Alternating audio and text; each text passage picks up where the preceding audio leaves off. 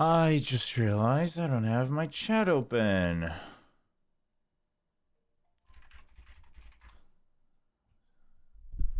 So bear with me.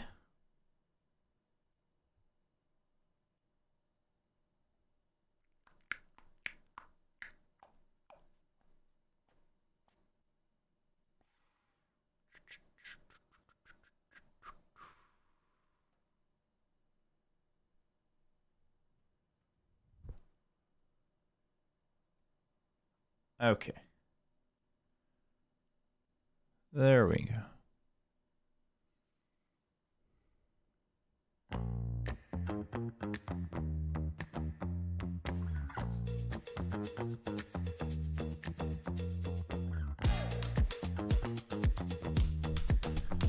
Hey, what's up, Minx?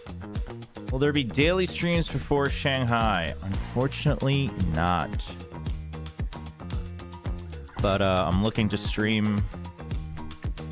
But generally, the rule I'm trying to keep to is... Hold on, why is this music? Is it just loud for me?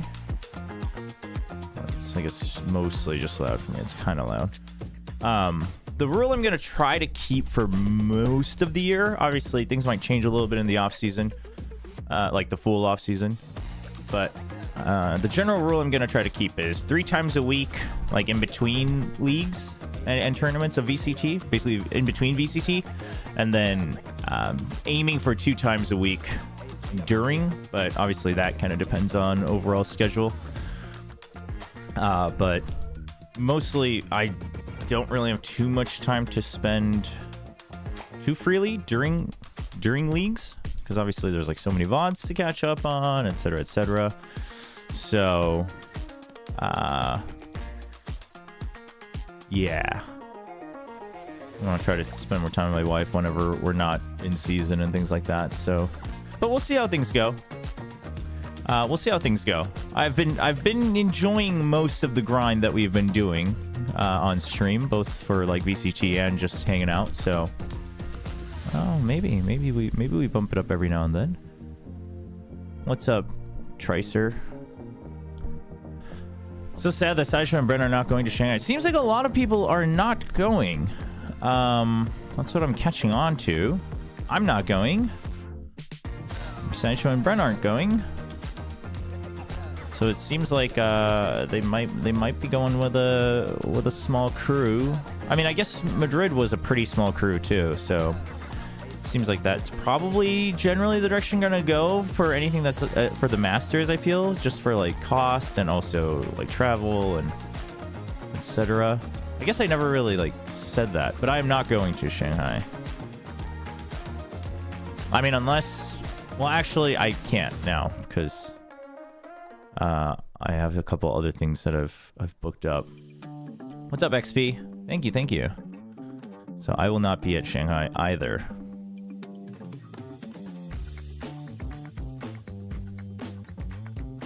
There hasn't been an announcement on who is going, right?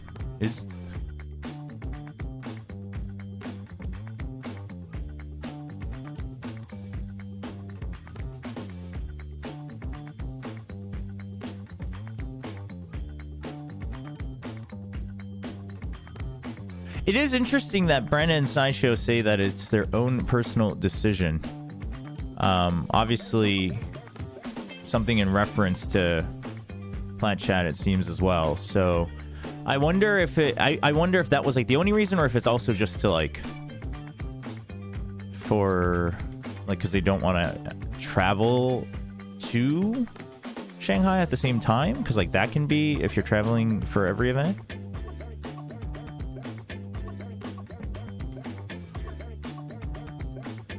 I didn't know you can speak Korean until yesterday. Yes, I'm fluent. I used to cast in Korean as well. Like, I used to hop back and forth, but this year only once.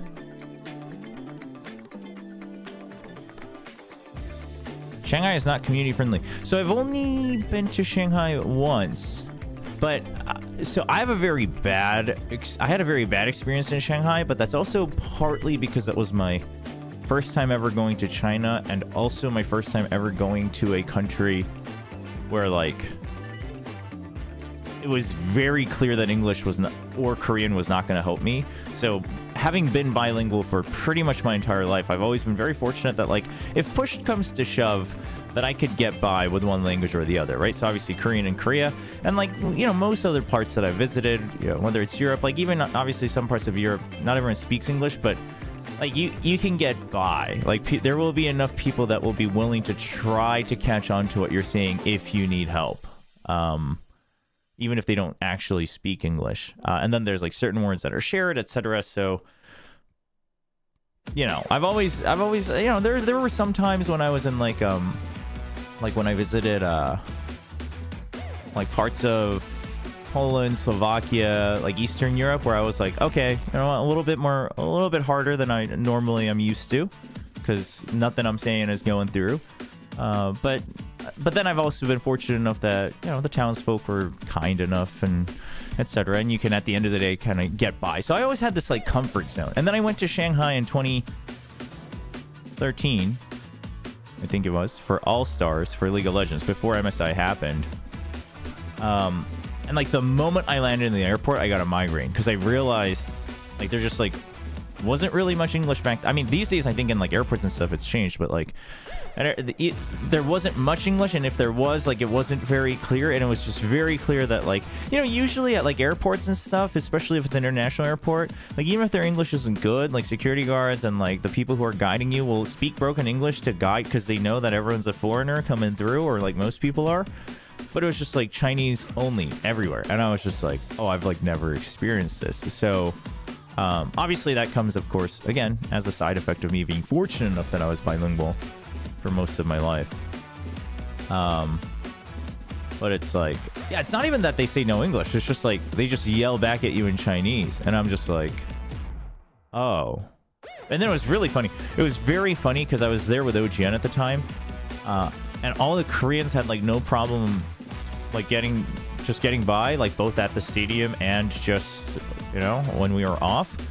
And the way they would get by is they would just shout in Korean, but like somehow they were understanding each other. It was very weird and funny at the same time. Like we were at the venue, and one of our ADs was asking, one of our PAs was asking, like we needed like a different setup, and they like asked once, and one of the workers from China, from Shanghai, would like say something back in Chinese, but like we needed it fast, so she just like yelled back in Korean like with urgency, and then the guy like yelled something back in Chinese, and they were having a bit of a yelling match, but like in their own languages, and then he like brought what she needed, and I was like, what?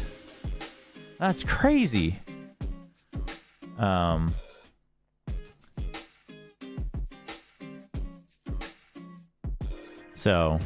So I didn't have a great experience in Shanghai, but I don't know how much of that was Shanghai versus like it was just because it was my first time in China, because most other times I've visited China, like I've been to Shenzhen once, Chengdu like 2 times, and then, well, I guess recently I was in Shanghai, but we were also like for the CS event, but that was very limited scope, so like overall it was pretty good. I'm just seeing this, by the way. I like just opened up Reddit to look at to find the tweet from Bren, and then I'm just seeing Marv posting that he removed energy. Like, what is going on?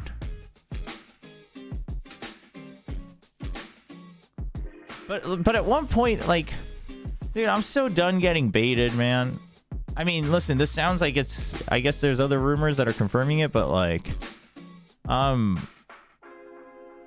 so done with America's players just like posting crap all the time before it's officially announced. Okay, the Boostio thing. Dude, I'm so... Oh wait, did he confirm? Because I saw the tweet where he said he got drunk, and I was like, as soon as I read that, I was like, this dude got injured.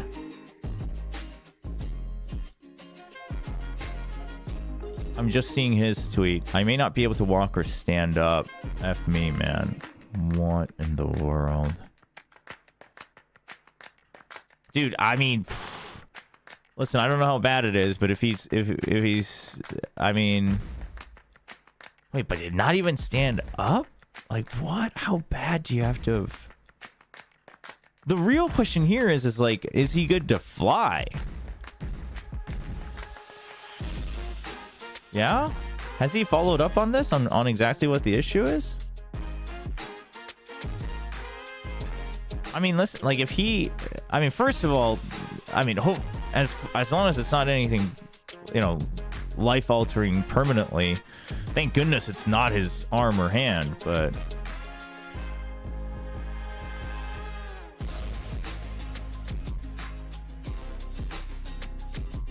Yeah, it could be a hip injury.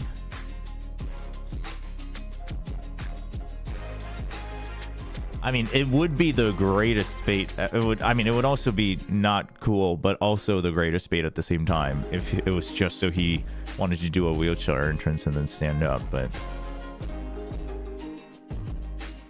I don't think that.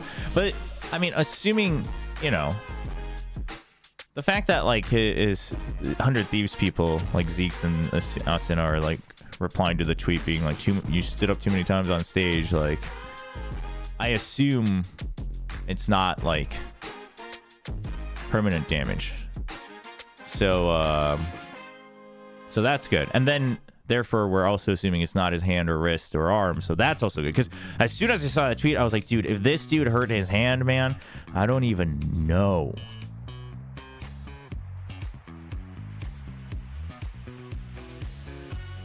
Because I mean, I've seen my share of dumb injuries at like after parties at esports, and sometimes before the event was over, and it's not great.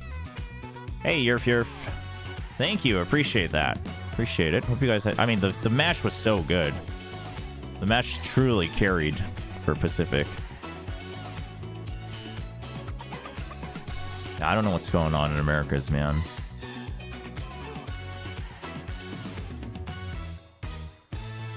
Meanwhile, in Pacific, everyone's just back to streaming more Valorant. Everyone's just chilling. Yo, Rises. Yeah. You made it. That's great. That's great. No, I mean, we had a long match, so it worked out. It worked out.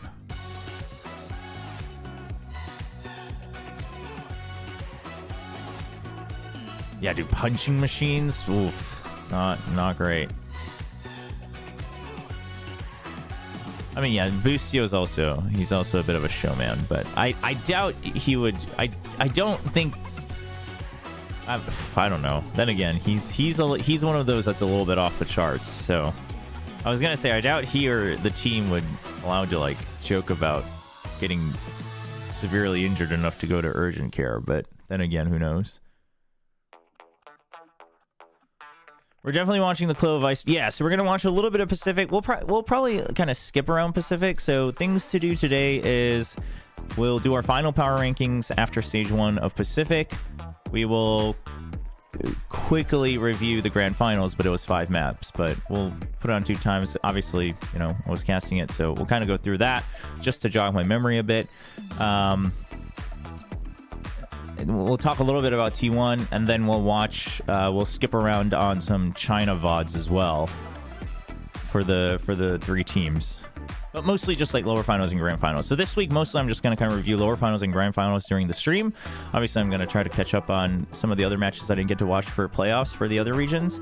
And then by the weekend, we'll have enough data for us to do our own power rankings and top 10 players going into Shanghai. Get that out before next week.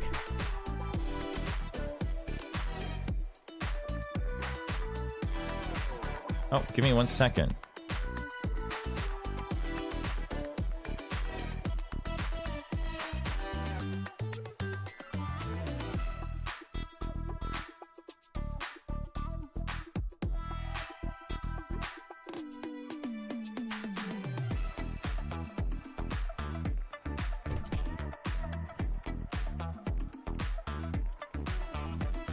Did you hear that Chichu was on Reyna on Lotus for him to warm up for Ice Fox?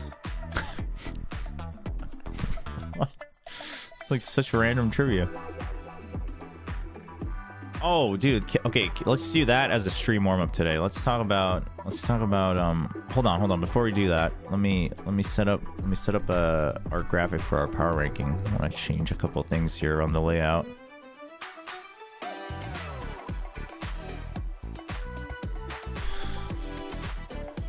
Yo, what's up, Kumar? What's up, everyone else from YouTube? The best question is, can Bustio heal faster or will it hinder the part? Well, I mean, my biggest question is can he fly? It sounds like it's something either with his hip or his legs, so it seems like he's probably okay to play. I mean, as long as he's okay sitting. If it's his hip, it probably hurts to sit, but he says not stand up or walk, so I assume it's something with his legs, or feet, but I mean, can he fly is my biggest question.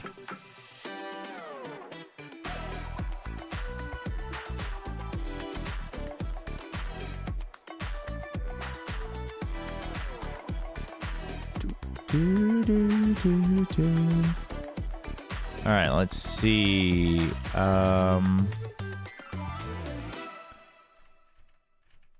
Actually, how do I want to do this?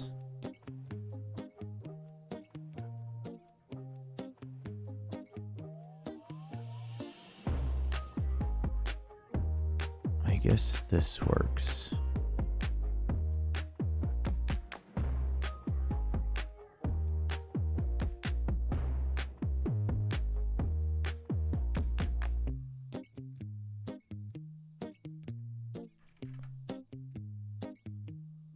Okay, we can sort the rest of it later.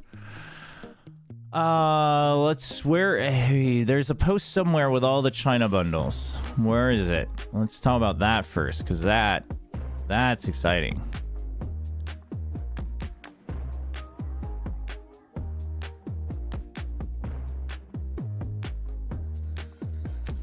I'm gonna find it, chat. I'm gonna find it.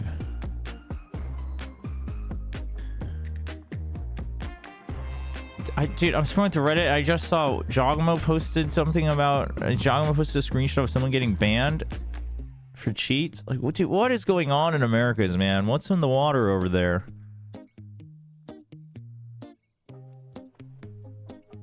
Is that all the bundles? No, that's...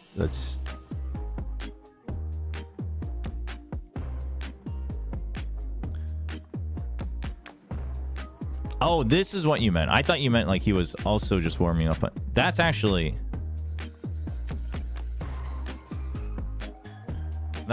so funny. I mean, listen, I hate people picking Reyna because they don't know what else to play, but if it's because you didn't have anything prepped and you might as well warm up for another game, then might as well. Oh, sorry, this is from Twitch chat, but I'll pull it up on screen so you YouTubers can check it out. Where's my stream deck?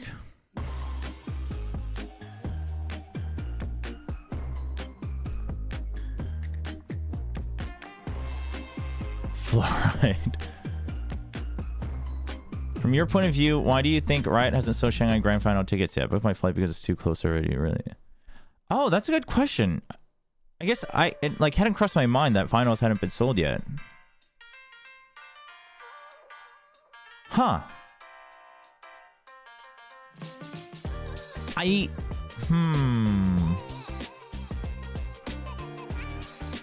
Yeah, that's... I mean, they could always do 2 waves, right? One before the playoff teams are decided and one after.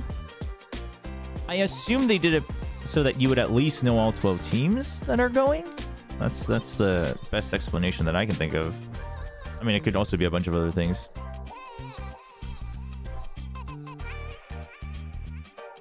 C9 has a WWE Championship belt? What? Chat, help me find any post with every bundle from the China teams.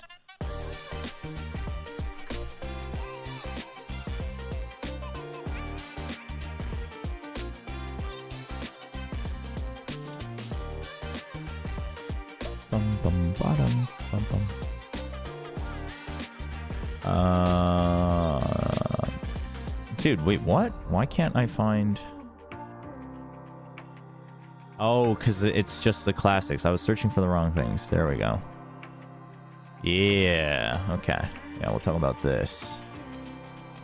Let me just open up everything else that we would want. Let me pause the music because it's really getting to me.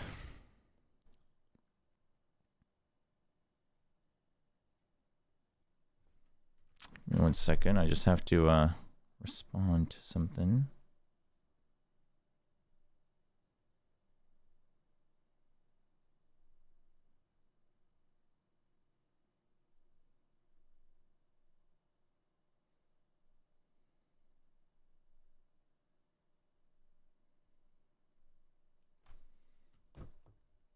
Oh, I mean, this works. I mean, this is fine. It's not like I'm gonna review the texture quality of their skins. So, for those who live under a rock and or you don't live on social media and Reddit all day, every day, which is probably really healthy for you, and you're probably some of the most sane people out there, China just announced, in fact, they are on sale now, I believe. Like, literally just now, I think. But China announced that their Team Classics are coming this week. AKA today, I think, if I'm not mistaken. I think they said 14th. Oh, there it is. Coming May 14th. I guess they never said a time, but it is May 14th in Asia right now. So, yeah, so before we talk about the specifics to this, obviously, for those who missed it, the important thing here is this is only going to be classics, no banners. Because they wanted to make sure that they got these out in time for 2024 for them to be like meaningful and go on sale enough for the year. So they didn't want to, have to go through all the designing and approval process of the banners, I assume. So it's just classics, which, I think the teams are going to be okay with. You'd rather sell it for a longer period of time, especially with Masters Shanghai coming up, rather than kind of miss out on that and then only have it go on sale for like part of stage 2 or something. And then, team banners. The thing is I wonder if they even do team banners every year. You know what I mean? Like, how are you gonna change it every year and make it meaningful? Because if they were gonna do that, they probably should have put the year in this year's. But anyway, yeah. So maybe in the future we only get team skins for guns. So anyway, the classics are out. How is this allowed, by the way? Chat, how is EDG allowed? Like, how is Riot okay with this? I mean, I'm just kind of surprised. I mean, I think it's cool that they're okay with it, but I am kind of surprised that they're okay with EDG's classic looking just like a champion skin. I'm not crazy, right? I've read other comments saying the same thing, but it like literally looks like a champion skin with just like slightly more purple. Also, why is there purple? Yeah, what's up, Keyframe? Thank you. Any fun behind the scenes anecdotes? I think some of the talent had a really bad stomachache on Saturday. That's like the most fun thing I can think of.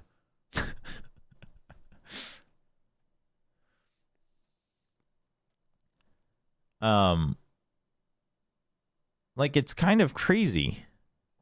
It's also it is also very funny that China, while they don't get team banners, so their capsules are, I assume, going to be cheaper. They got to design it later, so they know what worked and didn't. So most of the teams that have boring colors in their logos are like, screw that, we're just going to put in whatever colors we think works for us and the Chinese fan base. So they just they just put in like color combos into their skins, and you're like, okay, yeah, that works. Yeah, that's cool.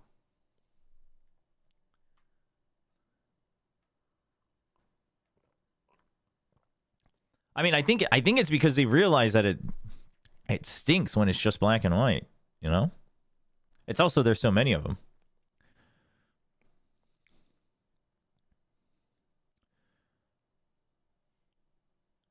Riot designs the classics? Do they? No, I think they give you the template, but I think the teams can still submit. I'm not actually entirely sure. But anyway, EDG, Tyloo, All Gamers, JDG, Trace, DRG, Billy, Wolves, Nova, Tyloo, and FPX. There is a lot of red. FPX is disappointingly boring. As much as I love Berlin, I'm not going to be buying that one. Listen, chat, there's only one clear winner in this entire thing. Listen, I know you guys all think the DRG dragon is derpy looking, and that's great, you know, and I know some of y'all like purple and gold. It's very royal, you know, and some people are out there doing who knows what football chants for the Wolves. I get it. But there is truly only one true winner of the China Classics, and it's not EDG. Baited you right there. It's this one. Okay? There's just no argument. We all knew it was going to happen. We all knew that theirs was going to be the best, and lo and behold, the Billy Gaming Classic is literally the best classic in the entire world. I will not hear any arguments for anything else. I'm sorry, RQ. I love your classic, but BLG's is literally the best. It is, I mean, listen, it's very bubblegum. It is also funny that it's like, that's like what a lot of us just immediately think of. You know, it's just straight bubblegum.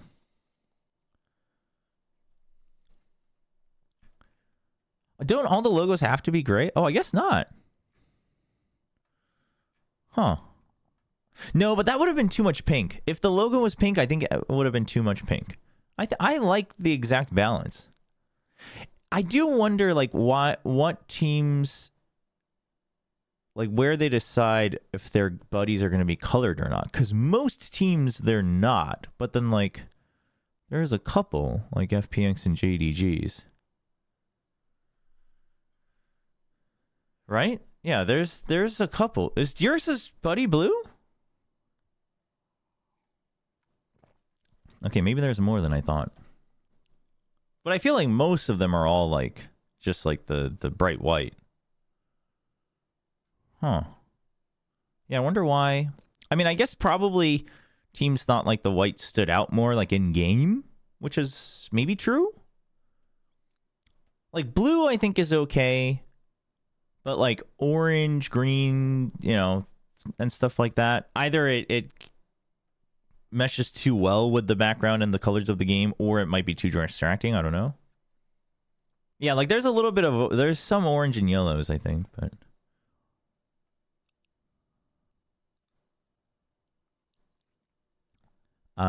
But Billy, I'm going to be buying Billy's. I've been waiting for it. I'm going to be buying that one. That's the second team classic I will buy.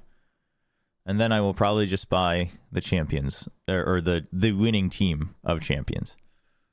Unless, if a Pacific team wins Shanghai, maybe. But maybe not. Listen, like, good for you. I'm proud of you, but it ain't real until you win champions, you know? Nova's does look very royal. I'm actually very surprised with Nova's. It's not really, like, it's not a preference of mine, but I do like that. I think the design is nice. I mean, purple and yellow is always good for royal vibes. Yeah, the first one I bought, the first and only one I've bought so far is RQ's. Yeah, JDG's is a bit of a miss. I think they wanted to make the majority of it like blackish so the JDG red stands out. But I mean, this is also like, it's a screenshot from the animation. It looks like this was when it was spinning, so it looks a little worse. But JDG's is a bit disappointing. Tyler's is a little bland, but it's like okay. I'm okay with it. DRG's is also pretty nice. You know, neon green, neon blue. Like I'm okay with that. And then the derpy logo. I'm okay with the black here. Well, helps the DRG. I assume, again, the black was just so their logo in white could stand out.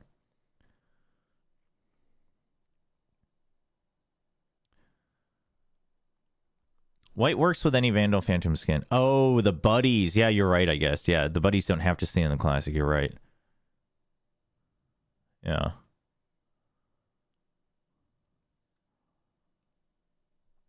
I mean, if you're a fan of Nova, for sure. I mean, listen, I think this is sick, and a lot of people really like purple, so I think this is sick. Oh, I mean, Paper Rex was, at least at the beginning of Stage 1, the most sold. There's no doubt about that. Paper X's is very good. Paper X's is very good. I respect it. I like their classic. The banner, not so much, but I like their classic. I like the idea behind their banner, but I think the execution was a little bit like slightly underwhelming. I'm not going to say disappointing, but slightly underwhelming.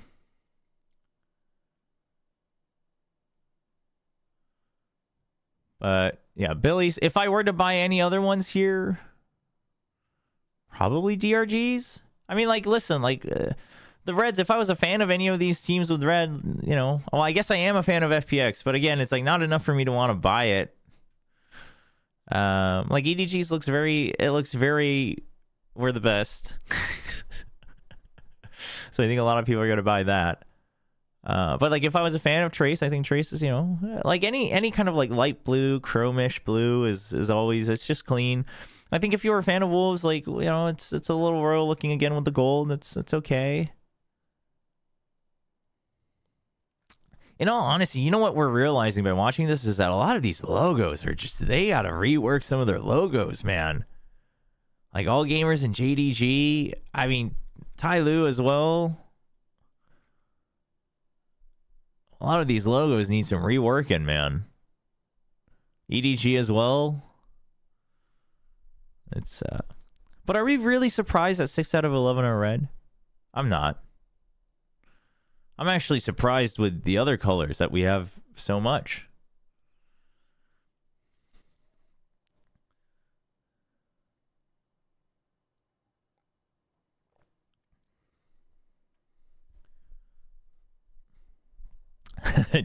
No more rebranding legendary orgs.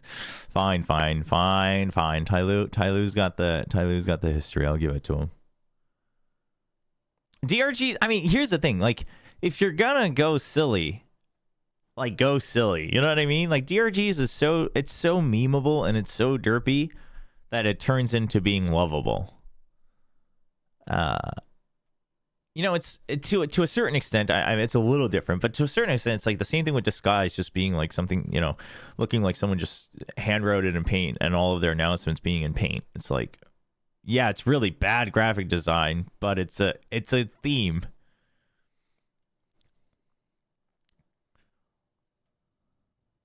Dude, I think Traces is nice. I think Traces does look better than DRX's. I mean, the thing is some of them look different in game.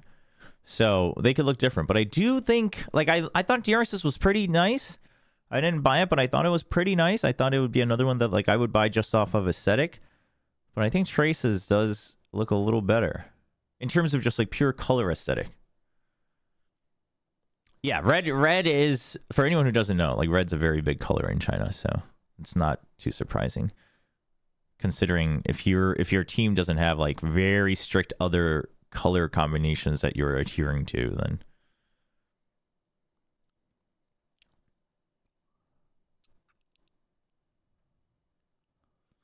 now Billy's is the best though, chat. We can argue all we want about whether the other ones are okay or not, but it will never change the fact that BLG's is now the best classic in the world. Sorry, Paper X. I respect it. I like your classic, but Billy's it. Billy's is the best. I'll be buying it. It's out today, so I guess I'll buy it after the stream. The question is I don't know which account I'll buy it on. My Asia account. My Asia account it's a skinless account, so I don't know. Do I want to start buying team things on there? I don't know. I bought the RQ one on my Korean account to let the Korean fans know of the power and glory that is RQ.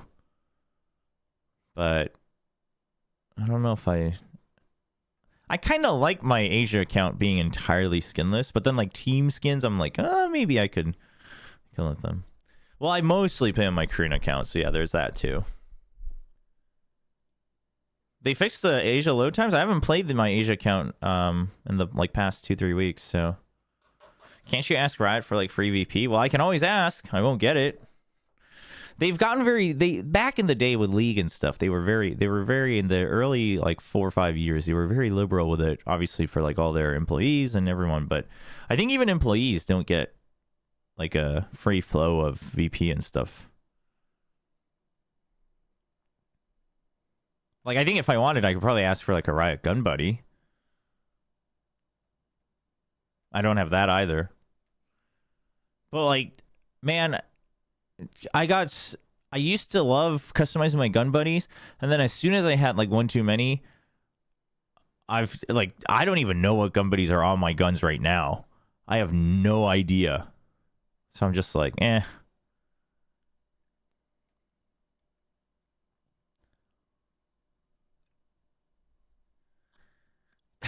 You should give me a Riot Gun Buddy.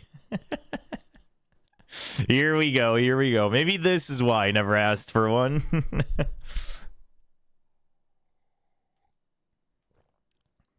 Yeah, the whole no in-game gifting is a little unfortunate, because I'm looking to do. Okay, so has anyone ever entered these? Like when teams and content creators do like bundle giveaways, like a new skin bundle comes out, what do? They just like send you the money equivalent to your region for that bundle? Like how is it done, since there's no gifting? They either PayPal you or send you a gift card? Okay. I see. Because I was like, oh yeah, down the road, I'd be down to do, especially like for esports ones, I'd be down to do that. PayPal or gift cards for like regions that the gift cards work, I guess. And then, I mean, gift cards are because that was my other thing, is that like, I mean, I don't really care. Like, let's say I did a giveaway. I don't really care if I PayPal you and you decide to go buy like Hades 2 with it. Like, it's not my problem. But I mean, it does kind of take away the purpose, right? So that's why I was like, well, I wouldn't like it to at least be like VP restricted. I mean, I don't know. Maybe you still use it on your night market. I can't stop you from that, but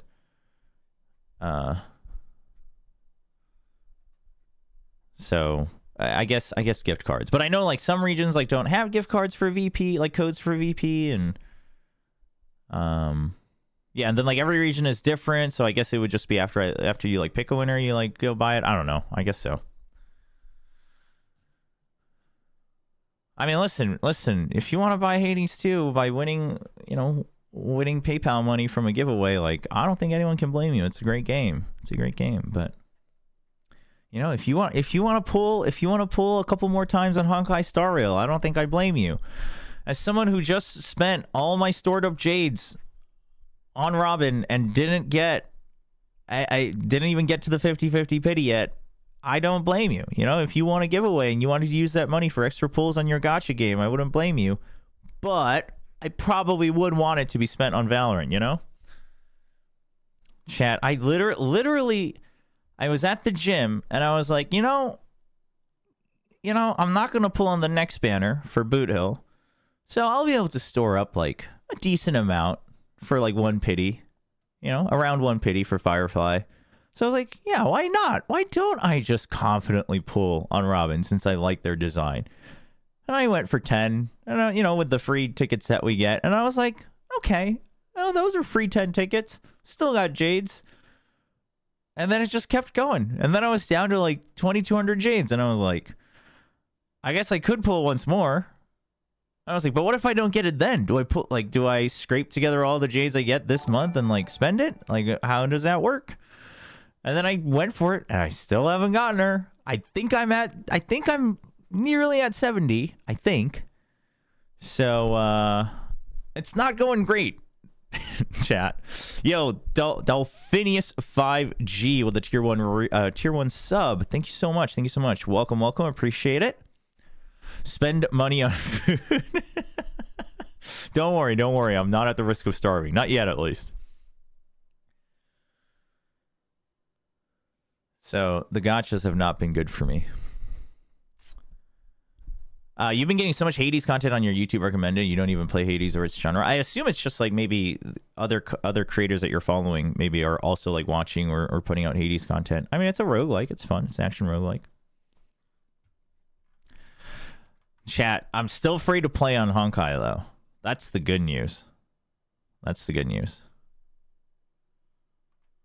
Still free to play on Honkai Star Rail. In fact, I've actually spent more on Genshin than Honkai Star Rail, and I only played Genshin for like 2 months. And I was only like the monthly thing. I think I bought the Battle Pass and the monthly thing like once on Genshin. So I've spent more on Genshin and haven't played it nearly as much. Send your friend code. Dude, I don't even know how friends work in Honkai Star Rail, man. I remember I convinced some of the other VCT Pacific casters to download it when it launched last year. I was like, dude, this game is it, man. And they downloaded it, and then I think a couple of them, I think Paper Thin and Valdez were playing it longer than I did initially, because I like grinded it for the first like 4 months.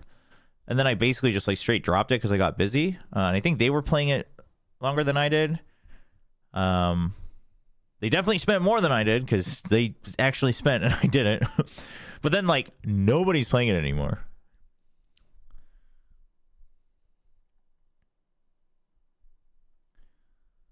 Yeah, what's up, Peng? Will you be in Shanghai? I will not be in Shanghai. But I will be doing something, but maybe not something that you guys will all get excited about. But I will be doing something. But I also sent in my request for the watch parties for most of the day, so I think I should be able to, if I get approval, I should be able to watch party for like the Swiss stage, but then maybe only like the finals for playoffs. For me, I wasn't asked. But I reached out as well, but I think I also reached out, well, not really late, but I think they were already on like their planning really early this year, especially also because traveling to China is a bit of a chore. So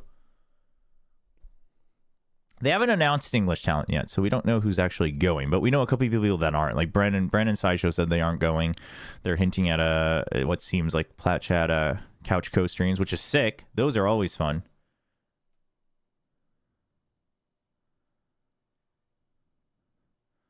Oh my gosh. You're right, YouTube. We're currently at the risk of Pansy and I podcasting another Paper X Grand Finals and cursing them to no end. The only way we can avoid this is if Genji or T1 also makes it to the Grand Finals. All right, chat. Are Pacific Stage 2 dates confirmed? Yes. At least for League play. They should be. Let me see if I can find that for you. It should be on the official, I mean, the calendar on the official site is a little hard to look through, but I think if you dig back into the original announcement,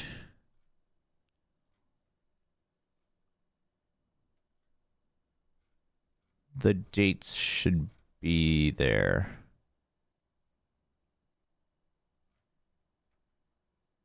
Yeah, so here it is. So this, well, I have it in Korean just because it was easier for me to find, but you should be able to find it. Oh, actually, maybe not, right? Because it's all localized. But anyway, which, dude, I don't know why they do that with their site, but, well, I guess I kind of do, but. So Stage 2 starts on June 15th. The matchups for the league play is all there. I guess playoff dates aren't out yet. What in the world? We have a one match day?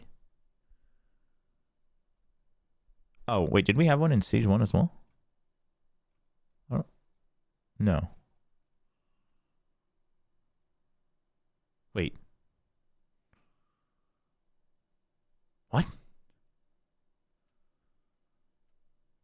Oh. Yeah. That makes sense. So here you have it.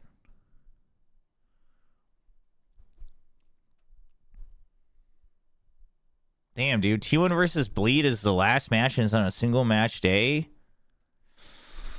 That's, I hate to say it, but it's not going to be great for viewership. I'll tell you that. I mean, unless something miraculous happens in Stage 2. What are some big days for Stage 2, chat? What's looking like a big day? This is actually a big day. This one. It's so big that my marker just went full huge size. This is a big day right here.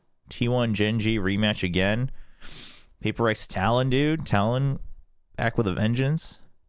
I mean, the storyline for this could also change very much so after Master Shanghai, but that's a big day. This should be a pretty fun day. Obviously, Paper X TRX always big, and I think Talon RQ should be a really fun match as well.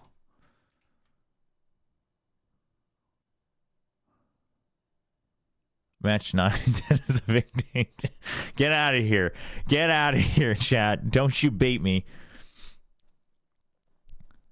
I mean, like, there's a couple other fun matches, but, like, I think double whammies, that might be it. On paper. I mean, again, there should be enough time for Stage 2, and the meta will be changing different, so... You think day 6 is bigger? You think this is bigger? I mean, this could be closer. This could be messier to a certain extent.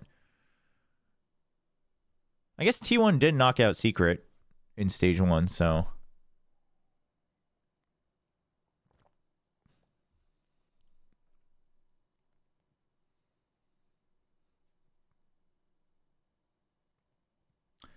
You have a feeling Darius will go undefeated in Split 2 with a tired Paper X and Gen G? Like, you mean all the way through playoffs? Bold. To be fair, they looked really good going into playoffs, and then they crumbled. They crumbled hard. Someone asked earlier, did I see the Bleed stuff? So I saw that EA's taking a break, which... I mean, listen, man, I hope he gets the break that he needs, man, no matter what it is, right? Like, whether it's physical, mental, or a combination of both, which I wouldn't be surprised if it was. Hope he gets the break he needs. And then I saw that there were rumors of Crazy Guy coming back, which, like, that is a bit of a head-scratcher. I mean, listen, I thought Crazy Guy was pretty decent. Yeah, I thought he was decent at calling, but is Crazy Guy official? I'm like mega delayed these days with news, so what's the odds that a 4-6 record qualifies to playoffs? I have no idea.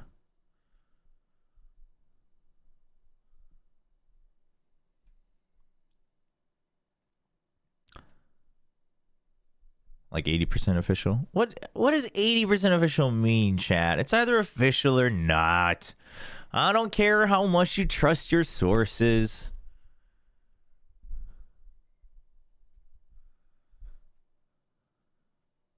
Listen, I'll read stuff and I'll acknowledge that there are like reports or leaks or reports, whatever, you know, there's a slight difference there, by the way, but I won't work off of that knowledge until it's like straight from the team. Yeah, I mean, listen, no matter how reputable, I mean, especially like if it's like off season, like, yeah, we love like theorizing about rosters, and listen, I'm all for it. Like, I love off season roster mania. I love talking about that stuff. Obviously we did it. That's kind of where we started getting back into weekly streams and YouTube. But like mid-season, I'm not gonna waste my energy thinking too much about it.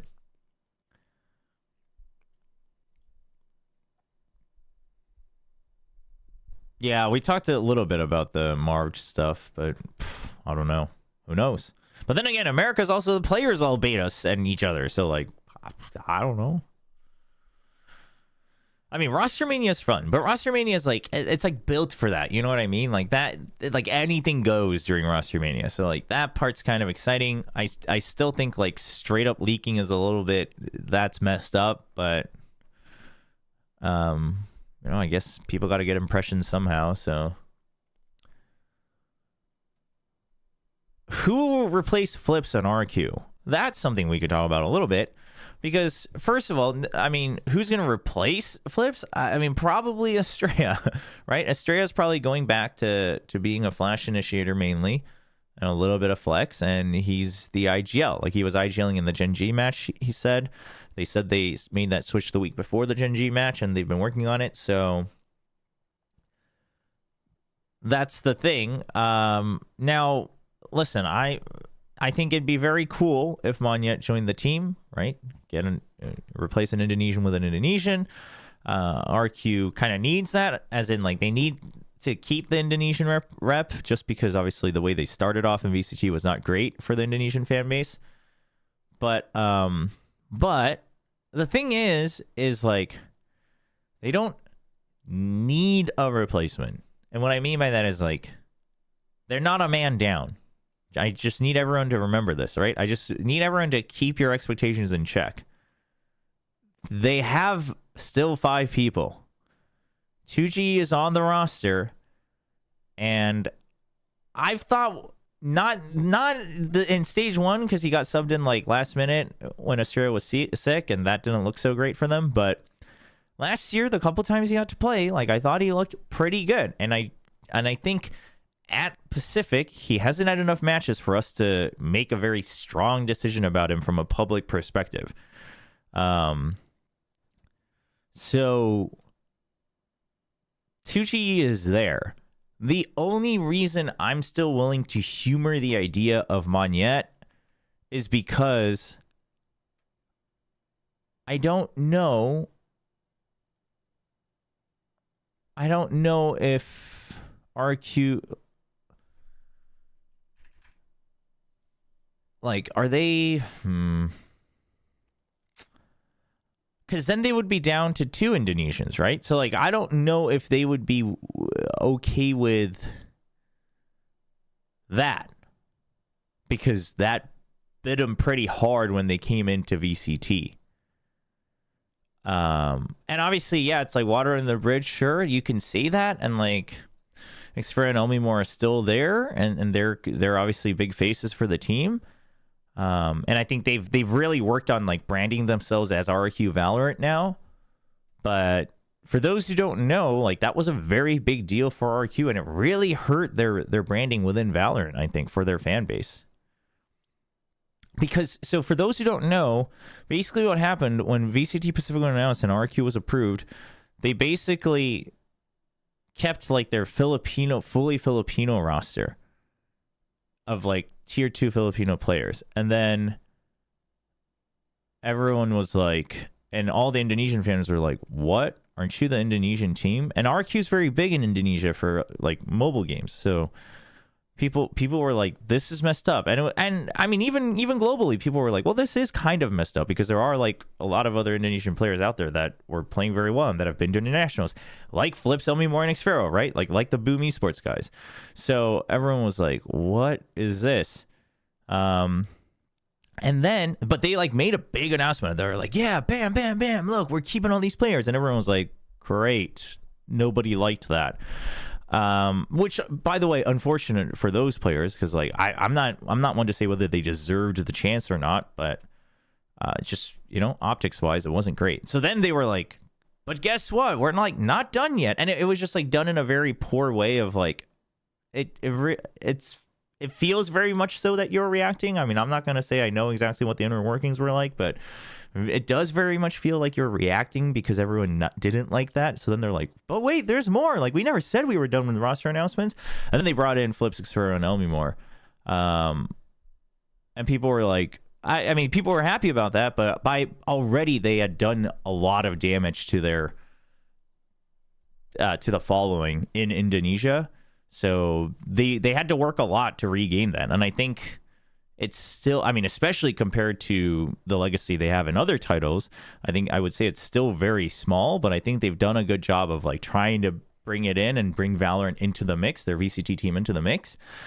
So I mean, I don't know, maybe they have the numbers and they're like, no, we're okay with it. We're okay with just having 2 out of 5 Indonesians. I think, we see a lot of other global rosters in Pacific. Maybe people are more open to it now, which, like, I mean, I think that's okay, right? I listen, if you can common whatever language, then, it's Pacific as a region, so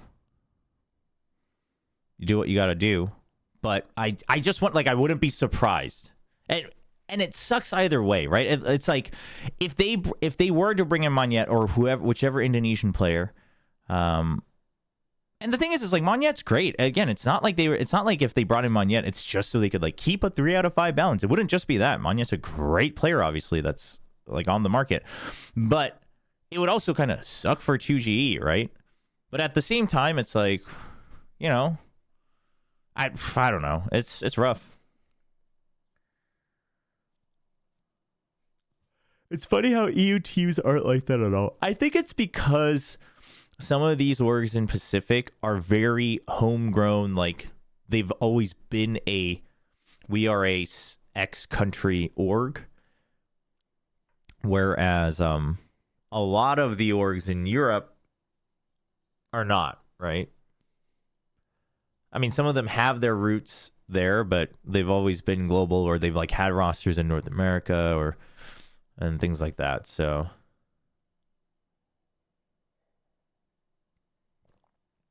but if they do whether they keep 2GE or they get someone, they have to be picking up a controller, right? Because Elmimore is looking really good on Info Initiator, and Estrella is much better at Initiator than controller, I think. And he could still flex into like double controller if you need it. So they don't need another Initiator. That's for sure. I think the role swap between Xfer and Elmimore worked out very well. Paper Rex needs a 6-man though, no? They don't need one. You no longer need a 6-man roster. I mean, if you wanted it for safety because of like potential visa issues or whatever, that's fine, but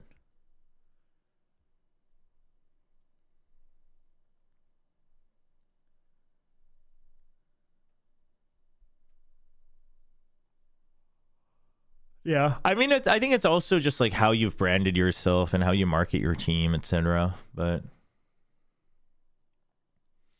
I mean, it does stink for Flips that it happened to come after a 0-kill game and they still won that match.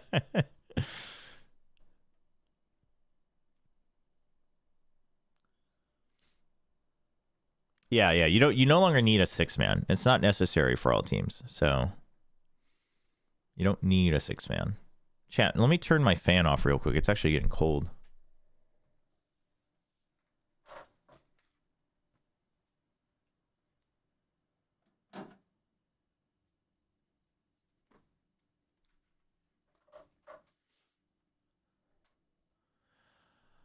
Okay, well, let's dig into the meat of things today.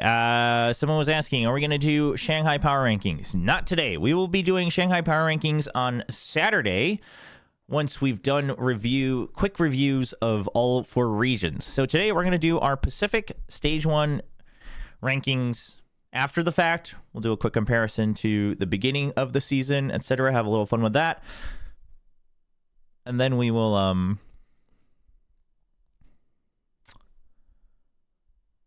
do we want to do...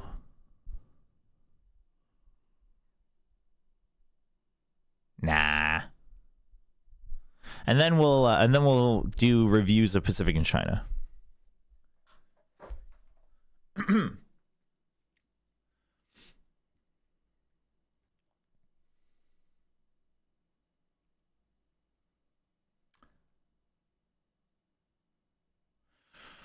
Oh, that's true. Yeah, there is that part. Yeah, if they need a sub, they could always try to draw from Myth. Yeah, PaperX announced a partnership with Made in Thailand. It was very interesting, but also not that surprising considering CGRS is there. Maybe we should play 80s too. Maybe at the end today. We'll see. There's a lot to go through. Okie dokie. We're gonna record this, so get ready, chat. This we have to edit these, by the way. Hold on, let me check. How does what's the sizing look like here?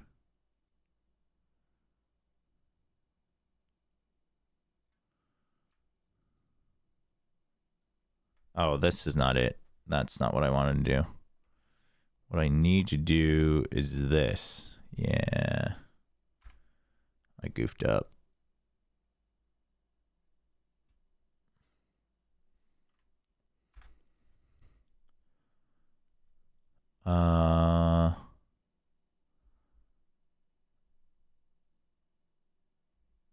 Let's move these over so they're not all bunched up.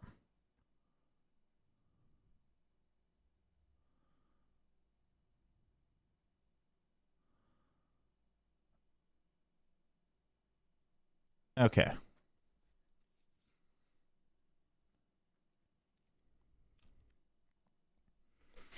Oh, righty. All right.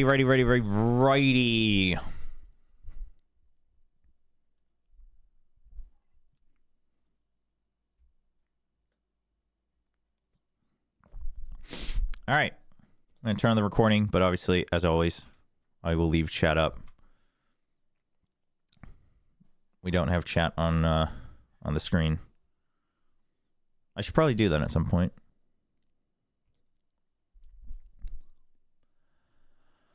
Okay. Hello, everyone. Hello, YouTube. Welcome back to another week and what is going to be our final week of VCT Pacific Stage 1 rankings. It's basically going to be a review. We just wrapped up the grand finals for the mid-season playoffs, which were the Stage 1 playoffs. And we had Paper X rising back to the top, reclaiming their spot as the best in Pacific. Gen G taking second place after a very, very exciting grand final. If you didn't watch that, you should definitely go watch it because some of those maps were some of the best Valorant that I've had the joy of casting. Absolutely, for sure. But with that said, obviously we were tracking all the teams week by week, kind of seeing how our opinions change, through and through. And now that everything is done and teams are prepping to go to Master Shanghai, I want to do a quick review. We'll compare it to before playoffs, and then we will also compare it to the very beginning of the season. So let's dive right in. Okay, where do we go here? All right, hold on. Before we do that, let's fix our things here, shall we? The rankings from week 1. I really should have saved a screenshot, but I'm just gonna have to bring up my old video here to see where did we have all the teams before the beginning.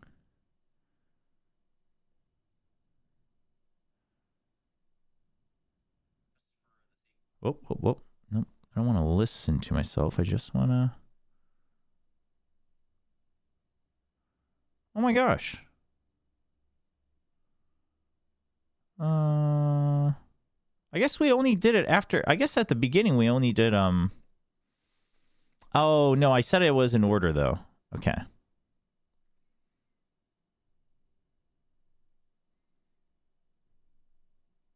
Okay, so here we go.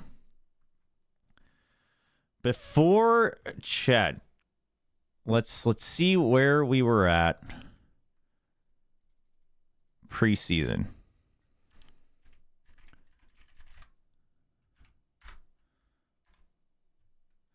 Preseason, we had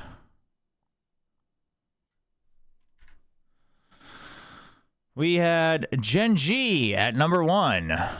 We had Paper X at number 2. Oh my god. We had T1 at number 3. Guess what, chat? I was always right. I was always right, I was always right. I mean, up to that point. Then we had DRX at 6th. Boy, I was really down on DRX, wasn't I?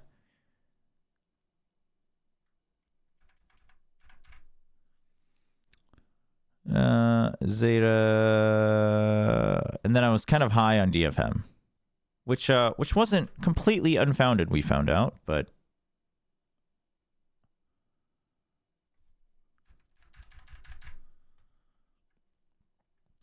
man, Chad, I was freaking on point in the preseason. I think this was after the Bane news was out. I don't quite remember. I was pretty much on point. I mean, yeah, PaperX beat Gen G, but I had T1 up there. I didn't say how they were going to make it in, but I did say they were going to be top 3.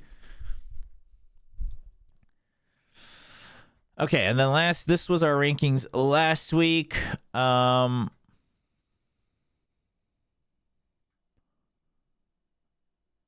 on, let's rotate these guys. Let's get you rotated back. Let's get you sized up.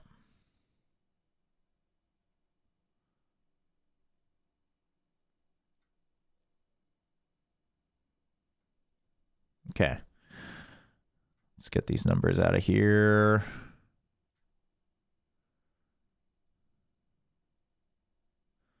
Let's have these all bunched up so people don't get confused. Okay.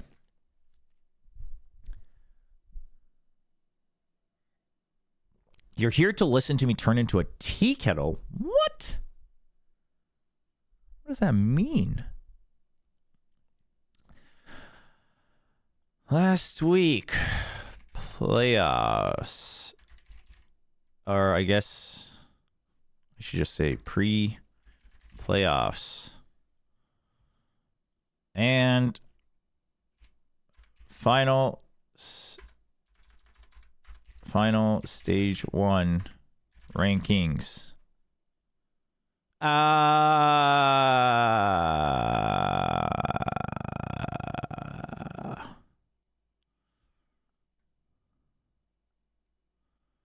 This is going to be my own rankings. Okay, so we'll start here. Just so we're very clear, this title says Final Stage 1 rankings, but there may be differences to the actual rankings at the end of playoffs. I don't know yet. I haven't actually quite thought through this before we started recording. I thought about it a little bit. Mostly, I was thinking about T1 in the shower, but I didn't come to a conclusion yet, so we'll talk things through. But anyway, let's compare how preseason looked to post the league play. So once we got to see all the teams go up against their opponents in the other group. So initially, I had Gen G, PaperX T1, and going to Shanghai. That was kind of my prediction of power level. Then I ranked Team Secret pretty high as a very strong gatekeeper team, but maybe having a bit more consistency. My hopium for RQ was reasonable, I would say. I was down low on DRX, I think also because of the Bane news. Bane basically being brought up like very last minute, and then flashback stepping down from the starting roster much more last minute, things like that. I think this might have even been before the flashback news. I'm not quite sure. Then I had Talon basically just kind of like neutral. I was pretty down on Zeta. I was actually, I had some hope for DFM, and then I was pretty down on GE and Bleed.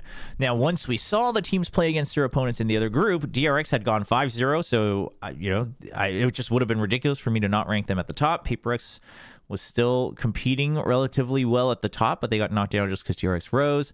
Gen G was, they were holding on. Secret was doing pretty decent. Talon had really risen for me.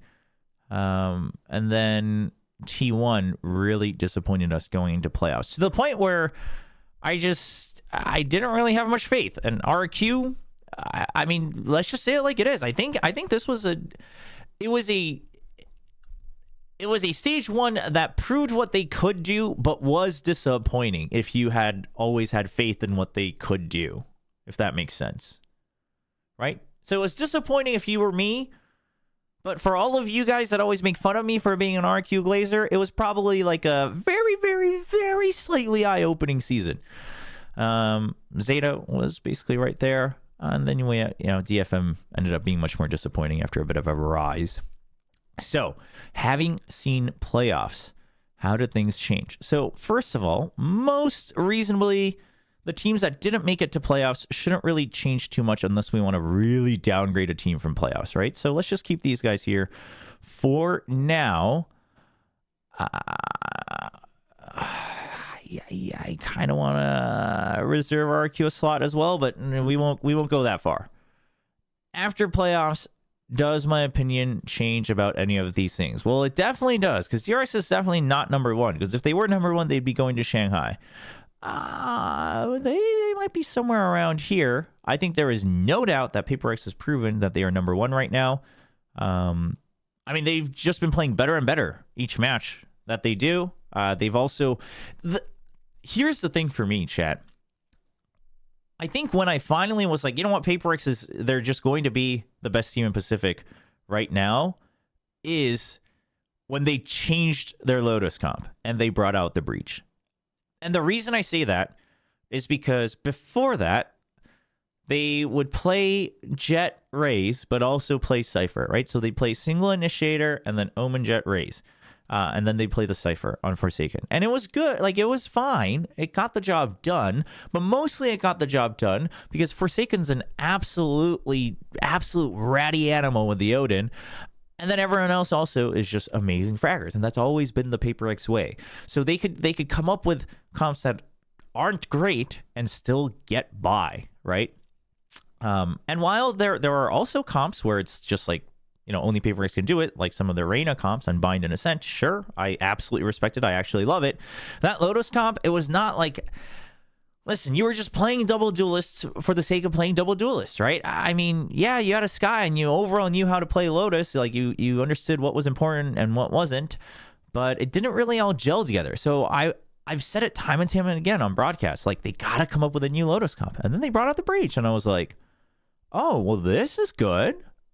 It's got way more setup for both of their duelists. Now the double dive has even more meaning because you can erase more angles with the Breach. It's got further reach after you go in aggro, so you can hold onto the post plant better. You can push out of the post plant better. And once I saw that, I was like, okay, now they're in the zone, rediscovering their own meta for themselves. And that's very promising. You know, that's when we saw things like the Reyna on Bind, the Reyna on Ascent last year. So I think that's when I was like, you know what, they're right back on their way to going to the top. I still had a lot of hope for Gen G, but I think I would have, even if Gen G had won the finals, I think I might have been inclined to give Paper X the edge in my overall rankings. But with that said, Paper X, they even show the endurance to get through that best of 5 once again, at least in Pacific, and they're looking good. And then the map draft was fine too, so it's all great. Chat saying rank 1 should be texture. There might be an argument for that, but we won't go that far yet. Now, here comes the so chat, I'm just gonna listen. I'm sorry for any Team Secret fans out there, but Team Secret had great ante against Paper X. That was a shining moment. And, you know, it's not like their other games were all bad, but they weren't exactly all inspiring. And I think I'm willing to put these three teams above them. And it's not just because they got knocked out to T1. And quite frankly, does that mean that I think T1 would beat Team Secret every time they play? No, I don't think so. But in terms of, like, power ranking, I mean... the thing is like, this is exactly where Secret always is. Always has been, always is. And hopefully not always will be. But for now, it's looking like it. Right? They play very, very, very default. You know, work off of the util. Have some good ante. You know, some decent mid-rounding. I would actually say Jesse has some of the better mid-rounding in Pacific. And then you've got a couple cracked aimers, but you know, that's like the perfect recipe for a gatekeeper team. So I think they stay there. The reason this gets tricky is mainly because of this one team. These guys.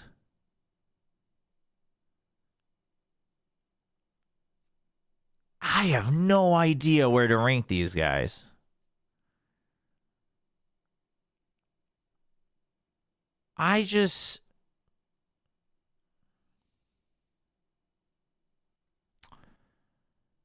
Man.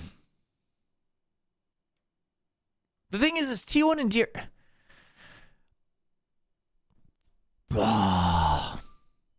T1 and DRX, I know a lot of people right now they're like, oh, well, the format really screwed DRX over. Just so we're very clear, T1 did beat Gen G to make it to Shanghai. So they're very inconsistent, but they did do it fair and square. So, but then they looked absolutely miserable in the next 2 games. Granted, I've always said it, I think Paper X versus T1 is a really, really, really terrible matchup for them. Because currently T1, they seem like a weaker Paper X to a certain extent. So that's a really bad matchup for them. But then their lower final against Gen G was it was something. It does make... Can we just go on a quick aside here? Everybody remember that tweet that Coach Data made? Like 5 days before their lower final? And he was like, no, Pacific's playing our final weekend on the new patch. But it turns out that was like a communication issue. I had to keep thinking about that during that match. That's the only thing I could think about during that match. I was watching it the entire time backstage, and I was like, they truly, like, that truly had to have messed them up. I mean, so I think it probably was a result of initially they thought they were going to play on the new patch, so they probably started planning for it. They still had 4 days, and you could always go back to your old comps, but they were probably like, listen, we already started scrimming and prepping for this anyway. This is what we're going to be playing on for Shanghai, so let's go with it, I guess. I mean, I don't know. I don't know. Maybe. It could have also... well, I'm not going to... I'll say this part, but don't put too much weight on it. But quite frankly, if they had beaten Gen G, again, I think Paper X versus T1 is a terrible matchup for them, so... Would it have been worth it for them to like try to give it their all to try to beat Paper X? I mean, maybe not. Maybe they valued, working on the new things a little bit more. Who knows? But they're still very inconsistent. So yeah, I don't know if I can put them third. But at that point, I mean, do you put DRX or Talon up there? I rate Talon's potential very high. But I guess I guess that'd be ridiculous.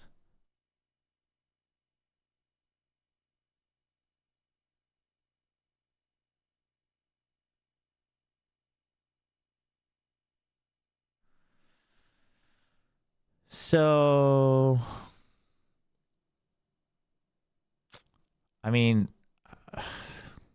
you know why I hate doing this, chat? The reason I hate doing this is I'm going to put this up on YouTube, and everyone in the comments are going to be like, yeah, see, DRX should have gone to Shanghai. T1 doesn't deserve the spot. And I'm just going to be sitting there like, oh, I'm just feeding this.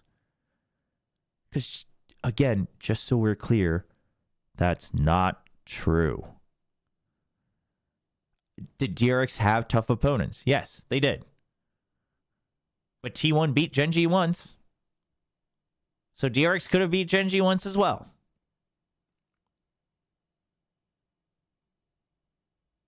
So,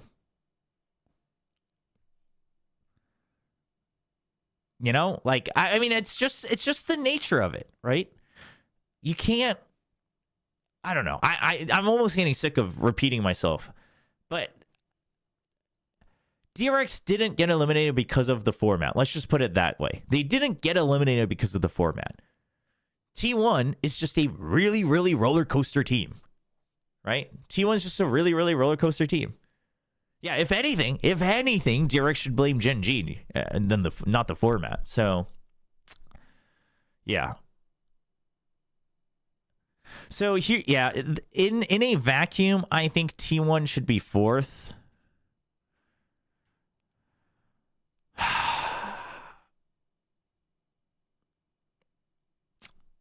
I'm gonna listen. I really, but in a straight comparison, again, not just because Talon had taken down T1. In a straight comparison, I don't think Talon is like a clear step below T1. I don't think so. And mostly this is because I think the ideas they have shown were clearer and better. But to some extent, that also means that T1 is getting by a lot more with their mechanics. So maybe they do deserve to be a step above. So, yeah. So I think this is where I would rank it. So the only thing that really differs from the actual results of the playoffs is DRX above T1. And that's partly just because it's not like DRX suddenly just got like straight raffle stomped in their games against PaperX and Gen G. They were exciting matches. And then they did very well against the other group, throughout the league stage. So I think it'd just be a shame to knock them down just because they got eliminated. And at the same time, T1's just very inconsistent. If they had even taken a map against Shinji like super confidently, and the other maps were like much closer, then I think, or if it was like a very close 3-0, I think I'd be comfortable putting T1 in third. But the fact that they're still so inconsistent does worry me a bit. But I've regained some faith in... I've gained enough faith to realize that my hopium in T1 at the beginning of the season was not wrong. It's just that it still remains hopium. I think that's the best way to put it, right? I think the shining spots that we saw from them show us that you weren't wrong to have hopium by looking at this roster. Unfortunately, it's so inconsistent that you still think it's hopium. And then there's also, and then you start to wonder, did them having the absolute worst schedule really make things even tougher for them? I mean, probably to some extent. We just don't know how much we should weigh that. So, yeah, I'm okay with this. As for why I put Talon over Team Secret, I think Talon just have clearer ideas. I think they have clear ideas that work more for themselves. Like, I think they have clear ideas on how to characterize themselves. And then also they have, I think they have a little bit more specific ante in terms of like comps and such. TS, basically Talon takes more initiative. That's the best way to put it. Team Secret is much more like, hey, we're just going to play super default and you're going to make mistakes. Whereas Talon is going to be like, we're going to push you to make mistakes. Right? Secret is their antes are much more passive. In some ways, that might be what makes them more consistent overall, but they're much more passive. But Talon has more character, and it's reasonable character. The execution was lacking. The teams and players and coaching staff have all agreed that the execution was lacking. But that also gives me faith that they're going to work on it. They know what they need to work on, and they absolutely have shown improvement. That's the other thing. I think they've been on a mostly upwards trajectory throughout the stage one. So that's why I'm ranking them above Team Secret. Secret, we've already explained. At which point, then, as much as I like the very last bits that we saw from RQ, especially in the match against Shenji, it's like there's not enough data to convince me that I should rank them above when they didn't make it into playoffs, and we saw more from these teams in playoffs. So, unfortunately, RQ sits at 7th. But again, I say this every week. Listen, we're already talking about potentially the top 11 teams in the greater Pacific area. There's going to be, certain players that maybe are stronger, etc. Maybe they'll get picked up and, they'll be able to challenge, etc. But you're already in Pacific, so keep that in mind. Let's see how then things have changed. So going into playoffs, TRX was number 1, so they are going to go down 2. PaperX goes back up 1. Gen G goes back up 1.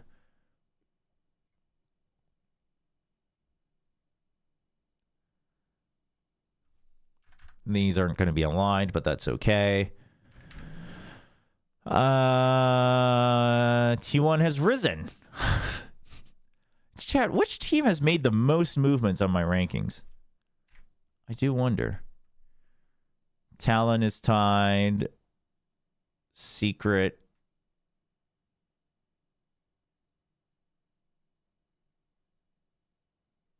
wait, no. Oh, no, this is wrong, chat.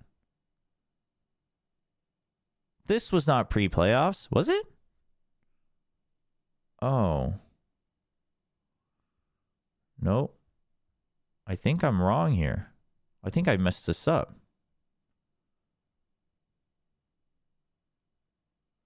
Yeah, this is from the week before.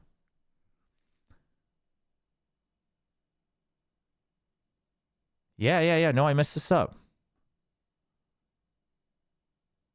Yep. This was going into week 4. Oh my gosh. Because we had these, this is why I was confused, because we had these guys like this. And I was like, why aren't they like that right now?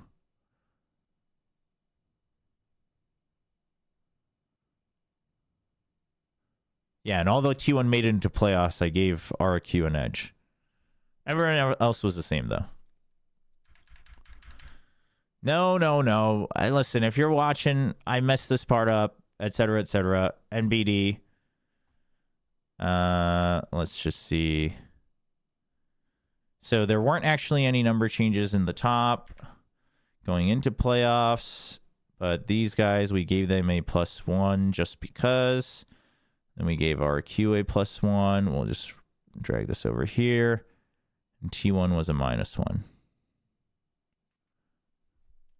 Oof, we almost messed up. That's what we had before playoffs. Okay, now let's talk about it again. So +1, +1, -2, +3. Wow, congratulations, Team 1. This is all because you beat Gen G. Talon, technically, we're going to call it a -1. And technically, we're going to call Team Secret a -2 because they were tied for... since they were tied for 4th. And that means RQ get a -1. Unfortunate, unlucky, never lucky, etc., etc., etc.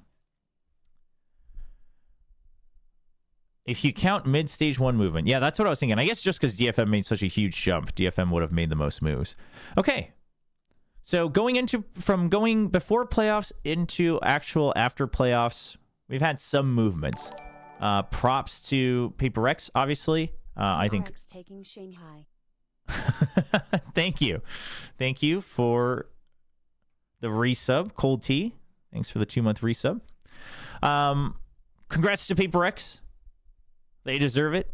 I think Gen G looked revitalized towards the end as well. And they were still, just so we're clear, I'm pretty sure Gen G is going to have a couple comp changes going in with the patch. So I think they were working with what they had and still adjusting just enough and bringing out just enough new ideas and antes to get through the playoffs. And they still made it close against Paper X. So I think that's exciting. DRX... unfortunate, but I think basically we saw them get challenged at their limit and they didn't know how to grow out of it. So it's I feel like this is a case of the growing pains came too late for DRX, right? If they had been challenged like that, like for instance, if Gen G had beat them during the league play, maybe DRX would have been even stronger in the playoffs. So that's unfortunate. And then T1, we talked extensively. They're inconsistent, et cetera, et cetera, et cetera. So how does this all compare to the beginning of the season?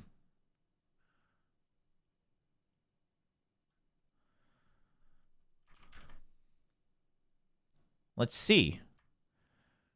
From the beginning of the season, Paper X was ranked 2nd, and they have gone up 1. Gen G has fallen 1.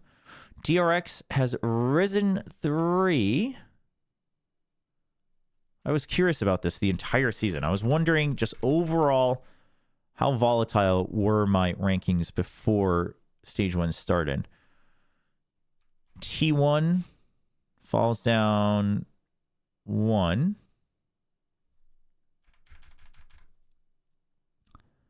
And then Secret falls down, or Talon. Oh, Talon, yeah. Talon made a huge jump up.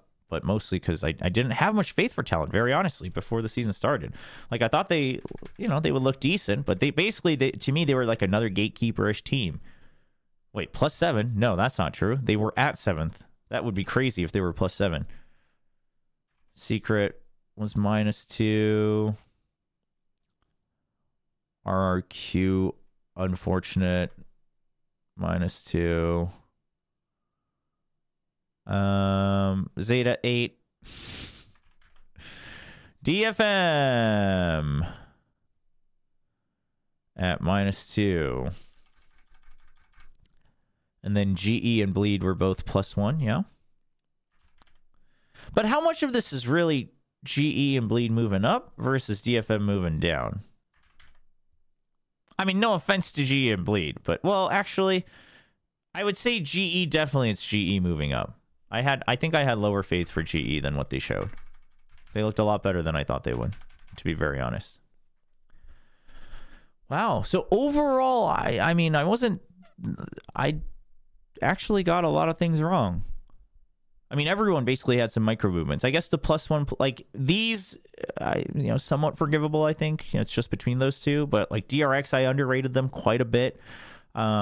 Personally, I still stand by and say that I think this was a very pleasantly surprising stage 1 from DRX, considering all the circumstances. Now, if you had told me that you still had faith in them just because of the core and the coaching staff, I think that's also reasonable. But I still think this was a pleasantly surprising stage 1 performance from them.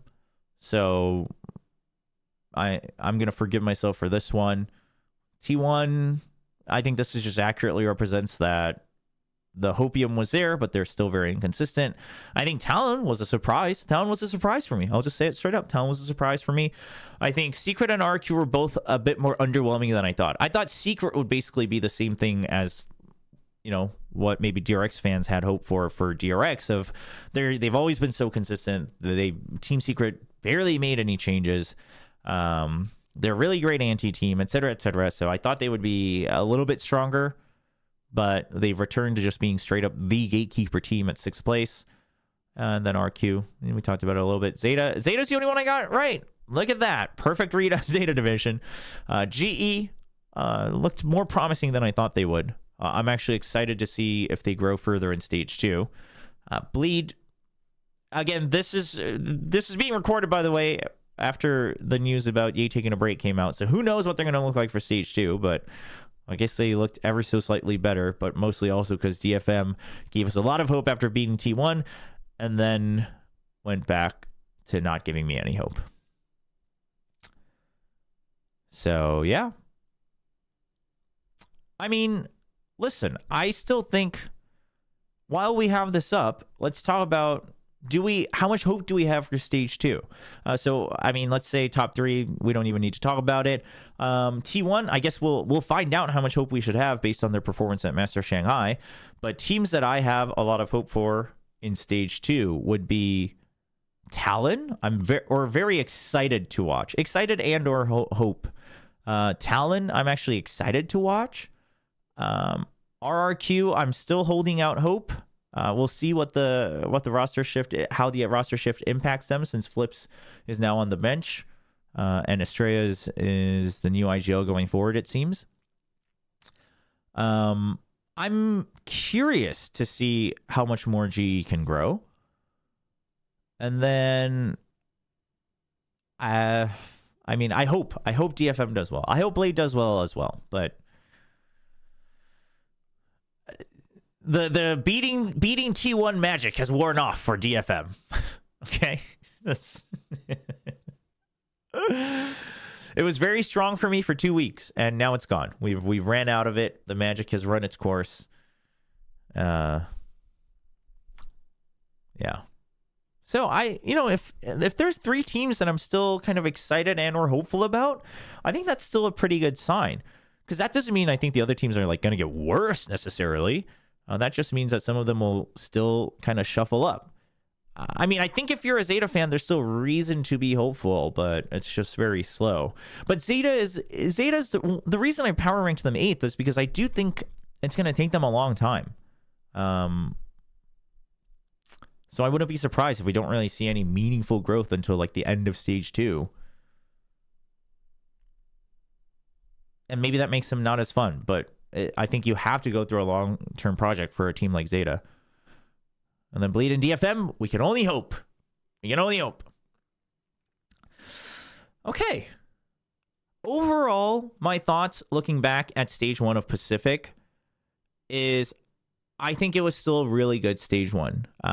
It was very volatile, but a lot of it, I think, also goes to show that teams are growing actively, right? I think the reason some of these teams are so inconsistent and in turmoil is because they're trying to grow actively. Because otherwise, we would have just had straight teams always losing and straight teams always winning, just like we always did in the past. But that's no longer the case. And, you know, you can talk all you want about, well, this team should have won this, and they were just like playing poorly, or they were messing around. But I don't know if that's necessarily it. I think it's also because the meta wasn't quite solidified. And then obviously now we're going to go into a new patch going into Master Shanghai and Stage 2. And now we're seeing that a lot of our teams in Pacific are actually actively trying to carve out their own meta and their own adjustments, which is something that Pacific used to be missing a little bit, other than, you know, the top couple like PaperX and DRX. So overall, I think Stage 1 delivered to my expectations. Overall, I think it set a really good course for Stage 2 and what to look forward to. And we're also looking at a lot of people saying, like, this one is it for Pacific. You know, people said it last year, and then it wasn't true. And then we all said it for kickoff, and it was true, but Sentinels was really great at the time. But now truly, Master Shanghai is the one for Pacific. Like, truly. Like, truly. Like, PaperX and Gen G just gave each other so much practice in a best of 5. Like, it has to happen. And then T1 is so inconsistent that teams might not even know how to counter them. The international teams will never know what hit them when they see T1 just performing like a roller coaster on every map. So this really is our best chance for Pacific. So let's just hope. And chat, you know what to hope for. The only way to guarantee that Pacific finally gets it when we think it's the best time for Pacific to win an international trophy is to make sure that 2 Pacific teams get to the final, because then Pacific can't lose the map draft because there's 2 Pacific teams. So that just has to be the thing. It has to be the thing. Because my God, if PaperX or Gen G make it, or even T1, if any of them make it to the grand finals and it's through the upper bracket again, I am going to be so worried. I'm going to be ripping my hair out during that best of 5. I'd almost rather, if there's only going to be one Pacific team that goes to the finals of Master Shanghai, I'd almost rather it be from the lower finals, because I will just not be comfortable with a Pacific team being favored to win in a grand final. I just can't handle it. I can't handle it anymore. I'd rather they be the underdog going into the grand final. That has to be it. Okay, well, these are our rankings after Stage 1. Obviously, Master Shanghai coming up. We will be doing Master Shanghai Power Rankings as well for all the teams going, but that's going to come after we review all the regions separately. So let me know what you thought of Pacific in Stage 1 if you followed along. Let me know what you thought about the playoffs as well. And also just let me know what you think about the 3 teams going to Shanghai, PaperX, Gen G, and T1. What are your hopes to see from them over in Masters? And do you think that Pacific can finally win a trophy? That's going to be it for this one. Thank you so much for watching. If you enjoyed the video, please leave a comment and a like. That always helps a ton. And of course, don't forget to subscribe to make sure that you know exactly when the Shanghai Power Rankings get uploaded. That's going to be it. I'll catch you guys on the next one.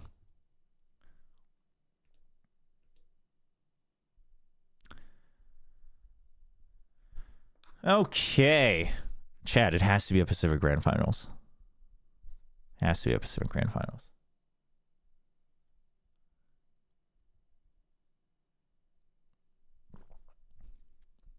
Has to be. It has to be.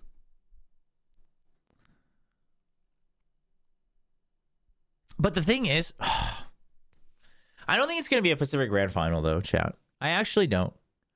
I mean, it's possible, but I don't, like, a lot of people are thinking, oh, it's actually seeming very likely. And I don't know if it's that likely.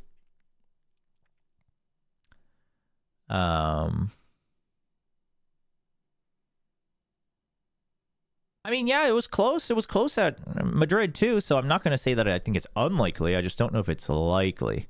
That's the thing. Chat, you know what worries me the most is EDG playing in front of a home crowd. That's what worries me the most. Like, EDG playing in front of a home crowd, I feel like it's just going to feel like an absolutely different animal.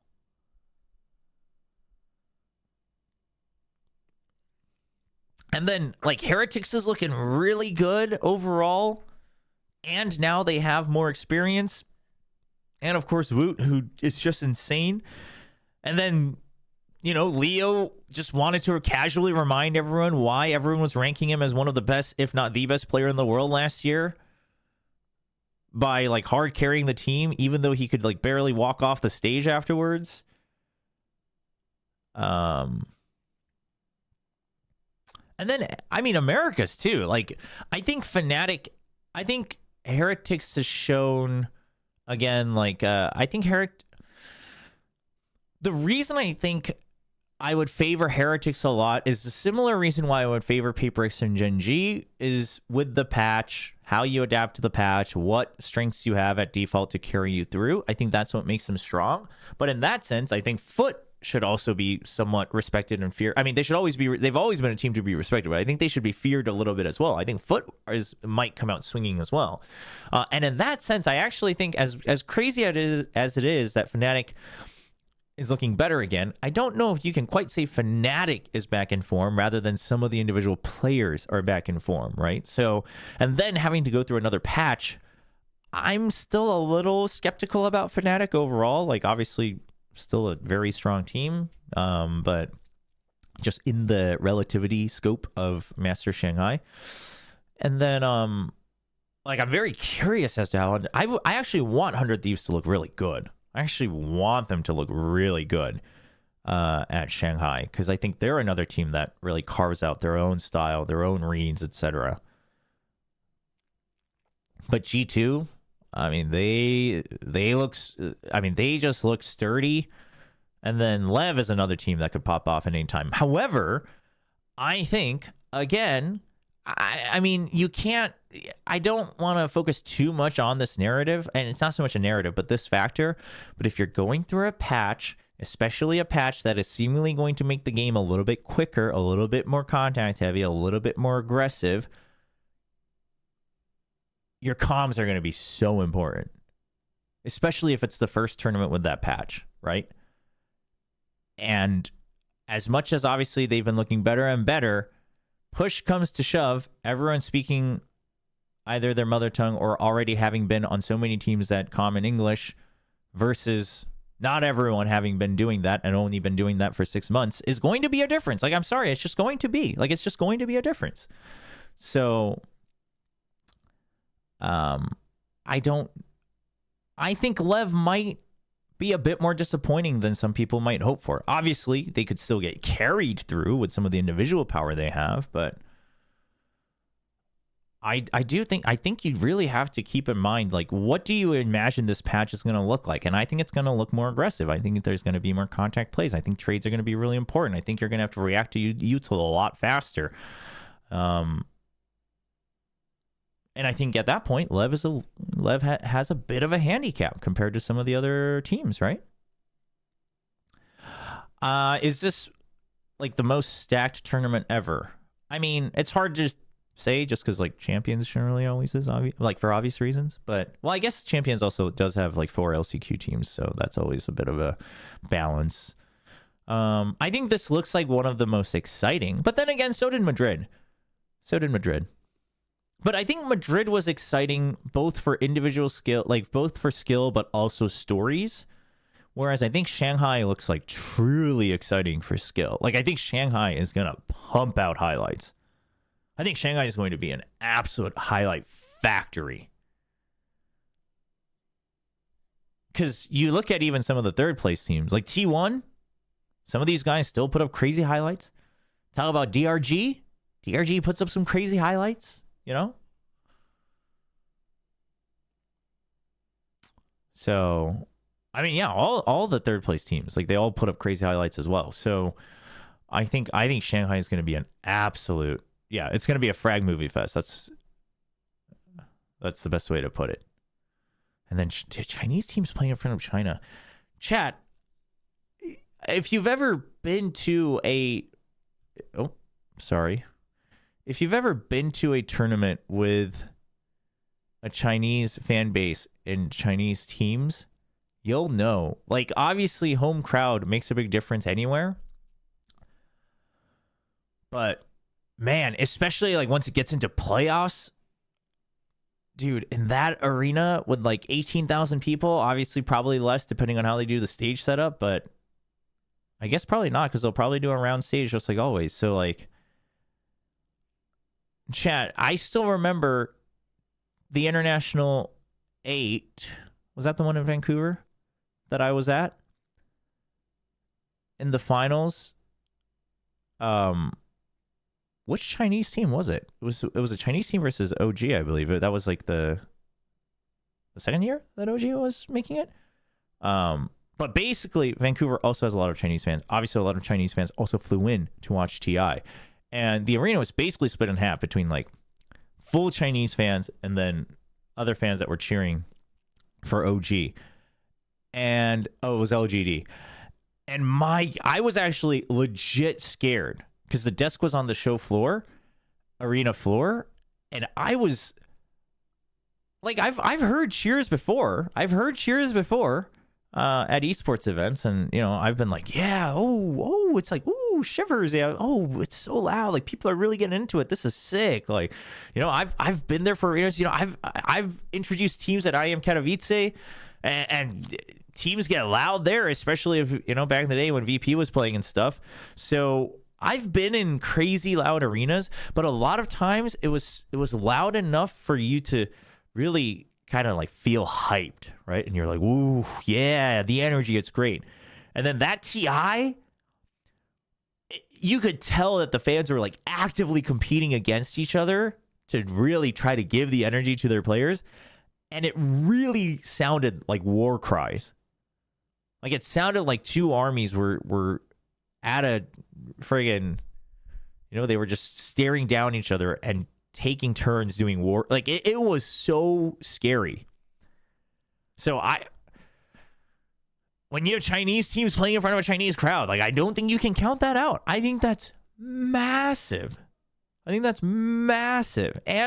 we've seen that EDG feeds off of it, especially Kang. So I think that might surprise people, and especially because we probably have a ton of players who have never played in an arena that was that passionate about their home team, like that much. You know what I mean? Like that's something that I wonder about Heretics is like, yeah, I mean, I guess you had the fans behind you at Madrid, but are you going to be okay? Like if you have to, in fact, they do have to play a Chinese team. So like, are you going to be okay? Like, are you going to be able to hold on to your wits? Because I don't know.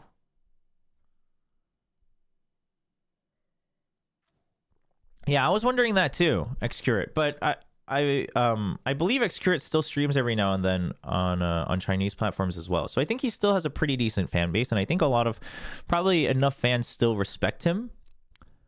So I think, yeah, Paper X has dealt with it now a couple of times. So I don't think Paper X will be shaken by it too much. Paper X, I think it's mostly just the pressure on themselves when it gets to our grand finals. I don't know if it's so much like the home crowd or anything like that, but a lot of these other teams, I don't know. We'll find out. We'll find out. It's exciting. It's an exciting prospect.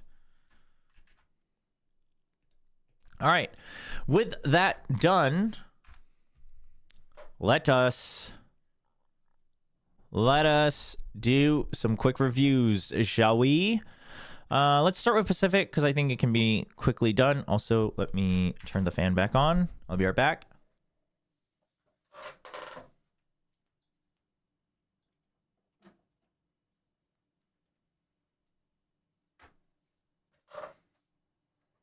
Hey, what's up, Joel? Oh, stage 2? What? No. What? Oh, stage 1.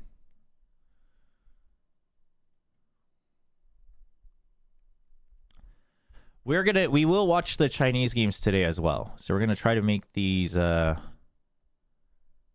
lot quicker.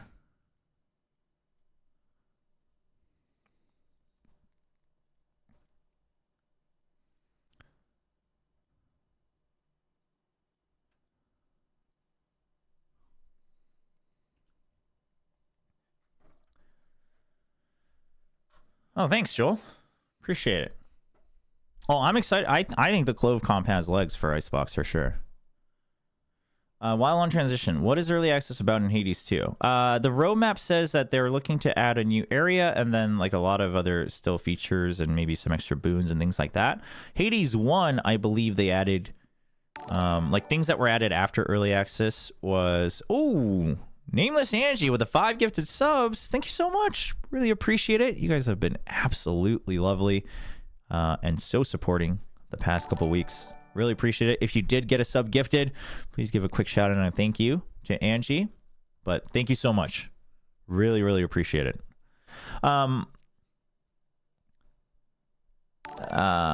Hades 1, I think like they added the whole like challenges that you can do in future runs once you beat the final boss. Things like that was added later. I forget exactly what the roadmap was like in Hades 1. But Hades 2... But I don't know what they mean by the new area because I haven't watched like any other videos and I haven't actually like gotten to the end to see them be like, thank you for playing. So not quite sure.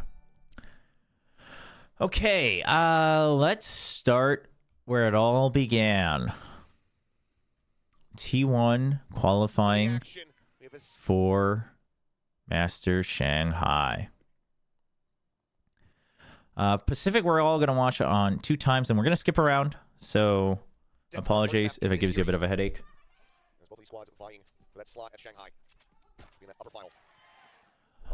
What do they play? They're playing Ascent here. Oh my gosh, it's me. Right, Genji. Right, Genji won the Sunset. Man, Genji's Sunset. I'm hesitant about it. I'm hesitant about it. But anyway, so this match, if I remember correctly, was a lot of good anteing by T1, but not necessarily about like set plays, but much more just about like Genji's tendencies, if I'm not mistaken. And then also people, I think T1 was mostly firing.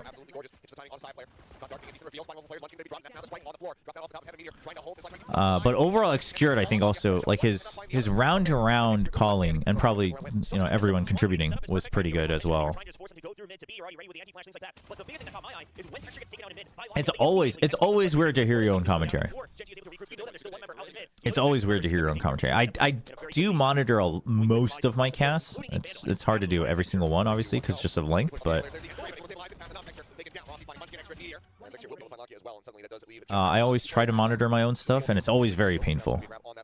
It's the same thing for like singers as well, I know, but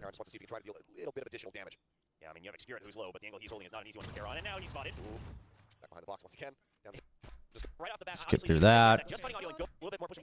Oh yeah, this is a day like Excured was just like singing every replay.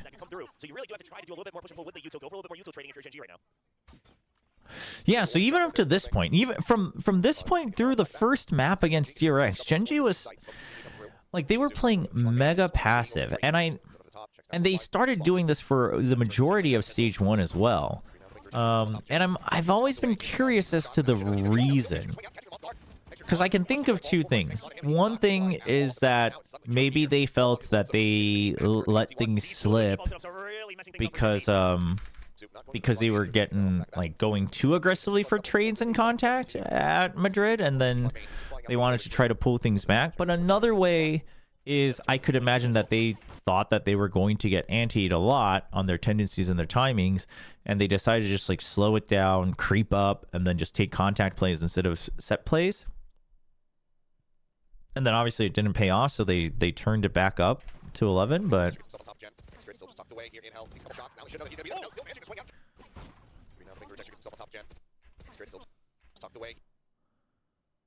man,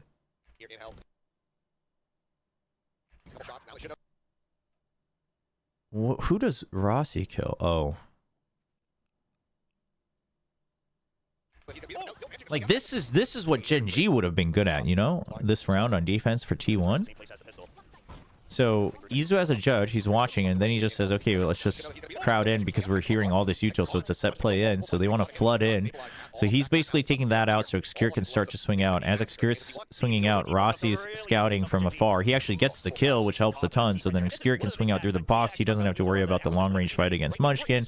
And then you've still got 2 people up top because Xcure is pushing out from bottom. Like, it's a very good flood in. Any sort of site execute that allows the jet to get into quad, right? It has the alarm bot, it's got the turret, everything is there to make sure it's delayed, and then they swarm and cover the right side of the site. And I don't know if Genji's gonna be able to catch on to that fast enough. Still putting a decent investment in. T1 side. Anticipating now on short swing. And then they also kept switching up their Killjoy util. Dude, Rossi's been looking really good ever since he's been allowed to step off of being a Viper one-trick. I mean, T1 just played everything so... Like, it's stuff like that, too. Like, peeking out of the smoke. We've seen countless games where anyone who does what Karen's doing here would get, you know, a double, triple kill. They could just spray as soon as they hear the flash, and they would get double, triples. And the way that T1 pushes out of it, covering angles for each other.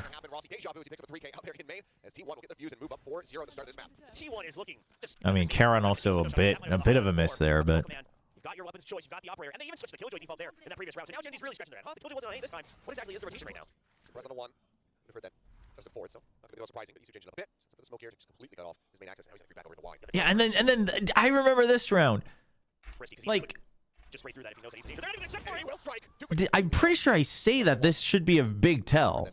There's a forward, so not gonna be surprising, but Isu changing up a bit. Since the smoke here just completely cut off his main access. Now he's gonna be back over to wide. Yeah, the drone first is so risky because Isu could just spray through that if he knows.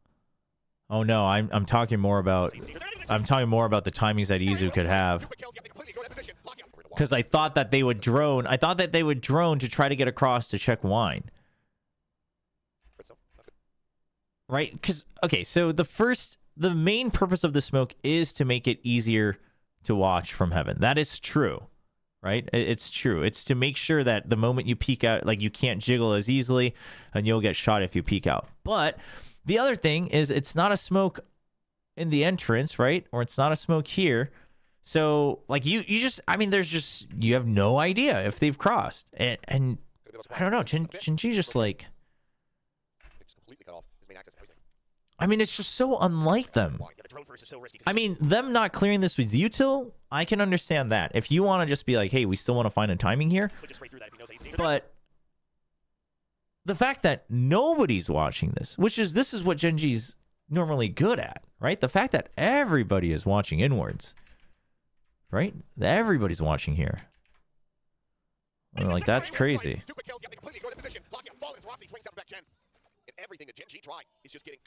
A lot of it felt like trying to fix their issues, identifying them and lost without too much success. So yeah, that's what I'm saying. I feel like there's 2 ways, but I'm if that's the case, I'm a bit more worried. You know, if it was a matter of just like, hey, let's just like switch up the tempo a little bit, then, you know, because we're not, and we don't have enough time to like set up all the new plays, then I'd be okay with it. But oh, I forgot about that moment. But if it was more an adjustment they were making after their losses at Madrid, then I am a little, that is a little concerning. But I think they regrouped, right? I think they regained some of their confidence and realized, like, okay, maybe that wasn't the issue, but.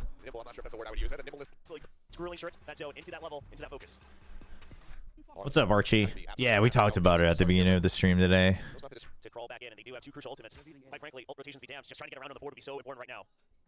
Just waiting to see the spray first. Xcure's positioning and setups were very good this game. There's some util counter spray. Carpe immediately pulling back off that angle. The meteor down 7, so Carpe still getting the better of the exchange. Izu moving very forward. Spots up Karen, who will just go ahead and make his quick exit. And Izu like doesn't greed. I mean, this game, this match overall was a classic case of T1 playing almost everything perfectly and Genji not, right? Like, it's just like a.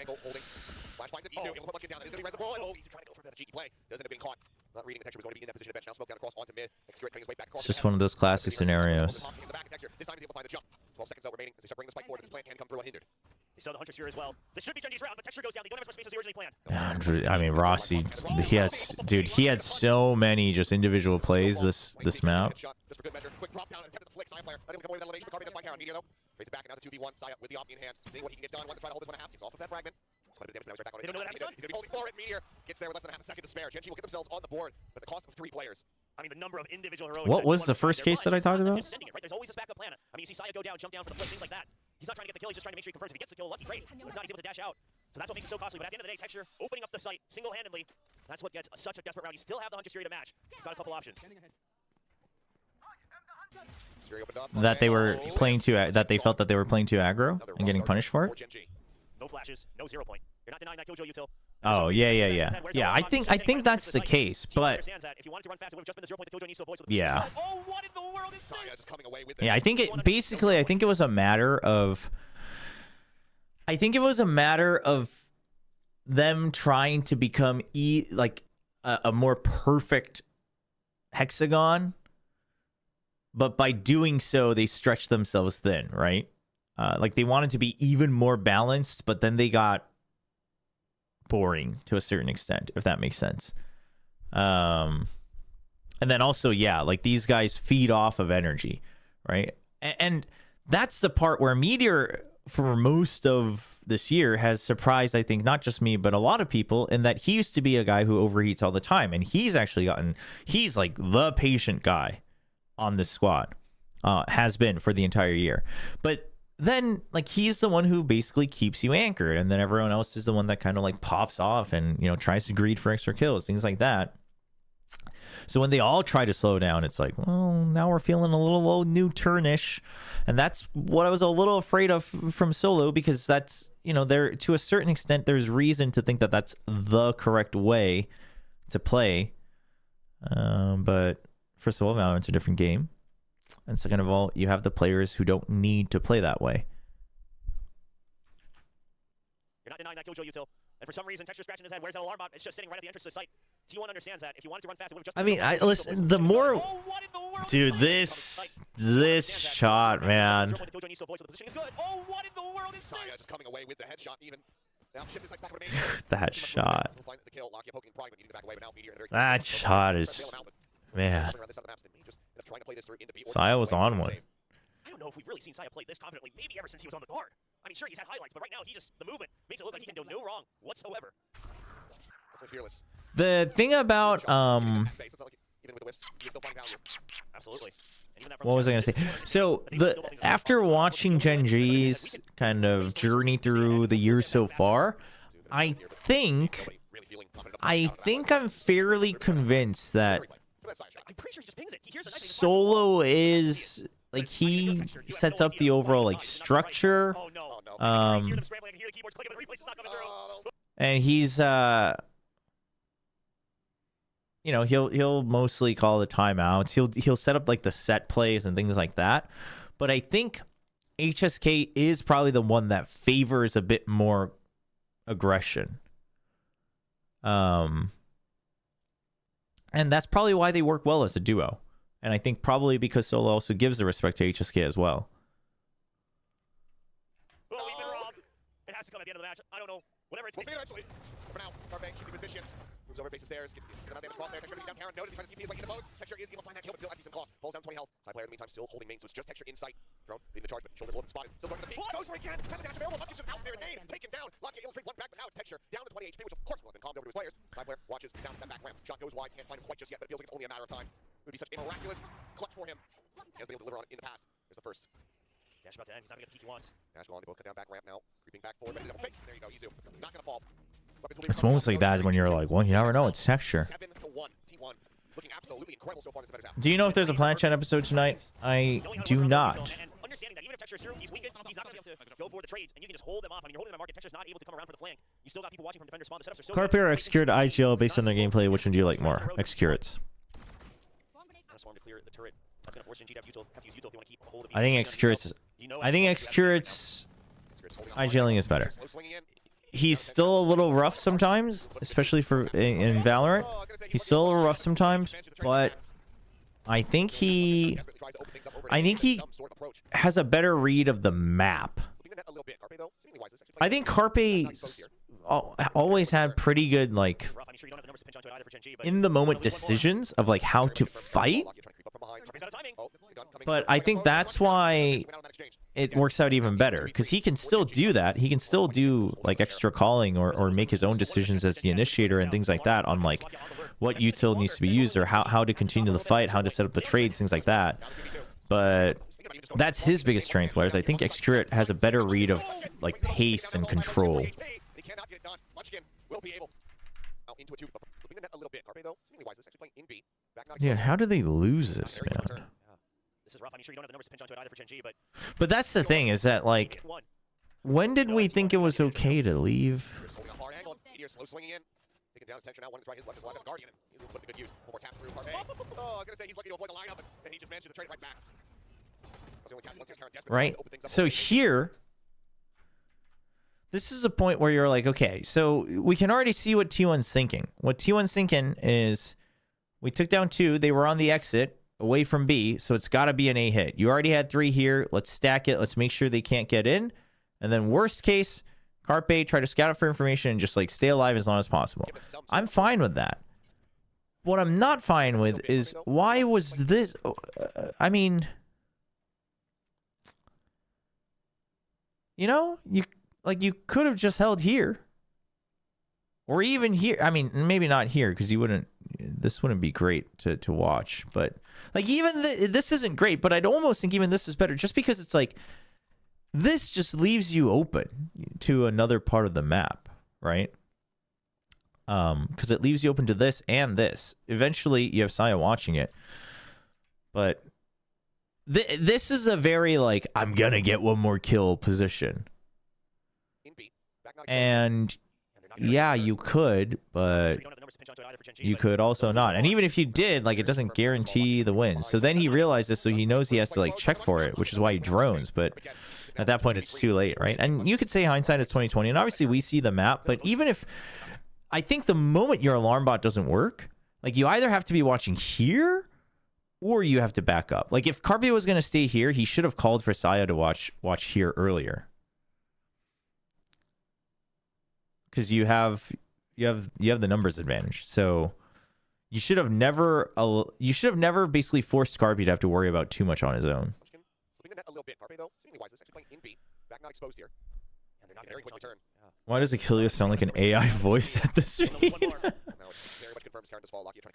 Yeah, Carpe, I mean, you can, that's the thing, is that you can, that's where you can tell who comes from what game. Because, like, Carpe's in the moment, like, util usage versus, like, which gun to use, and like, in an extended fight or in, like, in a reaction to a skirmish, that's where Carpe's decision-making really shines. They cannot get it done. Munchkin will be able to keep them in this one. Grabs it up. Knows he's not going to be able to carry it over. Just in case. But Gen G will find their second. Izu definitely needs to step up. I think Izu needs to be more consistent. I think he needs to step up a bit more. We've seen the peaks and the potential that he has. I think it has. So I think he has to prove it a bit more. Whenever they need it. It seems like he was actually asking Texture if you wanted the op, and that caused it to lay a little bit further as well. Either way, 30 doesn't matter too much good. Despite obviously the carry over weapon would be nice, but ultimately not too bad unless they lose this round as well. So they have not been able to bank up anything at all. Texture, right side bench. Saya holding. Swinging across. Dude, this flick too.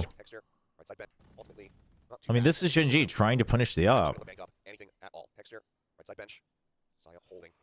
Swinging across. Oh my god. Oh, the adjustment is swift and it is on point.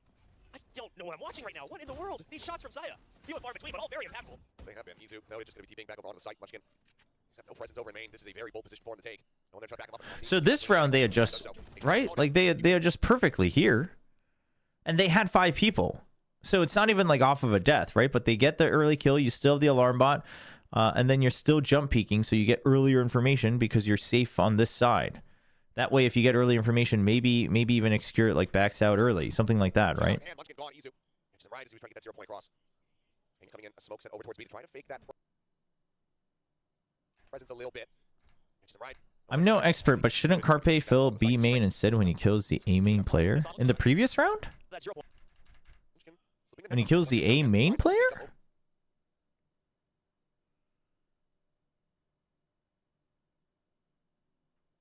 In this round? Give them some sort of approach. Munchkin slipping the net a little bit. Carpe though, seemingly wise. This actually playing in B. Back not exposed here. And they're not very quick return. Yeah. This is rough. I'm sure you don't have the number. He tries to open things up over at A main, give them some by the lineup, and he just manages to trade it right back. You mean when they get contact here? So this is the reasoning, is that they get contact here and they get the drone here, so Carpe pushes in. And normally if you had 2 people here, I would be okay with that. Or if your alarm bot was still up, or if you chose to close the door. You know what I mean? But I think basically, I think T1 in the moment, because again, obviously we see the minimap, but they don't. In the moment, what they didn't, basically they got caught up in their own information, right? So they're like, okay, we killed 2, 1 was on the exit. We're getting contact of 2 over on A. Okay, so the majority is over towards A, and it's over here, so let's just cut off the rotation. So you're going through here, but you're forgetting that during these like 20 seconds-ish, you have no information of this, right? You have 0 information. This is all a question mark. Like, as soon as Xcure died, someone could have already been here. You know what I mean? Like, you just have no idea. So, if you're going to push in, which again, like if you're pushing in, if you're gonna push in, I think you need to push out further, right? Like maybe hide next to the box. You know, maybe push out and just clear it. Now, this would be very aggro. I think this would be very risky to peek out, especially with an Odin. But I think that would almost be better, because then you would know early on, okay, are they still there, or is there still a lurk here? Like, are they still thinking that there's a minute left? Because if you go in through here, then even if you die, then you know to quickly make the rotate, or at least like quickly re-clear this. But basically, you have to kind of think of, like, what space are we giving up to, and what space are we taking? Because holding this off angle gives you no information. All it gives you information about is that they haven't set up for a set play, but they weren't going to anyway because their jet was dead and it's an eco.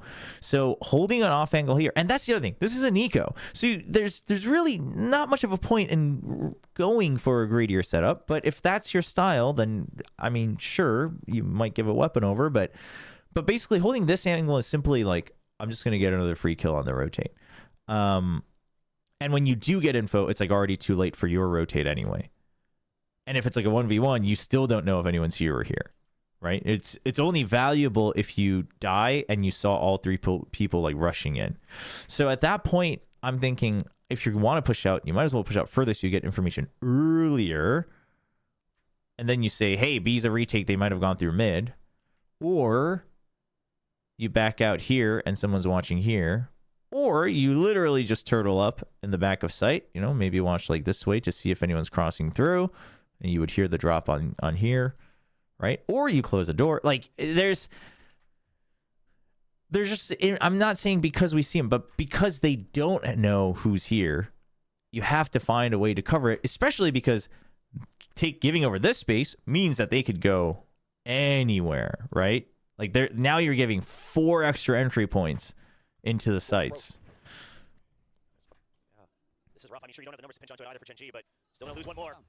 And he does get the kill. So, like, but that's like the only guaranteed value you get, which is exactly what he got, right? So, and he has the read. He's like, oh, I'm probably getting pinched because there was only one guy. But, you know, that decision's a little late. But obviously, once he gets the first kill, he has to hold, because what if it's a double swing, right? Or what if he was just ahead of his teammates? Like, I don't know. So, he has to, but it's not basically... I guess this is the other way to best explain it. When you have 5 people, or when you have even numbers, right? Like people playing like in the site, one guy here, and then like, you know, playing like hell, and like here, just watching through window, playing like this far back default when you have 5 people, then you're playing not to lose. Right? Because you're like, oh, like, just don't give away the early kill. Like, let's just get contact and go for retake. At this point, you're playing not to lose. But when you have the numbers advantage, you have the better guns, etc., like, giving over the site doesn't mean you're going to play to just not lose, right? Because you're still just so much stronger. And you still have a chance that you can still catch them on the cross. And I think that's the thing, is that at a certain point, like, and again, maybe it's too idealistic, right? Maybe teams have tendencies, they have habits, etc., and it's, you know, carry it over. It is very idealistic. Any team who does that so consistently is probably the best team in the world, and that's why I think Fnatic was so strong for a long time. They knew when to play, when to push, and that was the play to win, versus when to hold back, and that was the play to win. But you know, that would provide a lot more consistency. That's for sure. Not too bad. Right now. Oh, now trying to fake that presence a little bit. Are you VOD reviewing China as well? Yes. We will go through some China today as well. We're not going to spend too much time on Pacific. But mostly I wanted to start with this, just because T1 played so well here, so I want to do an immediate comparison to when they don't do so well. And just figure out, like, why. Like, what happened. Impact. He's been buying so much space and deterring Gen G every twist and turn. But Rossi out there, 13-5-3. It's not often that we see Locky as the top fragger for the side of Gen G. Everything right now for them looking very disjointed. As they scratch their heads to try to figure out how to work their way around this defensive set from T1. It's just been widely gorgeous. With a KO and Omen being tapped, even if there's no Jet, even if there's no Sova, you kind of imagine that you're okay to hold this default. Well, now there's no ambiguity. There's the 3-1 tap from Rossi. Locky shut him down. Breaks it back a bit. Izu. He's tagged up. Oh, they're trying to cross the line. Locky. That is disgusting. He does eventually fall. They keep things even up at 3-3. Backing up the top side player, knowing that there's still going to be some players lurking here over at main. Texture has no help, and he basically has to open things up again for his teammates. Push his way up.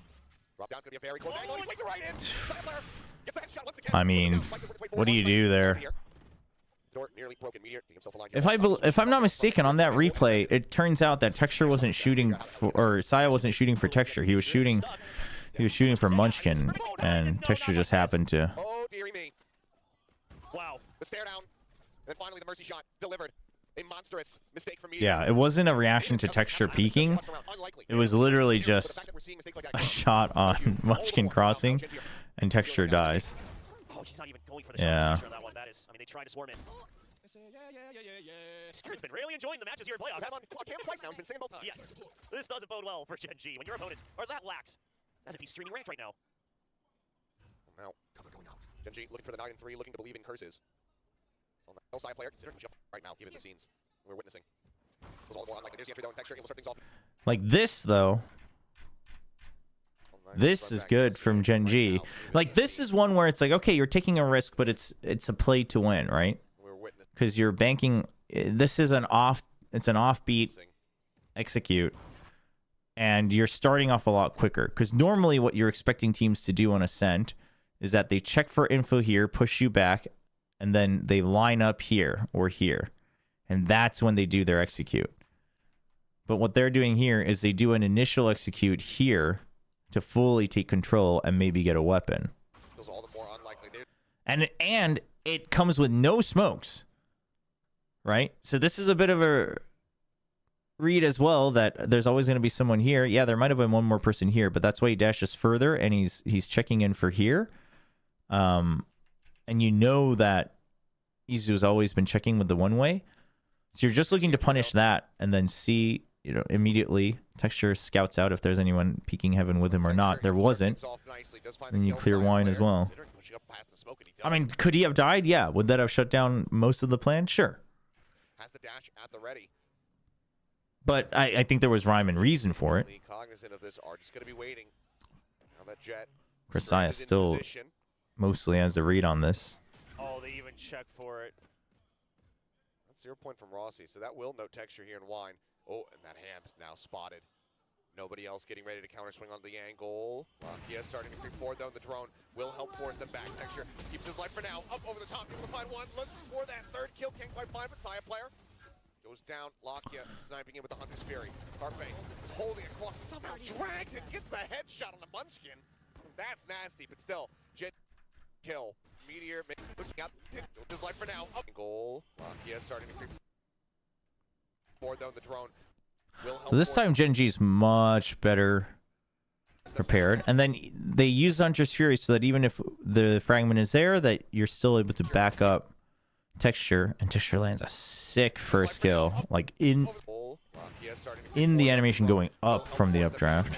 Keeps his life for now. Up over the top, able to find one. Looks for that third kill, can't quite find, but Saya player goes down. Lakia sniping in with the Hunter's Fury.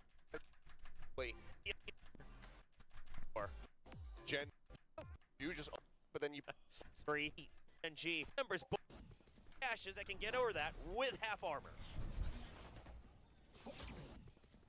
T1 all gets tagged. Everybody there's Gen G, they're already ready. This is just a classic Gen G defense. Side player gonna be taken down as Meteor does find an opening frag. Just the floods ready, so T1 reacts to that. One across mid. Texture gonna be hearing a decent little amount now, spotting even more of it. As Heron is the first to arrive. Paranoia to try to slow them up. Spring out of the smoke, but They wait for the spam. found there. It rotates quick. They're basically being matched here. Now they're starting to turn back over towards trade. And then Gen G was still faster to it. Texture getting it pieces. Ross will be the last one to arrive. Swings up into habit. Is able to find one with that frenzy. But Texture will It's the value you have of holding mid. Gen G will equalize pistol round. Throughout this match. Chat, how do you feel about this? Pistol round count. Frenzy. But Texture will go ahead. I want to hear your opinion. I want to hear your opinion. How do you feel about these, like that, like kill record, lower third breaks? I mean, here. Oh, I hear that music. all right. As Texture has hit 1,000 kills. Still wants to celebrate it. You'll have to see that energy. The admins just told him. Yeah. He's like, what, me? Speaking of which, chat, every time Texture lands a record, they've lost. They lost against T1 when Texture breaks the 1,000 kills. Lost against Paper X when he got 105 kills in a BO5. Maybe Texture has to stop setting records. No more records for Texture at Shanghai. No, but I want to know your opinion. If you're watching a match, right, live as a viewer, how do you feel about this popping up like as a round-to-round break, so more or less? I mean, here. Oh, still wants to celebrate it. You'll have to see that energy. That he needs it right now.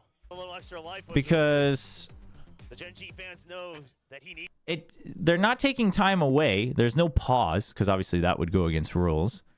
I mean, obviously we don't get to watch the replay.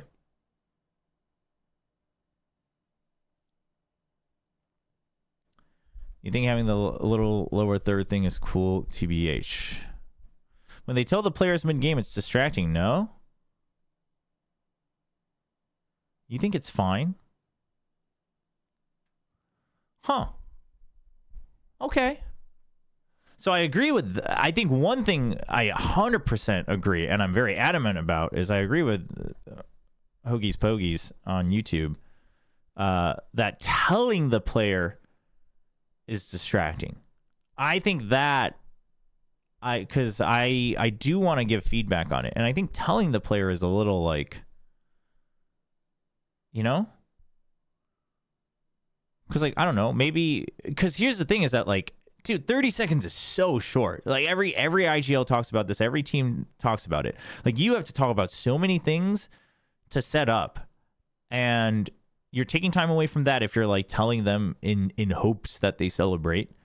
Obviously, if they do celebrate, like, that's up to them whether they celebrate or not. But if they do, I see that's a little distracting. And maybe for the other team as well, you know, like the chat popping up for something unrelated. So I think telling them is one thing. Now, showing them on camera,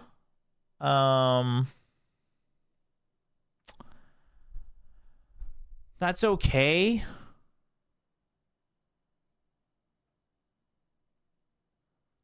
I mean, whether they celebrate or not is up to them, right? But I don't know if admin should tell them. But at that point, like, I'm wondering, like, could it not just be like a,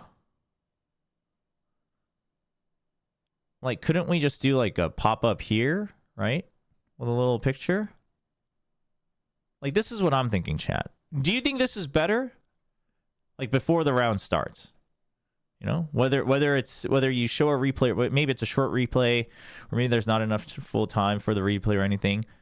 But do you think this is better, or would you still rather have them on camera? No, we're not going to tell anyone that they're on Power Launch. Because the other thing is if you're not telling them, is there a point in putting them on camera? I mean, I guess you're putting a face to the name, which is always important.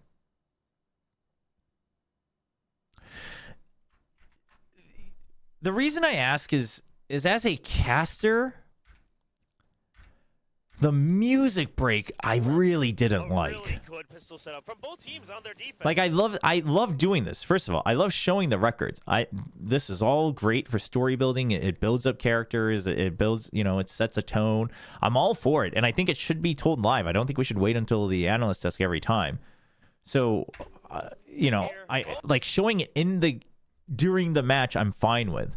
I hear that But music. All right, As Texture has hit 1,000 kills. But like the music was so jarring for me every time, and maybe that's just because it wasn't the right music, but it's just, I don't know, like it almost felt like we were bringing too much attention to it, if you know what I mean. But maybe I'm in the wrong. Maybe that's because I'm trying to cast and I'm like trying to, because there's so much to think about and trying to choose what to say. Maybe that's why. Maybe if you're watching it doesn't, it's more like a, ooh, that's cool.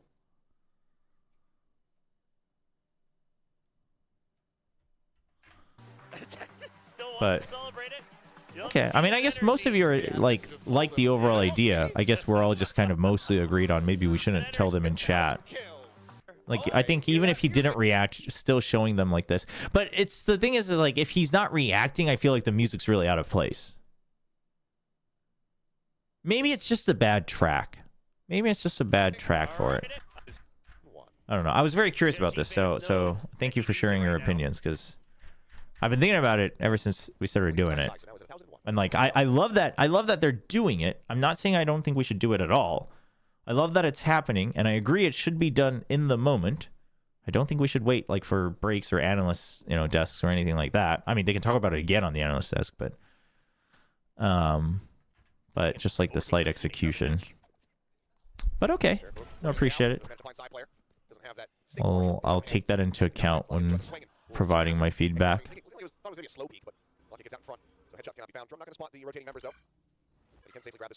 Yeah, I mean that's what I was thinking. Like no music, no definitely no notice to players. I don't know. I don't really like it, the notice to players. But the music, maybe I'd change my mind if it was a different track. But basically, like, I don't know, it seemed like it was set up in a way where it was like you're meant to react, and like this was supposed to be like a separate segment, which felt like we were kind of taking away from the actual match.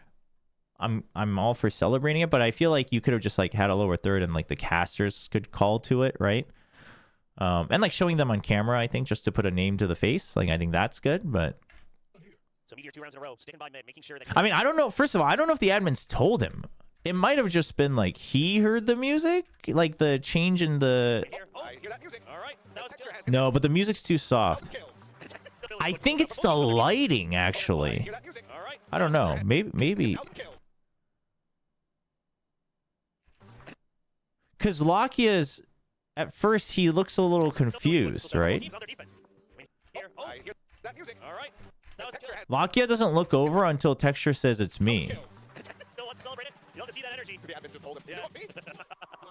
But no, maybe they did tell him. Yeah, I don't know. I hopefully not. I mean, whether they did or not is whatever. But well, it's whatever for now. But I hope they don't. I hope they don't tell him in the future. Yeah, no, bringing it up, absolutely. First of all, sorry, I should have phrased the question better, but I kind of wanted to. I didn't want to lead you guys on through my own bias, so that's why I left it open-ended. But doing it itself, I'm all for. I want it to happen. Like when they told me that they, the first time, I forget who was the first one. Was it Munchkin? When they told me like, hey, Munchkin's about to hit 1,000 kills, so we've got like a little graphic ready for it. I was like, sick. Like we should do these. Like they did it in League of Legends Champions and LCK afterwards. You know, they like keep tabs on the records, like you know, things like that. Like that's great. Like it really helps, you know, continue threads and stories and focus on, you know, the best players and things like that. So I'm all for doing it. It was just like the slight execution. Texture working his way out. Doesn't have to find side player. Doesn't have that staple Marshall in his own hands. Being down by it, Locky thinking about the swinging. Ooh, a little bit faster. X-ray thought it was going to be a slow peak, but Locky gets out in front. So headshot cannot be found. Drone not going to spot the rotating members though. Mid, making sure that he can leave Yuto on both sides of the map. That's going to make things a little bit harder to read for T1, and the whole decisive. Take one down with him, so Carbe gone. Potentially recoverable, but as I say that, Meteor will just swing out from alley to clean up. But obviously, Miles for yeah. you know, for Gen G. And an operator in the hands of Texture. Okay, they'll spy up to it. Dude, when that happened, I was like, dude, Genji's losing. When Munchkin couldn't shoot the dart. This early, you surely suspect the operator. Oh, and it does.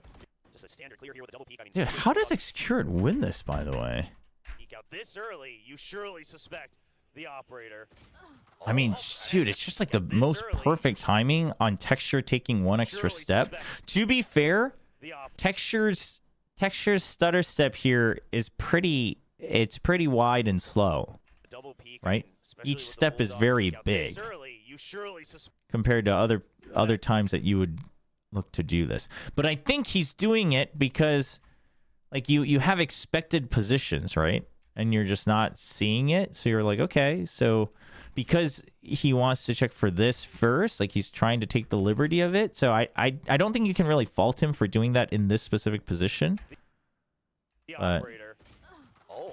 But that gives Xcurate like a slightly longer window to match that peak. Obviously, Xcurate doesn't know exactly, but the chances of that mismatch happening is a bit bigger, I think. Xcurate does. He does indeed. Picked up though, lock-in, gonna just make sure that can't go into the enemy. Yeah, dude, when Munchkin's anchoring on a site alone, that's when you wake up for sure. Not realizing they were just gonna be pushing forward into the site. Meteor considering trying to get underneath the door. Izu gives a little bit of spray. Just go ahead and confirm check for that. Meteor will put that Guardian to good use. All bang shots to go ahead and clear one out, but given that they have this operator that they want to carry over, I'm not sure if they're realistically going to be able to try to play for this one, especially now that Xcurate is getting ready to have the jump on Meteor, and he does out. But given that they have this operator that they want to carry over, I'm not sure if they're realistically going to be able to try to play for this one, especially now that Xcurate is. I mean, Meteor's just fishing for kills, right? Because he's got creds and they want to keep the op. Now, being able to deny the operator away with from Xcurate. This fully anticipates that aggression. Seems like he anticipates the weapon of choice, and he is able to deliver. So now, doubling the scoreline. T1. Really, % leaves after Shanghai. Man, I don't know. I know a lot of people want it, but I'm still torn. I kind of want to just stick around a bit longer. Should tell Meteor. Calm down. We don't know for sure. Maybe the admins didn't tell him. Maybe Texture just saw some of the lights swiveling and he was like, I think that's me. And then he looked at the scoreboard and he's like, it is me. Could have been that.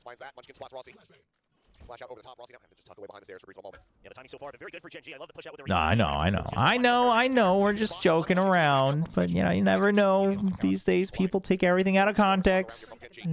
People get very, very angry, very, very easily these days on the internet. Let's keep our eye to see if T1 continues to try to punish this KO.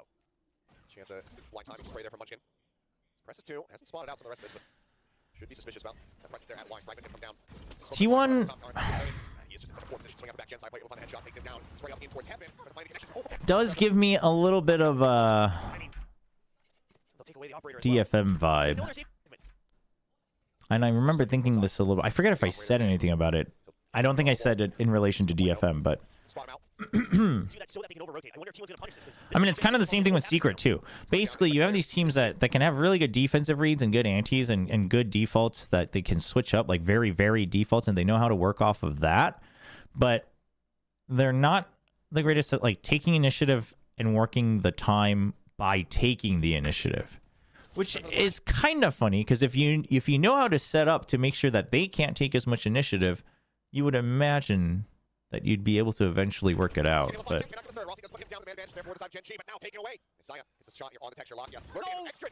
man, what do you think the new map's gonna look like, though? What do we think the new map's gonna look like? Where is it gonna be? Is it gonna be a map in? Wait, no, you guys already told me that it was leaked, right? Where'd you guys say it was located? I feel like you guys told me that it was in Indonesia, but I can't remember. Maybe you said you wanted it to be in Indonesia.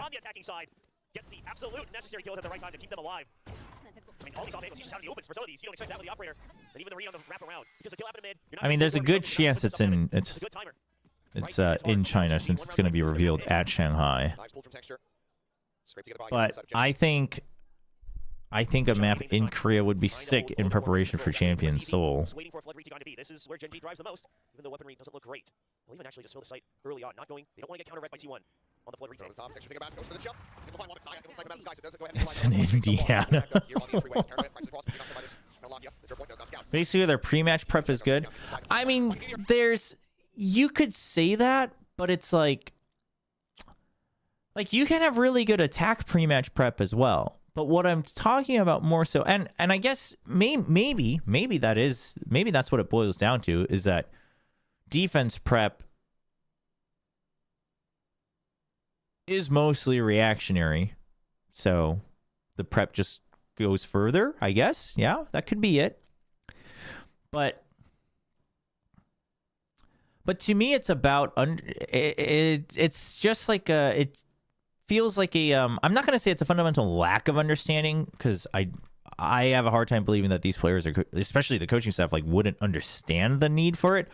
But it's this lack of, on defense, you can have util that tells you how to react. So in some ways, it's easier to prep defense. That is for sure. I think it's easier to prep defense. Even if you're not hard anteing the other team, like you're in defense, you can always imagine, like, if we have this util set up in defense, when this happens, like the flow chart, you can already draw out your flow chart, right? Whereas on attack, you have to like use aggressive util that's usually not free or on a easy cooldown. And then you kind of have, at some point, you have to win your fight on attack to get information and to start your flow chart, right? At some point, you have to, right? Because you're the ones who have to attack. Like, that's what it means. So it is harder, but it's one thing to not be good at it, but it's one thing to like not attempt it. So, for instance, it's things like, okay, you start with a 1-4 setup. Great. I mean, that's fine. That's fine. But you get stopped here. Like, this gets smoked off. You're waiting on your recon bolt. Then during those 40 seconds, you could at least have someone like jump peek here while this guy's peeking here, and then like creep up to here, or at least like take away this alarm. You know what I mean? Like, just something more to get yourself an advantageous duel, even if you still eventually go A. But what we see with a lot of teams that are quote unquote bad or worse at attacking is that they clearly have a plan at the beginning of the round, and they stick just like with that plan. And they're just like, oh, just like wait out the smoke. And it's like, sometimes that can work, but but once it stops working several rounds in a row, there's kind of more you need to do. You feel like Cardpay had better attack set in Micro? That could be it as well. Maybe they pull a little X set, do a little attack defense calling slot. This, a crucial mistake from T1. They've been so good about checking their corners all the way up through this round. But when they couldn't close it out, it placed them right back. But that's one thing that I think Munchkin is very good at. I think Munchkin's mid-rounding is actually very good on attack. On a lot of attacks. I mean, Paper X is also very good at it. But Paper X also, like, a lot of times you don't need as much mid-rounding. Because it's already over. But Toronto would be cool. You have to consider, you have a lot of rounds up, so there's two ways to think about this, right? Just get the ults up, forget the next round, and move on. What if it's in the country that shall not be named? What? Oh, you mean like... What? Maybe you just make sure that the ults are going to be there whenever you want. It puts a little bit of extra pressure and the possibility of getting that third kill in the next round. So I don't think you blame them, but the save wouldn't have been bad either. The conditioning was there. Absolutely. Funny thing, I think your voice cracked at the finals when they lifted a trophy. It might have. I had to run down 2 flights of stairs to do that awards ceremony. Honestly, I wasn't very happy with the awards ceremony, or the interview, I guess, the winner's interview, but because there were a couple things that were a bit missed, I think, both from my end and also just kind of how we organized and set it up. But it might have happened. You might be right. So he's going to try to dwindle the numbers, but Genji's very well aware. What did you think of Munchkin and Lakia switching roles on Split? I get it.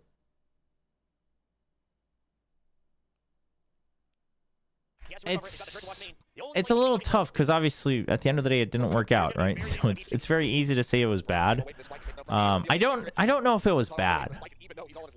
But we didn't see, I think, the intended effect. I don't think it was necessarily bad. the op, and then the lockdown as well. So he's going to try to dwindle the number for close. Close but no cigar there, 14-1. Hopefully that Meteor pulled out his own lockdown. Some of the same things that we saw after No, 2 floors down. 2 floors down. See if it brings the same magic here. Smoke going to be thrown in. There's an ultimate to start things off. Lockdown. Does he push up in front of this? Yes, he does. Swing out though. He cuts back to the smoke. He cuts off his own vision. He ends up falling down. Shots flying. Lockdown. Meteor both taken out. Now Power dead. Is this where it all comes to an end? It certainly is seeming like it. As Izu finds 3. Texture now. Last one standing.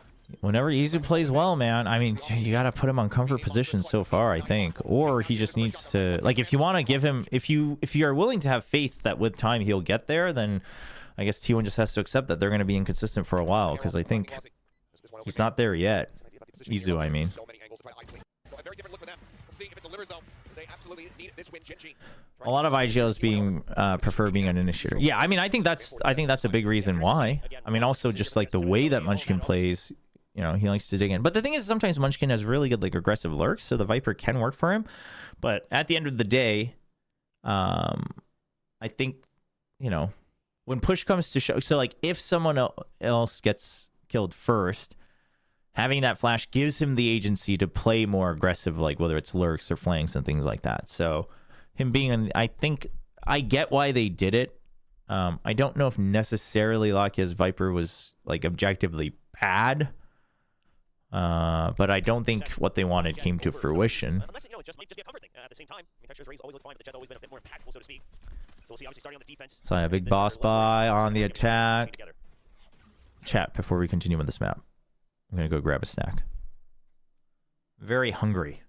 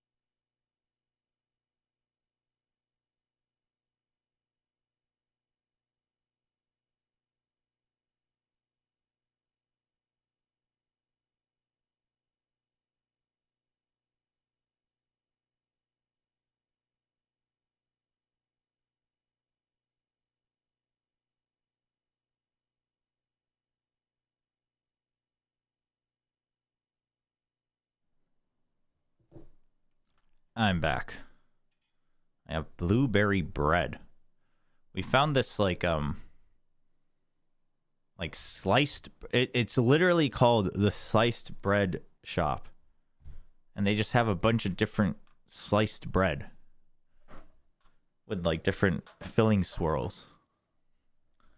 It's kind of nice. Get ready. Top flash, sends it out. Texture able to find that first kill. Thinking about re-swinging as he does still have the dash available for a little bit of time, but then decides to just go ahead and back away. Does he have over the top? Watch him. He's got it spotted there, but now Hi, cavalry. Thank you. Now it's all on Execute. You know, one of my aunts used to do that all the time. Like, we'd visit them, and I'd be like, "Aunt, I'm hungry." They'd just be like, "Hi, hungry? Nice to meet you." And I would get so annoyed. I'd be like, "No, I'm literally hungry." And they're like, "Yeah, I heard you. Nice to meet you." Now Texture will turn his sights. They'll start to swivel on a timer and see if it's a wrap all the way around mid. And otherwise, if it's A, it'll just be a two-man retake. Used to just annoy the heck out of me as a kid. Most likely get this. He'll hear the cam. Doesn't quite stand for it just yet. There's the plant. There's the cam. Extra playing away from it, so he'll be able to spot him out. He's going to try to intercept. Extra draws the weapon. Expecting that he could be in this position. Here's the first one meteor. Tag as well. A headshot to be the difference maker here. Extra pulling away from the angle. I don't think he saw the re-peek. Wary about the approach from defender spawn. The time is ticking. With every second that goes by, Extra the stock, it goes up. This cam could be huge. They Cam both take is each here. other. Oh. Not removed. Swing out Extra. Dude. The 3K to clutch the pistol. T1 start off Sunset once again with a win. Wow. Obscure it. Clean with it. I love the push. All the way through. A short, all the way towards mid. He escapes being potentially spotted by any side for util. You make sure that that's the part where he could get a 1v1. I mean, it's the only You're part not where a one team is country, still no, running, considering that they think they're not going to be hurt. It's an excellent call. And then just the Cypher duels. It comes down to an aim fight. Back away from the 0 points. So Cam can still be in play, side player. Try to clear that out. Oh man, what a one tap. Meteor does put it down. Marshall. Not needing to be picked up as everybody else has a bit more firepower behind them. Straight out here.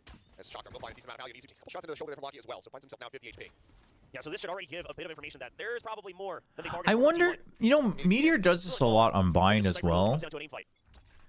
where I don't know if he thinks there's more value in it, but he'll put the spy cam like at eye line level or lower, and I imagine it's just for the speed of it. But he does this on showers a lot as well. But I would imagine that spending the half a second more, as long as it's not like out of reach that you have to risk yourself, to place it higher to break sight lines would be more beneficial.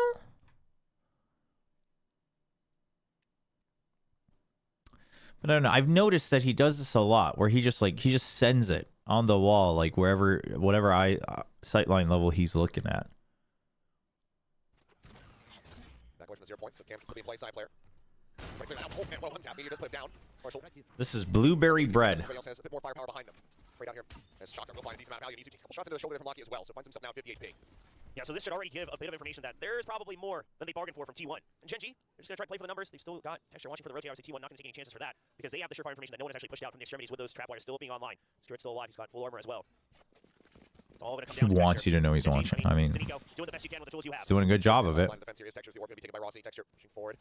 Dash now at the ready. Gets himself behind the box here. Back side. First shot. Dashes over into the smoke. He's taking a little bit of damage, but finally is okay. Here's that wingman cutting across. Can't quite intercept it, so Plant will come through. T1 with 4 players are looking to defend this spike. Yeah, we have quite a heavy buy here from T1, so Gen G, if they can take down 2 more people, they'll make sure only maybe 1 Vandal's carried over and another weapon. It's not so bad. The trap is going to be triggered on the backside, so they have to start to watch for their flanks. Oh, there's a reveal. Locky with that. Marshall able to find one. Izu gunning down the others with that spectre in hand. Swing out from Munchkin had been noted. Ends up falling. Now it's all Texture to see if he can deal some additional damage. It's close, but not close enough to find the shot there while full blind. Rossi will find the 3K as T1 move up 2 to 0. They're going to carry over 3 of those rifles, so both the Vandals and the Bulldog. That's a fine piece of weaponry here for T1. They'll actually match it with all 5 rifles, so this is no longer a bonus round. It's a buy round for buy round. Just with a couple half armors across the board. But see for Gen G, they invested in that Marshall. Rossi has been firing today. Has been absolutely on one. So I mean, when Rossi and Ease are on it. I was going to say one thing that we saw during the pistol that I imagine Gen G will continue to do is you can actually push out aggressively but not have to commit to it like you would with a raise, right? You're not having to commit with something like a breach raise combo, things like that. You can still set the jet up. They still have the option to dash back towards their own site. But this time they'll invest into it. I don't mind it because you don't really expect that too much with the jet. Now you have full B control, but the smokes will dissipate. That cooldown, I don't think it's going to be right from Charon. So Texture, it's all on him. And T1, they're looking to regain control. Here's the one holding the line. Wingman in the paranoia, helping to force him back. Yeah, so you force him to use the util to retake. It's Extra. He's very deep lurk.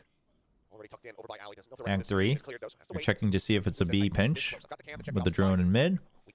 You got Cypher set up on A. You got a setup for the retake. Only Meteor and Lakia in position here. Ready to intercept. No coming through cam. They get shut down. TP4. Lakia. Wait here. Inside the smoke down. Meteor gone. Lakia. Now one is lonesome. Okay, but it's things like this, right? And I think I've said this a lot. T1. As far as the gamble's concerned, it is in their favor. 30 seconds left. And it's funny because this is Gen G we're talking about. And they're usually very good at this.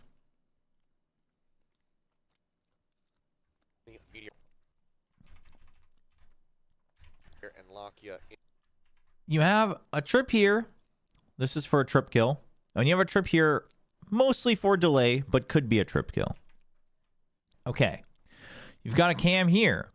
This is in case you... And this allows Lakia to be a bit more flexible if he needs to bounce around watching mid, right? You can still have Meteor watching for A short. This is also not bad for retakes because you can check before you go for the peak, right? You're still holding back alley. And this is holding this corner. So you have everything set up for a potential retake if needed, right? You can hold up to the starting line of scrimmage with your util. Now, normally what Gen G is good at is, let's say they got the read earlier that it was B, so they shift their weight, they over-rotate, they stack, and then you droned mid, you tagged 3, but you hear no more util.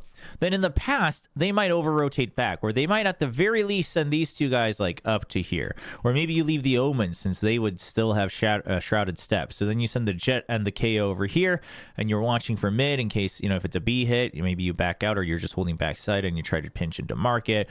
If not, you can rotate to A quick. Normally they would do that. Now you're not doing that this round, and you're hearing the util come in, and you're hearing the null command. So at that point, Lakia is filling the smoke, right? Because the Sol gets broken and the Cypher loses their util.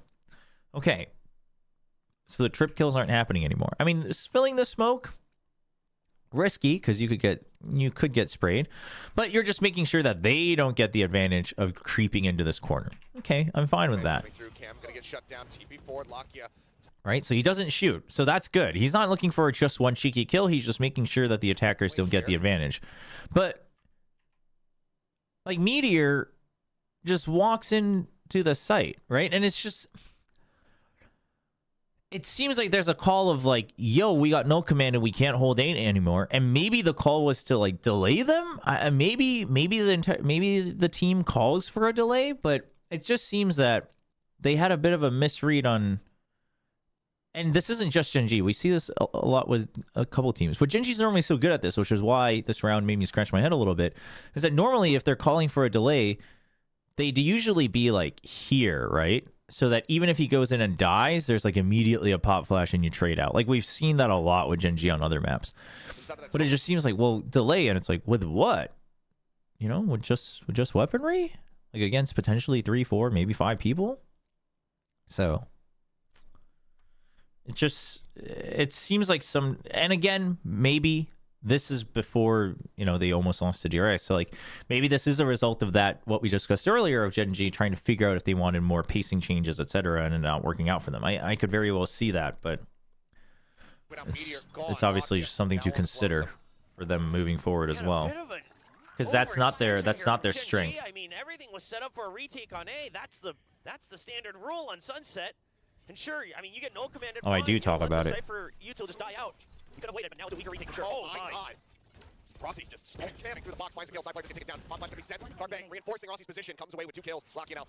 This has to sit back here in the defender's spawn, hold on his weapon because now he has been. Well, it's like basically, yeah, filling swirls. T1 round Gen G here, round 3, converting the bonus into a win. I mean, Gen G, they're not even playing how they used to at the beginning of the year, right? They used to play so safe, make sure they always had numbers advantages. I mean, Meteor just out in the open in the site, being no commanded at 0. You think there's role issues with Lakia and Meteor? Lakia and Meteor?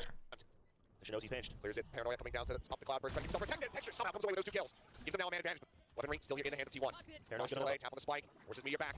2 sheriffs and a marshal. Just trying to hold advantage. Time to join this Meteor. Things are rounding, like you say. Their util use. Smoke got dissipated. Lakia turns the sights back and idea of this. It spots a bit more than he bargained for. He'll get taken down. Fragment now finds some early damage here on the counters. The pop flash gets ready to come through. Texture in the meantime, though, getting pressure. Does that approach? Doesn't mention find a second shot. Dashes across. Does get on the counters. The pop flash gets ready to come through. Texture in the meantime, though. This is, I mean, this one's just straight up unfortunate. But I think Xcurate not realizing that there is that potential for the gap here where someone could have been hiding and not spotted by his teammates. And also, I think just so worried about whoever's potentially an elbow.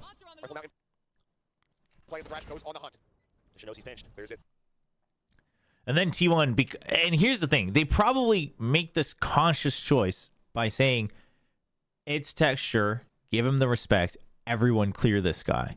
instead of sending just like 2 guys, right? So like I get it. I think you needed to, but then he gets a double kill. So then now your post plan is just terrible. Still in the hands of T1. Fairness to play, tap on the spike, forces media back. 2 sheriffs and Marshall. Trying to pull off yet another thrifty as there is the Thrash back into play to dive forward. Clear around coming in as he just swings on the corner. They will be able to help rescue the round. The Thrash absolutely perfect. The team's You think it's good? both Well, members yeah, on that's the what I site. mean. It's just wide enough. I mean, even if you had a sheriff, you probably send more than 1 person because it's textured. But Controller with no assist and all the kills, but it's working out for T1. I mean, Texture, he does what he can, but didn't really. the thing is, even if it was a sheriff, There is in the hands of T1. probably you should send 2. You would probably be better off sending everybody so that he doesn't get like a crazy double kill with the sheriff and then pick up your rifles anyway, right? So either way, you're probably sending 4 people, but then he already has a gun, so he actually gets a double kill, which is really unfortunate. Texture somehow comes away with those 2 kills. Gives them now a man advantage. Weaponry still here in the hands of T1. Fairness to play, tap on the spike, forces media back. 2 sheriffs Oh, and you Marshall. mean agent pool issues for Lockheed and Meteor? Clear around coming in as he just swings on the corner. They will be able to help rescue the round. The Thrash absolutely perfect. The team's both members on the site. That explosion radius just wide enough. And he's just going to be able to swing on it now, 6 and 1 himself. Rare that we see a controller with no assist and all the kills, but it's working out for T1. I mean, Texture, he does what he can. But didn't really account for that second Thrash. I mean, you didn't have the weaponry to stop it either way. And that's rough, and now back on a buy, you have the operator. All right? I mean, you got to check, you got an operator. If you can't make something work on this round... I mean, they were in a bit of a bind just because Meteor was like a hard sentinel. So they always had to play sentinel. T1 now targeting market. They targeted top mid earlier. That was a bit of an issue. It's good for 1. Let's find the one. Least is able to equalize the count as much. What is that? Looking for the 4, but takes down to 30. He once again comes alive when the team most certainly needs it. What a hold. As Gen G will get themselves on the board there in round 5. But yeah, with the nerfs coming in, I think a hard sentinel is going to be pretty valuable. It is very Once impressive. again. Good lord. Oh, goodness. It almost gets the 4th. But the matter still holds that they're scraping by with the skin of their teeth, right? It's heroics that are keeping them in the game. But T1's not going to feel too bothered by it. Saya pings, no command, coming through. Dizzy connects there on the Lakia. T1 will just back away. So this bit of util for the get-go. Going to be left on the floor. Side player sneaking his way back across now through mid. Texture holding. This is kind of what he wants. But then to be ushered over towards him with that open hand. Wingman expiring. No, I agree. I agree that there wasn't like a golden meta that was developed post Sky nerf. I agree. They have the choice to rotate back if they want it, right? They dread the no command, so you know the retake's going to be weaker than originally planned on A. So you've got a couple options. You're hearing the door being closed as well. Not in a position to rotate, but they do have... And maybe this was a meta when there wasn't a golden answer.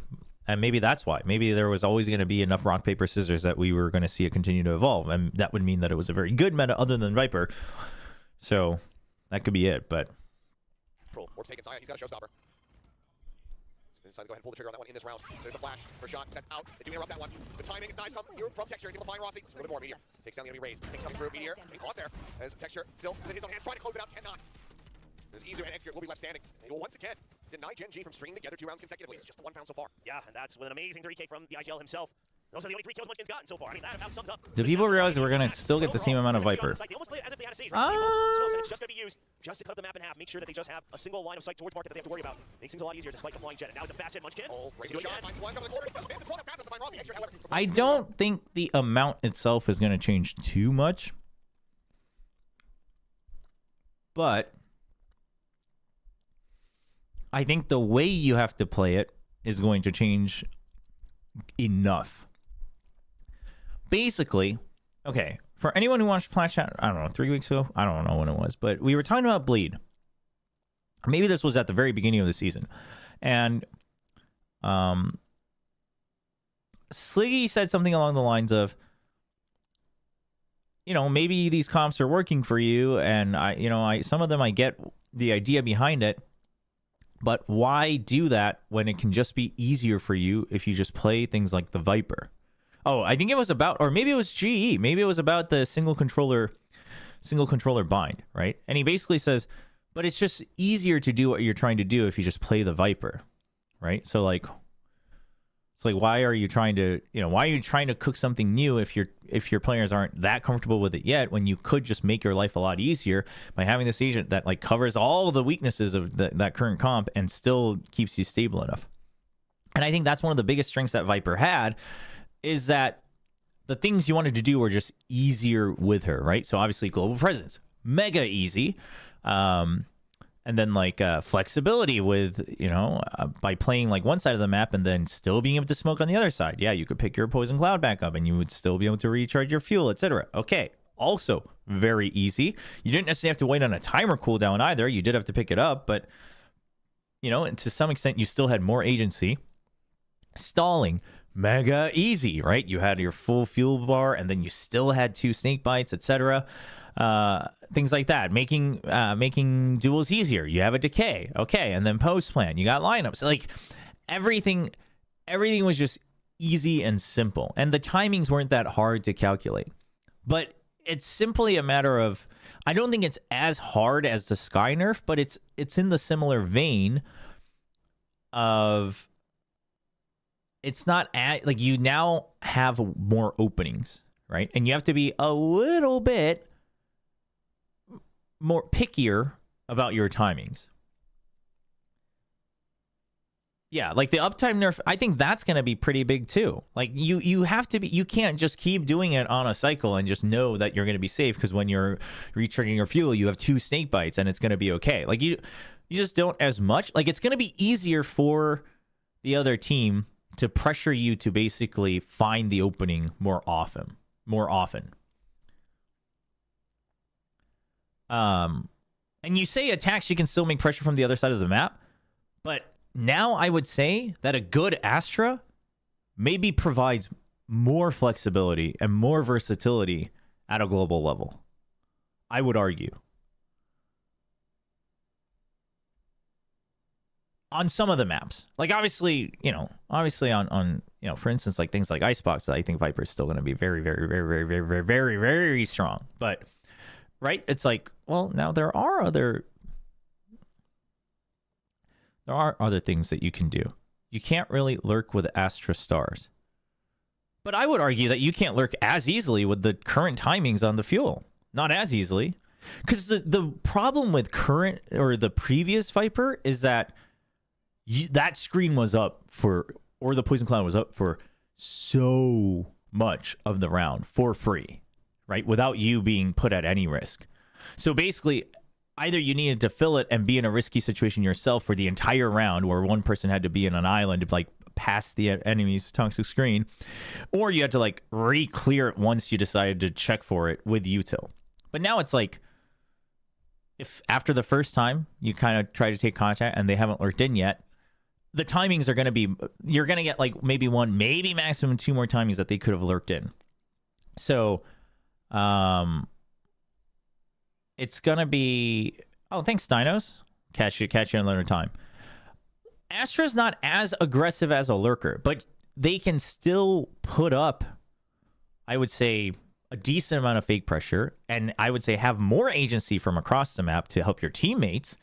And then you can still go for a lurk. So you might not be able to like go deep into the lurk on your own compared to the Viper and like make openings by getting really easy kills and going into pocket plays and things like that. Well, no other agent does that stuff, but technically, well, no other agent does that stuff in that way, I would say. And then obviously, yeah, you have the post-plant lineups as well. But now the post-plant lineups are definitely nerfed. So to me, it's very similar to the Sky nerf. I think the Sky nerf was harder. I think the Sky nerf was even more punishing. I think the Sky nerf was much more punishing. But also probably because there's a little bit more overlap with the other initiators, right? Like, KO still has 2 flashes, things like that. But I argue, the reason I argue this is because at the end of the day, I think now if you want to lurk much deeper, like here's the thing is that, yes, it's harder to play. So if it's harder to play, suddenly in relativity, other compositions might have value. It's not so much that you basically are now replacing. It's the same thing with the Sky. It's not that you're replacing Viper with Astra now and suddenly the comp is just better. That wouldn't make it better. But maybe now you're playing Astra with somebody else, and now that makes it stronger, right? So for instance, it's the same thing of like,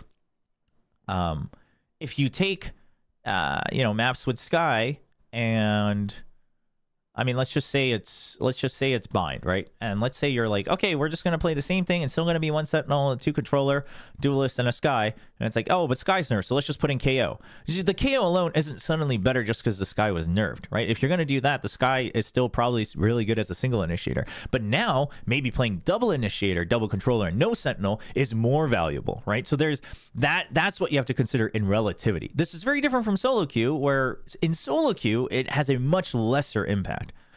But it's going to impact the overall composition, because if it's harder to play that Viper, one of one of the benefits of a character being OP is that they do all these things, but it's also easy to do, right? So, for instance, when Chamber was strong, it was that like, oh, well, they get such an econ advantage because they can, you know, just like use their own guns and it's like one shot, one kills, etc. But part of that was also because you could do it so easily because you could TB all over the place and you were so safe. So once you had good aim, it was like, well, like, why wouldn't you? It was to the point where like, well, why wouldn't you use them? But now it's like, oh, they're still really good at that, but other people might offer some other things and maybe a different combination is better, right? So I think that's what you have to consider. I agree that in the current map pool, it's not like suddenly we're just going to see Viper disappear, but I think we're going to see enough teams try to counter it with other more aggressive compositions that would punish those timings, that now there are more blatant openings. So yeah, like I agree. Like I think Double Initiator is going to have a much better time on more maps now and against more opponents. Or even if it is just the same, teams are going to get punished a bit more and you're going to have different default setups. Or the Viper is going to have to play a bit riskier by taking contact, you know, even on their own, things like that. So I think it's going to change the pacing. I think it's going to change the pacing for the most part, at which point, if it changes the pacing, I think teams will, maybe not necessarily immediately at Shanghai, but we'll see enough of a compositional change in the meta as well, because some teams are like, well, we don't like that pacing. So how do we figure out a composition that fits our pacing, but maybe, you know, without or with the Viper and some other agents now. So it's not necessarily that it's, I don't think, again, it's very different from the Skynerf, because the Skynerf, I think, on certain maps made her not viable as a single initiator.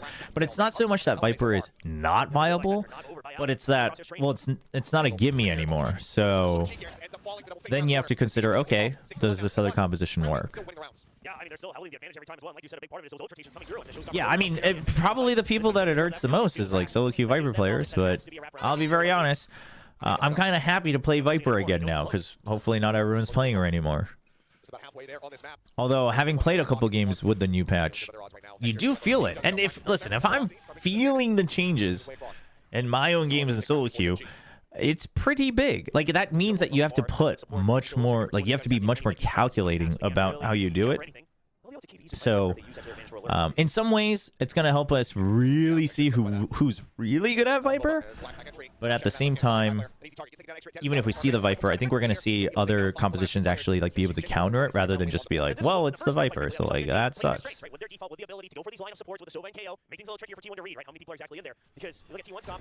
I mean, to be honest, the single molly is, I think it's a good nerf though. Dude, even in solo queue, like, if you still have 2 snake bites, you feel so safe. Looking at the lineup, but just can't quite get those connections. Hector, however, will make that shot. On the side players. While he does fall, the rest of the team are able to just go ahead and mow them down as they try and push out here onto the site. Because that is going to be first and second round wins here for Gen G. That's a good nerf, but I hate it. Because the rounds haven't been cleared to you at that bank. So Cash not in the greatest position. They're in a better position. Open. I mean, they see the no command. They're just keeping everybody far away. As long as they don't make that same mistake, just trying to fill it with 1 or 2 people again, they should be okay. Just Fury from Lock, try to intercept here and slow things up. Meteor able to execute it. You're now invested. There's a reveal. Izu, noted up on top of the box. Meteor creeps in. What's that paranoia? Just stuck on the box. This swing out. Rossi not ready for this position. Very right. Meteor. Kills. Like, this is a good Gen G round. I mean, again, it's against an eco, but like here, them filling the site makes sense. Even his util is set up for that. His util is literally set up for him to fill the site. Right, you still got the traps. That was just clear. The smoke is there. Your teammates are here, so that even if you die, they can flood right in. Like, it's like, that's Gen G. But earlier they were like, oh, do we fill or not? And we, again, we saw that change going into the lower finals and the grand finals. They got back into their old form, but sworn by that KO, and that allows Meteor to now get planted in, right? If you do something like that, fine. Filling it back with 1 person, I like it, because you've already eliminated 1 angle. And one of the earlier rounds, it didn't look as clean, but now they forced out the timeout finally for T1. Oh, in that last round, to be honest. 3 ults available at the moment here for the side of T1. Extra, just 2 away from that next neural theft. So tools for them to work with. I think it's used for the... No command. Another. Kills found suddenly. As the dust settles, it is just extra left standing versus 3. Gen G take away the value from those timeouts, and they have. And are now within touching distance, 5 to 6. To be a prep, have a free sight. Kill in hand. The read completely. Again, here's that mid-presence. Something they haven't necessarily been noting on the side of T1. Now they're feeling it. Still in hand. Oh, the punish. I remember this now. Yeah, the mid, because they took over mid a couple rounds, the 2 rounds in a row, and T1 hadn't noticed. But yeah, even on Sunset, T1's attack, they don't use the map very widely on attack. It's very swing one way, swing the other. across. Solid early pick found here for Gen G. The 0 point from afar. That's Why are we lagging? Makes it a little trickier for T1 to figure out exactly how many might be on B. Obviously, time has passed, so they can't really account for anything. They'll be able to keep Isu planted there. I wonder if they use that to their advantage for alert. See out. Texture clipped by that. Smoke there. Cut off Boba as Black. Back at 3. Not checking that left-hand side. Side player. An easy target. He's taking down extra dead as well. But Parfait looking to break up the side a bit. But medium here. We'll be able to say no. Fine. For alert. And it's things like this where I think this is where earlier I pointed out Gen G making similar mistakes, but it's if you watch him jump in, he's jumping in. If you watch the minimap further from here, Saya's jumping in as if he is meant to kill this guy, and Excurate is meant to kill this guy. Okay, because Excurate comes in watching this angle. But the thing is he's blast packing into the newsstand. So he actually, like, you can scout here, but you were always meant to kill this corner with your flight path. And Excurate should have been the one to trade here. But it doesn't work. But, like, Gen G, stuff like that is, like, really back of their hand. Like, how to trade and who's holding what angle. Every game I just install like Jet, Reina, Chamber, Clove. Duelist cosplaying as Clove, really? Are that many people playing? I mean, is it? But does it only happen when they have to fill for smokes and then the Clove player is not smoking? Is that what happens? Because that is an unfortunate side effect of Clove. Damage, no, not really even any found. He had the lineup, but just can't quite get those connections. Sector, however, will make that shot on the side players. While he does fall, the rest of the team are able to just go ahead and mow them down as they try and push out here onto the site. It's being generated. They're starting to warm up. Yeah, one side of the map. I want to. Making sure that you can't get as well. Something you'll need. T1. Almost. In the last couple of series from T1. Rossi, it's the second one. There's a drone. Well, Breeze, I know T1's pretty good at, especially because he's just pretty good at it. Okay. We've actually spent way too much time on that. Dude, can we... Okay, let's just watch this before we go over to China. What? Not a different game on my Valorant VOD reviews. Versus Gen G. Shit. It's moments like these that I really wish I did have YouTube Premium. So with that breach, This Lotus was so good. This Lotus was so good. This Lotus was so good. They pick close so they can do the duelist BS with the excuse of being the guy. Killjoy's still... I mean, it depends on the map. But, like, Lotus and Ascent, Killjoy is... I think Killjoy is still superior, so to speak. Hear the cheers for both sides here today in Seoul. Full house, of course, for the grand finals. And I mean, sure, Gen G is the hometown favorite here with that being the Korean team, but Paper X, they have garnered so many Korean fans in the past year and a half here in Pacific. I think we can give him credit and go beyond that. Well, yes, the original run, Paper X all the way back. YouTube Premium pricing is insane, man. Masters 2022. People just loving that playstyle. As for now, Haunt is quick clear. And it's gonna be a We have it on my wife's account because she watches a lot more stuff on YouTube, but very set back start for both of these teams. Neither really like normally I don't really mind it. The ads don't bother me. I'm so used to it by now, but obviously when I'm like streaming, then it's kind of annoying. Just to say, we're not going to bite on your first piece of util. We're not going to waste that fault line just because you tried to get information. Genji's trying to bait that out. We're not quite seeing it just yet. Rebel already now in control. A lot of fake pressure coming in from Paper X onto the A side. Big Genji just can't rotate off of this. Tap on the door. Across lock, yet still holding. It's a little bit damage across. Two players going to be knocked down quite low.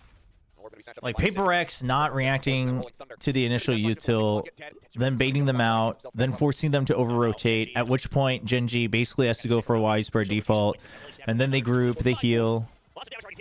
Like, even right off the bat, it's just... But then the rotate's still fast enough, right? Like, dude, this map was so good. This was one of those maps where I was like, I was really trying, consciously trying to not analyze too much because there would have just been so much to talk about, and it would have taken away from the excitement of a grand finals.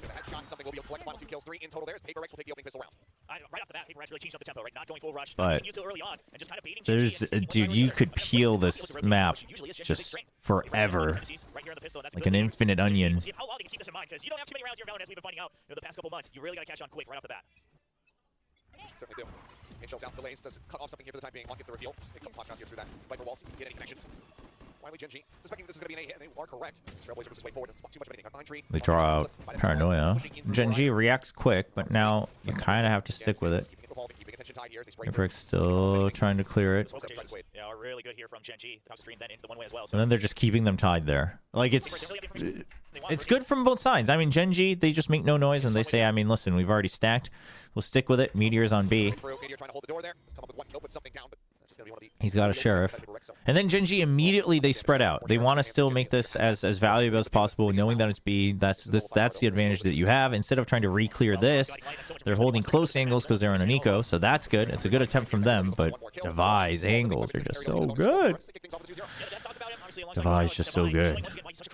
Just the wits that he has about him, the timing that he reads, and then to fill the site to make sure that he's there for the tracer, not giving away weapons on this retake from Gen G. Really counteracts some of the weaknesses that B-side has in the post fight. A lot of teams, a lot of players talk about how it's hard to hold on to. But this time, of course, with a weapon advantage as well, Paperx plays it to perfection. Oh, now I'm playing here from Locky, and he's going to be set up over by A. Something. Bring that outlaw out. Now all have armors. Do plenty of damage here if anybody gives him the time of day, but I think he's been showing this quite a bit, so Gen G should be fairly suspicious and expect that he's going to be bringing this weapon into the fold in the bonus round. Got plenty of cash, though. Flying the outlaw even there. Not going to break the bank whatsoever. Jing now one away from that showstopper. Yeah, but Jing, if he dives in and draws away the crosshairs, that's when this outlaw can do a lot of damage. Over into bend. Shots crossing. Yeah, wow, Munchkin taking quite a bit of damage down to 40 HP now. Pulls back a bit. Follow smoke being sent over. They make them think that they've all rotated over to B. Still take the shot. Now you've locked them up on C. Jing goes in deep. All the way to clear out Baby Door as well, so now you've cleared out both sides. And then this showstopper secures the round. It's good. You mean not killing somebody with showstopper? That doesn't mean you're bad raise? What? Paranoia out. He's going to get a little bit aggressive over here, Rebel. Just shove Paperx back for the time being. Buying space, buying time. That's a W move. Paranoia out. He's going to get a little bit aggressive over here, Rebel. Just shove Paperx back for the time being. Or take the protector who's now one away from his own showstopper. But Paperx still very much just hovering around the spawn. I mean, I think this tempo change from Paperx is really throwing Gen G off, right? Before it was all just fault line, go, aftershock into the site, get those extra flashes, keep pushing through. But Paperx, they realized somewhat what Gen G said yesterday. Line freak. Gotta be careful. Double TP, gets himself out of safety. Flash out of Devi. Also, actually looking to take some forward space. He moves up over his mount to be setting that trailblazer. In the meantime, Texture getting an alert spot. Gets the catch. Oh, for a second, my freak was going to be able to get away scot-free, but that headshot does come through. The extra Sky Util actually kind of gives that one away. So Gen G Texture waits, knowing that there was another dude who was tagged.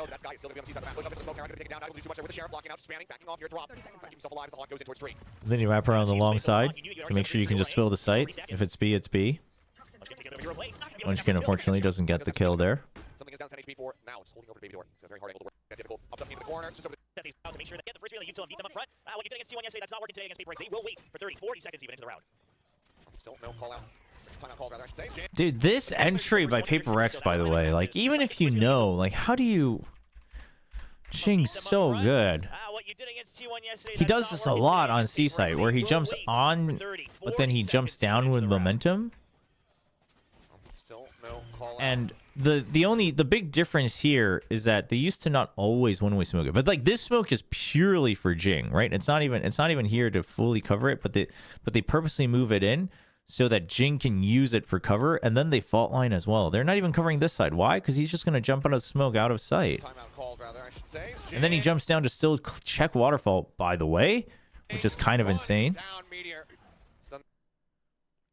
But Jing's movement is so good. But like they'll do this even without the one-way. Like sometimes they'll send something in here, and then Jing will jump in here and then bounce off and get whoever's behind pillar, right? Because that's how you... until you do that, the site's not actually yours. Because they could still catch whoever's coming in, you know, second or third. They could still try to take out the spike, things like that. So instead of barreling through here and trying to wrap all the way around, which is what a lot of teams do, right? Because they're like, hey, we cleared it with the paint shells and the flash. So like this is easy. And then we'll just wrap around and everybody just like make sure you don't get killed on the cross. Paperx is just like, yo, let's just go. And Jing just says, yo, I'll just take the shorter route. Why walk all the way around when I can just land right in front of the dude? And there, I believe, by the fault line, ends up getting picked off first and foremost. Jing in deep. Texture aware of this, but I'm not sure if he's going to be. This is where Texture? Oh, this dude, this was, and then this is. So this is where you know Gen G, you know, did their prep. Which, by the way, it's like it's not rocket science, but it took teams quite a bit to start to catch on to what the breach was good at here on Lotus. So you hear that the fault line was used,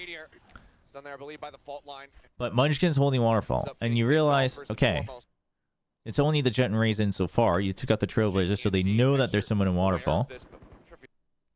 And you imagine it's one of two things. Either they're like holding here, they're going to plant, and then they're going to bail and just like leave one guy in.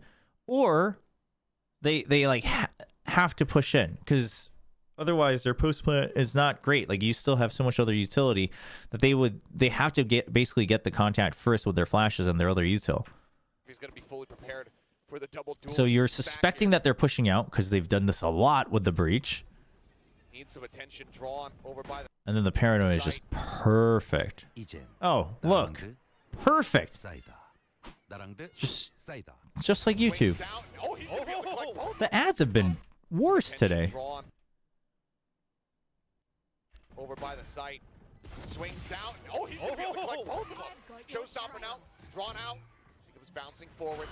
Sends a showstopper, not able to find anything over there at the end. I mean, it's stuff like this. Like this whole round, man. For 30, 40 seconds even into the round. I mean, just dude, look at this support system, man. And the fault line's perfect too. It lands right on the pillar, right? Because he's here. Because you don't need it to go all the way here. You're smoking this off anyway. And Forsaken's always good with the lurk. And that's the other thing is like, dude, one of the other ways that Paper X uses and Forsaken uses his breach really well in whichever maps they play is that he like uses maximum range fault lines all the time. He uses maximum range fault lines all the time. So he can still lurk and it starts to really force you to guess if you're on the lurk or if you're here or basically you have to re-clear everything. Timeout called, rather, I should say. Jay just running him down, Meteor.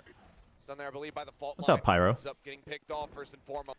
Does cider mean alcohol in Korea or is it the American kind? Cider means Sprite. Basically, carbonated drink.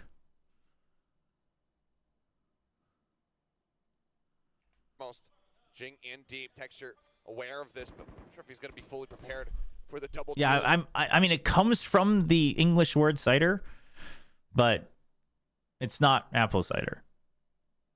So that's actually a good question. I wonder why it became that. Well, it's not apple. Cider is a little different from just apple juice, though, right? Like how you make it. I really like apple cider, by the way. I don't know why I'm telling you that, but, you know, I don't know. If there's ever a chance that we happen to be at the same town fair and you want to buy me a drink, apple cider's good. But isn't apple cider, like, technically different from juice? Wait, is apple cider also carbonated? No. Is it? It's not. Wait, is it? No. Is it? Is it always carbonated? Now I'm gonna look this up, chat. We're gonna get down to the bottom of cider today.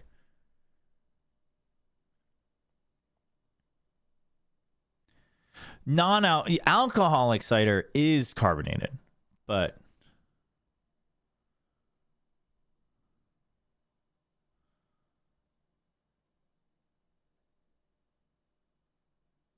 I guess it's for an unfiltered, unsweetened, non-alcoholic beverage made from apples.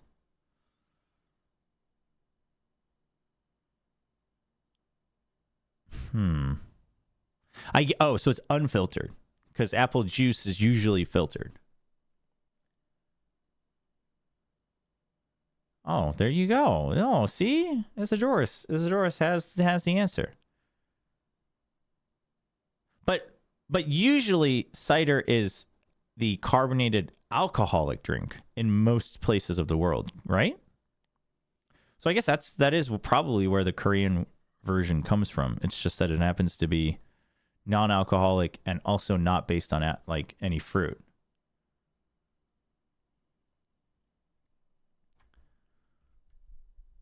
But yeah, in Korea, if you say cider, you're asking for any type of Sprite, like 7-Up Sprite, like a clear carbonated sweetened drink.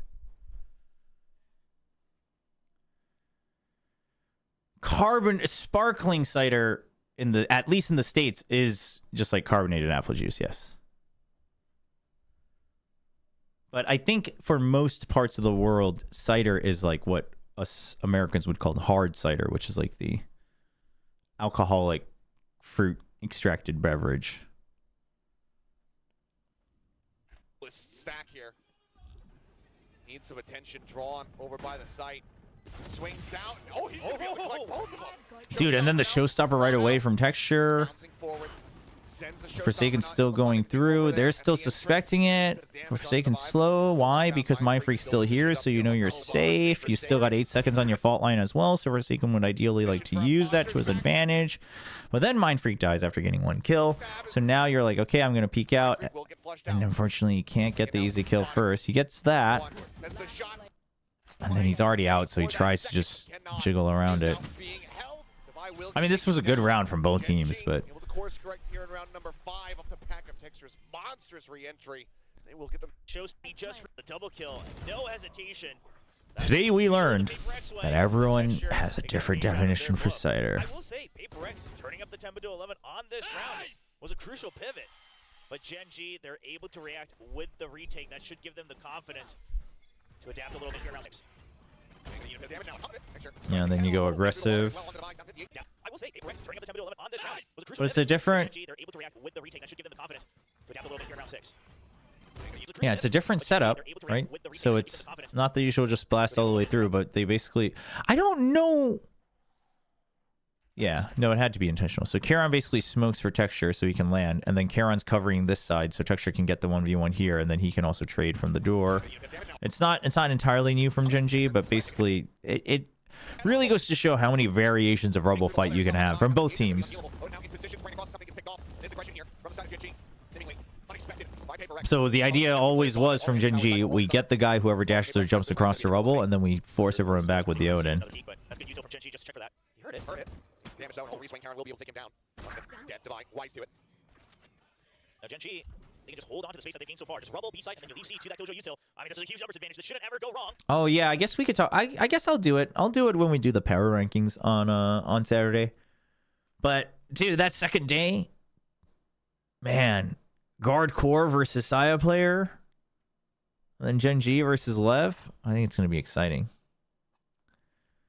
I think Gen G it should be favored again, just with all things considered. But Aspas versus Texture should be exciting. Time again so far at this stage. Now if I hit that shot. I mean, Lev's the thing is you can never really count a team like Lev out. I don't think they're quite at a stable peak, not even peak, but like at the higher percentage of their own potential in a fully stable way. I think they basically. I'm trying to give them credit, right? I think they can get even stronger, even more consistent. But so I don't think you can really. I don't know if they won't even take a map. I think that's not necessarily bold, but I think it's a statement. Just because of the individual mechanics on that team. Dude, what is going on with my ads today? Dude, we're getting ads like... What is going on? We like barely got one on the other video. What in the world? That goes for an immediate timeout from Paper X. 2 rounds back to back. Alex clearly not happy with something that's going on. I think maybe just a little bit of disrespect to Gen G, especially if you think back to that round 5 they took overseas. Gen G and Lev? Yeah, you think so? You think both will go to playoffs? I think they're both very strong. Oh, you know what? That's probably what it is that they didn't turn off the ads mid-video. See what the timeout can show us here as we go into round 7. Rolling Thunder available. Mindfreak as well. Does have that all ready to go. Okay, fault line out there ready for Rubble. So it looks like the adjustment is to take full Rubble control. But I wonder if Gen G pushes Wooly out of C-site as soon as they get that call. See if he can try to keep 50% of the map. Forward smoke coming through. It's going to be hit on the door, a little bit of Odin spray. And for now, Paper X setting a little opening volume of Okay, so you know that one way is safe because the Prowler cleared it. They're still ready with the util on both B and C. Purple wall raised up, alarm bot cleared out. Jing is fishing for any kind of wallbang shot he can get. Rex is poking and prying, moving back and forth here, like the tide on the map. Where exactly they want to go, but Gen G now, they do have this 3-man stack set up clear out on that turret. Paper X is trying to play with as much ambiguity as humanly possible. Now they start working their way forward over Gen G doesn't bite, but Paper X, good re-clear as well. At the 40-second mark. Oh, and this one, dude, Lakia jumping up allows him to get out just in time. I mean, that's just texture. Paper X overall wasn't necessarily a bad call, but I mean, it's like in another world they absolutely get Lakia killed here, in which case the Nightfall doesn't happen. And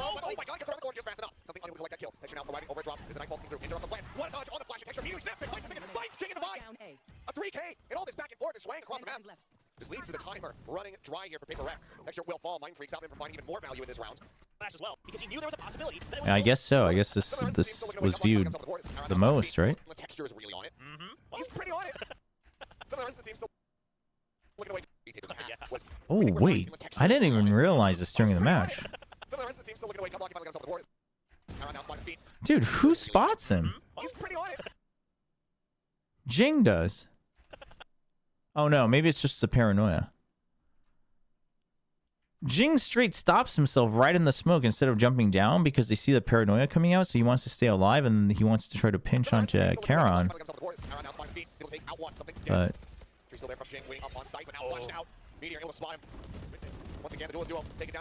Charon a little too quick. Once again, the duel's duo taken down first and foremost. He's like just above the head here of Meteor. Finding that one straight kill, getting rid of that potential lockdown. Something like that might give them the feeling they have a way back into this round, but can't find that. Charon showed it will fall, but the rest of Gen G start flooding forward. Mind breakdown picked off. Look at Munchkin, man. It's already on A site. 48 seconds. Still try to play on the map here, but Gen G, they have a bit of a sense of this. That jumpy Texture only spots Device, so they think, okay, Forsaken's probably somewhere else trying to create some space. So Gen G, you see on the map, they're all playing pretty far back. If you give the plant, so be it. in position as well. I suspect the Forsaken could be here. But this... Either gonna be snappy enough, turn on the flash. It's 2-1. Swing out. Yeah, that was good from Forsaken. Dude, and also the flash and then he doesn't swing out because Texture's not wide, so he's like, okay, I've already missed my timing because he could have antied by now. Like, the split-second decision there to just jiggle that. See if there's a react, and there isn't, so he waits half a second longer. Has been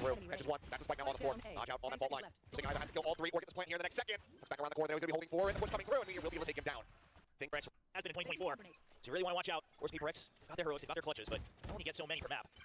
That should be the old coming up for Sky. A little bit extra that they can use. Or rifle still, so you don't have to go into the B side. It's not like you just have to go for the running guns. A bit slower here.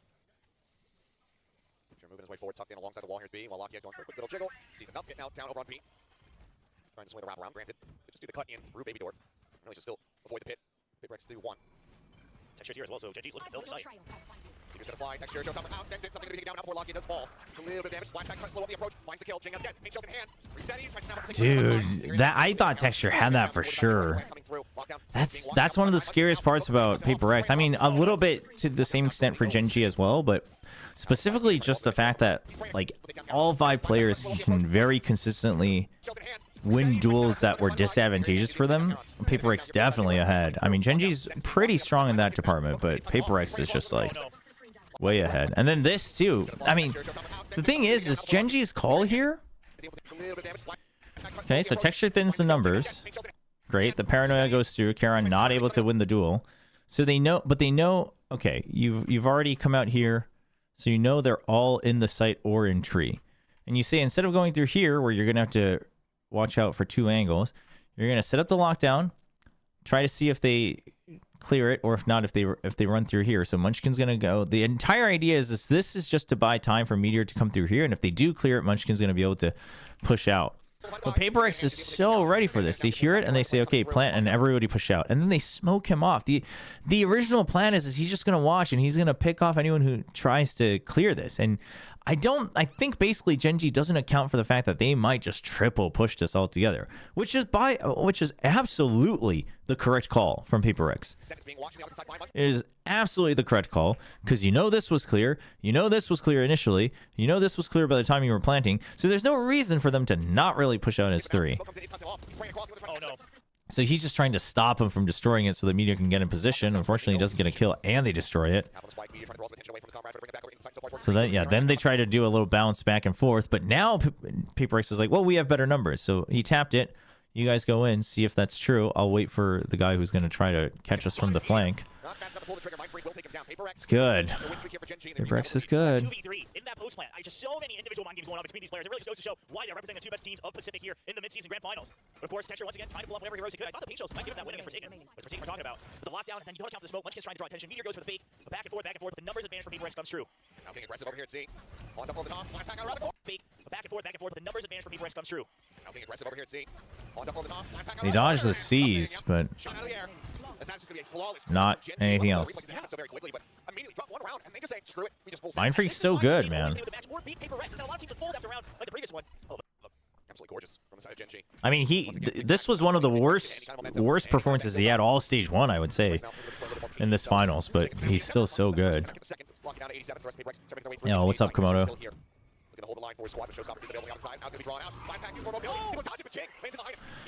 And then this. Oh, this from Texture. Dude, Texture played a life game on Lotus. Hold the line for his squad, but Showstopper is available on the opposite side, and now it's going to be drawn out. And he waits to make sure. He basically tries to just fully bait him. Finds the headshot, something at the same time going to be taken down. And Heron working up the top rope, finds that kill. Meteor, last pack used for Mopi. For his squad, but Showstopper is available on the opposite. The thing is we didn't even touch on this during the cast, but Mind Freak's ult here is pretty good too. Right? It's basically acting as not just a scout, but also an insurance plan to Jing. But Jing makes it through, so instead of sticking it and getting risk, you know, maybe giving a double kill away from drop, he decides to go back so he can paranoia. So he does all the right things. He's holding this part off. He helped clear this. Jing eventually gets the kill, right? But it takes just a bit long enough, and Jing got hit by the paranoia. Finds that kill. Meteor swoops in, coming out of stairs. Cleans up Mind Freak. Munchkin Texture to 2 casualties. No, this was more than, like, it's not just the number of kills that he got, but the way Texture was playing. This is absolutely a life game from him for sure. Like, he's had great games, he's had great moments, and this might not be like #1 by far, but it's definitely a standout game from Texture. Like, not just KD, but just again, just like just the way he played this map, and it stands out even more because he was like, he single-handedly brings this game for Gen G.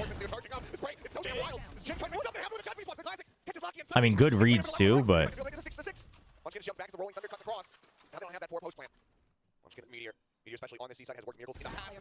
yeah, and the fact that it was against Paper X, I think when you consider all those things, it's like, yes, Texture generally always has really good maps, but like this was, I don't know if you can say, you can look at this and say Texture does this all the time, because if Texture does this all the time, then they should have won the grand final. I'm just gonna say that. If he does this all the time against the likes of Paper X, then they should have won the final. Similar start though. No one's gonna get overly aggressive quite just yet. Jing gonna be jiggle peeking something set up behind the box. Shot sent Jing's way, but leave something. Versus EDG, is that the Frenzy one? Is that the, or the Ghost? Was it a Frenzy or a Ghost? I think he's done it with both. Once in Pacific, once at Madrid. I mean, Texture's trying his best to put his name up there. I think he's still just inconsistent enough that it's hard to qualify him as, like, argue for him to being the best player in the world. He's definitely making a name for himself in the top for sure, but yeah. Oh, that was the Ghost one, yeah, where he walks out and he just jiggles left, right, and taps them all with the Ghost. Fantastic read and start from Gen G. Divides, back away. Prowler sent through. Spot on one pop flash. Gonna be sent. No blast back backward. And now fully blinded up. Heron still gonna go in the kill. Blind gonna be taken down. How much damage gonna be found here by Big Breaks either? Texture 82. Swing on the corner. Quite a bit of damage found there actually. Mind Freak playing close. Will be able to flick it. Oh, down a third. That's got the reload. Swing in the corner. And Meteor will bail. Dude, immediately flashbacks to the Paper X Sen game. As soon as he gets his first kill, I'm like, oh my god, he's gonna do it. It's the same position with a classic again. But alas, it wasn't the Sentinels classic, chat. That's the difference. That's the only difference. Don't you dare question me. Flashbacks to Madrid. The only difference is he didn't have to pick up the Gen G Classic. That's left to rub salt in the wound. The Classic here on A side doing so much work for Mind Freak. Like you said, catastrophic is the best way to put it as Gen G. I mean, they'll still dump whatever econ they have to try to match because they want to keep the momentum, but this could get very, very costly. Investment here. Texture just needs forward space. Texture, Zekken, Forsaken?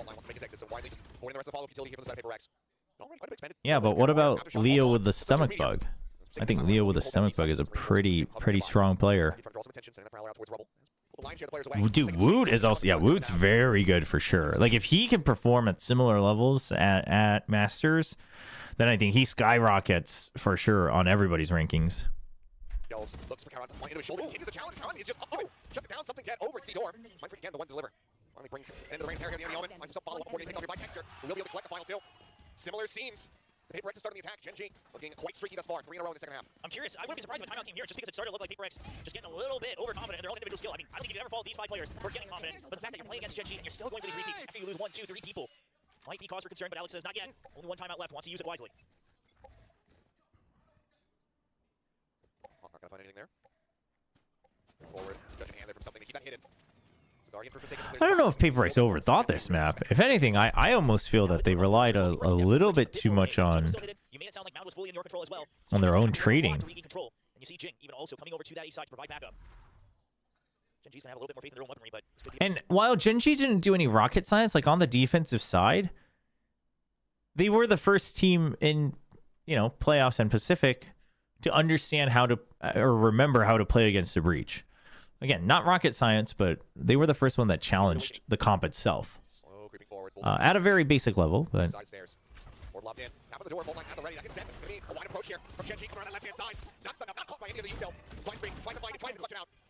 Two killed. And here for Jing. Right side of stairs. Or lobbed in. Tap on the door. Full line at the ready. Like it's set. It's going to be a wide approach here from Gen G around that left-hand side. Not stunned up. Not caught by any of the util. Blind Freak. Tries to find it. Tries to clutch it out. 2 kills to try to keep things a little more even. Showstopper ready, set, to the counter, who claims the kill, and now it's all on something with a judge. We've seen this man work miracles with shotties in the past, but this might just be a bridge too far. Texture the first on the challenge. He won't be able to win that one out. Texture will strike him down as Gen G get themselves up to double digits, now 10 to 6. Okay, Karon's paranoias today have been absolutely impactful. Always getting 2, if not 3 people. Always leading to more than 1 kill. I mean, even here, catches everybody. Even Texture able to get all the way back and Texture taking off guard, and then you still leave someone on the I feel like they try to do these weird default things. I felt that a little bit. Directed away from everybody as they go for that entry. Monstrous there from the side of Gen G. But I think they were trying to. I think instead of just trying to I mean, maybe. Yeah, I guess that is a little bit of overthinking. Yeah, I guess so. I can see what you're saying. We're up so far. We'll see what the call is. Try to course break here. Right now, winless in the second half are Paper X. And it's looking like it might just be a brawl over on the state side of the map. 3 players here from PRX. Everyone from Gen G ready to clash on the opposite side of the barrier as they get ready to drop here in 5 seconds. Benji Fishy, top 10 player in the world? I don't think it's crazy to say that. I don't think it's going to be universally agreed just because top 10... Man, when you try to really do a top 10 ranking, you realize just how many good players there are and how hard it is to choose. But I don't think you could be considered crazy. I just don't think it would be like a universal thing. Like, for instance, I think Texture... Universally, people would agree that he should be a top 10. I don't know if I've really ever seen this from some of these players on Paper X, but you saw that repeat from Forsaken. He was starting to get scared that he doesn't have much you know, Forsaken, I think people would agree that he should be top 10. That's impressive. And impressive. And now the buy weakened. Jing does have that showstopper. He's aggressively here. 4-man stack set up. Line out of Texture though. He will get taken down. Showstopper now out from Jing. Sends it. Kill found. Karen gonna take it down. That is as good of a start here for Paper X as you can hope. 3 remaining players for Gen G. See what the call ends up being. Because this is something on top of the box. Probably not, but we're still able to collect the kill all the same. 20 HP now remaining here for Munchkin. It's Paper X very well poised to collect their first round on this defending side. Oh, they need it so much. If not, it's going to be map point. Obviously, the Creds not looking great. Paper X would love to stem their Doomsday exec on C site from defense, or are you talking about defense or attack? Absolutely trapped here. Sometimes damage taken by Forsaken. Do have Mind Freak nearby. Go ahead and reinforce. Seekers now coming through. Those going to be cleared out. After shot further delay. Shove them away from this B site. Push up now. Towards Baby Door. Trying to get the spray across. That's going to be Jing. Wing out on that fight. Pink Shell's now set in shallowly. The spike is on the ground. Right here. Trying to lob in. The only thing I didn't quite see is them really going all in with the Aftershock. But I think it's because they know that Gen G will also... they'll try to rotate and flood, right? So you're always going to at least want the lurk. And then the first couple times that they try to go for the exec onto C, I think Gen G just has a really good reaction. I think Paper X got stumped. Not because it was... It's not that Gen G did rocket science to stump them. It's not like Gen G suddenly said, oh, here's an unsolvable problem that you'll never figure out. But I think what they were usually doing wasn't working. And so then they kind of... I think Paper X struggled to adapt a little bit. And you could argue that it's maybe a result of overthinking. But the thing is if you put it that way, and I think when it comes to Paper X, it's just a how do you look at it? I think it's a POV thing. Is it overthinking or is it overconfidence? That's how I see it with Paper X, because man, like watching this map, there were several moments where it's like you can tell the like a little bit of the ego comes up from Paper X, where they're like the guy's like still dueling someone while both of you guys aren't killing each other, and it's like, dude, at this point, like you had to have done something else. So 5 in a row for Gen G, one more than Paper X had at the very beginning of the map. At the end of the day, Paper X was happy that they stopped it. Unfortunately, they didn't have to invest the Seekers. I imagine they wanted to hold on to that for as long as possible. But they will have to invest that. They'll still be able to buy up just a bit. It's going to be messy until they can get a streak going for themselves, try to catch up to 11. But that's my point, is that the first couple of times that they try to go in and they try to go for their extra reach with their composition, sure, it's not with all 5, but also going in with all 5, I think once they realized that Paper X wasn't completely dumb to the breach, or when Gen G wasn't completely dumb to the breach, Gen G's style kind of counteracts a 5-man all-in on the site. That's what Gen G was always so good at. So I don't know if you can really fault them for being a little scared. I also don't know of any rounds where I would have looked at the minimap and been like, they could just do that and they would win. You know what I mean? I think it would have been, maybe they would be in a slightly better position, but I mean, again, obviously, like, you know, would it have worked or not it's a hypothetical, but yeah, I mean, you could argue, but that's what I mean. You can say that maybe they should have tested it, but I don't know if that's so much a result of how much of that is, because overthinking to me makes it sound like they were like in their own heads from the get-go, right? They thought they were, to a certain extent, like Talon sometimes overthinks a bit, right? They overcook a bit, or maybe they're not quite comfortable, but they like came up with this genius plan that they can't execute as well. Whereas I think Paper X, they went with this, you know, first couple of standard stuff, and Gen G told them that they were ready for it, and then Paper X was like, oh, well then that plus knowing what Gen G's good at, how do we adapt to this? And they chose a certain options that ended up not being good, and then by then they were already kind of caught up in their ego peaking. And like that was rough. Don't want to give that up too easily. You have your own pit, and you're trying to make map point happen in the next round. Oh, of course it was one on the defense. I mean, you have a non-sentinel, like as aggro as it gets composition on Lotus. Close out their map pick. Themselves now up to 8. No one feeling confident enough to go for the hunt, even Forsaken, knowing that he'd be able to get the ultimate online. Will just go ahead and allow for Munchkin to survive. I mean, I don't think. Listen, as much as I respect Sliggy, I don't think it takes Sliggy to figure that part out. But I love the variations on the seaside crunch here from both teams. Obviously, for Paper X, a very different composition than most. And finally, a timeout forced away from Gen G. So Gen G, they just had, what, like 40 seconds to talk as Munchkin was trying to survive. But that's what we're talking about. Is like Paper X's attacks. There is more they could have done, but with them being in the server and the information they had, I don't know if it's so much overthinking rather than not thinking enough. You just want to make sure entire map 20. So not something that you really think you'd ever say. But obviously not hearing the comms and whatnot, we'll never have a certain answer. But I got a different vibe, I guess, is what I'm saying. More so than like I don't think Paper X was necessarily trying to like one up Gen G and like try to get on their attack. I think on defense they were trying to predict Gen G and they were mispredicting, but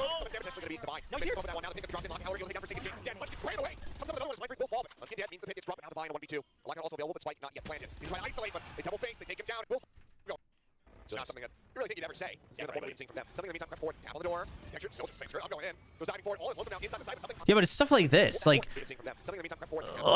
I mean, listen, the reason Paper X is that like 8 times out of 10 they get away with this. So the first swing, the first peek, even waiting for the second peek here, I'm fine with it. I really am. But this, and then going further so you can't dash out, that, like this was not good. You know what I mean? Like changing the angle, sure, you still have your dash, but like moving into the door, and I think this was intentional because probably the idea was if they still don't peek out, or if I get the first kill, then I'm going to fill this area so that my teammates can just push everybody back out. That's probably the idea. But it's just like, you've already let your position be known. You know it's Genji who's really good at trading. Like, let's say even if you get one guy, they're probably still free to go through here, at which point Texture can probably get out for free. There's no guarantee that Texture is dead. You know what I mean? It's just like a very, like, you usually win this fight, so you're doing it.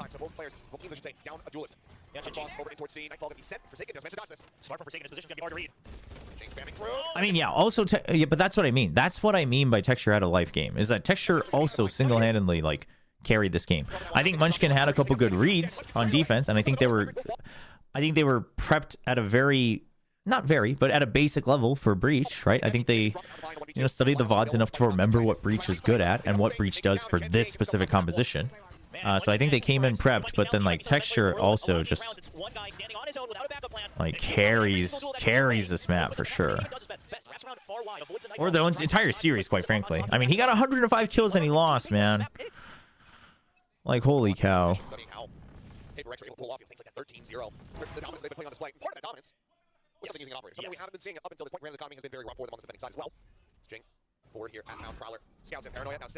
I mean, I think the other thing is I think as the rounds went on, Paper X was definitely also like just falling apart more and more on this Lotus. But that's what I mean. That's from that. That's what tells me that I don't know if it was an overthinking problem. Like this, if it failed, maybe you would consider it's an overthinking. But this I thought was really good, right? So he's already ready for the Rolling Thunder. You're predicting the lockdown. Like, look at all their positions. They're predicting the lockdown because he's ready to basically push them back out so that they can fight it. Right? But then still nothing. Nothing's being used. And then I think they hear the reload. I think that might be what gives it away. Or maybe they're just, maybe it's because they still hear the guns, right? And they're okay, well, if you're not going to lock down, we're just gonna take you out. So either way, they push him out. I thought that play itself was good, but then they are, you know, then they don't get all the other kills, and they're like, well, let's still push out. And it's like, well, now you probably shouldn't have.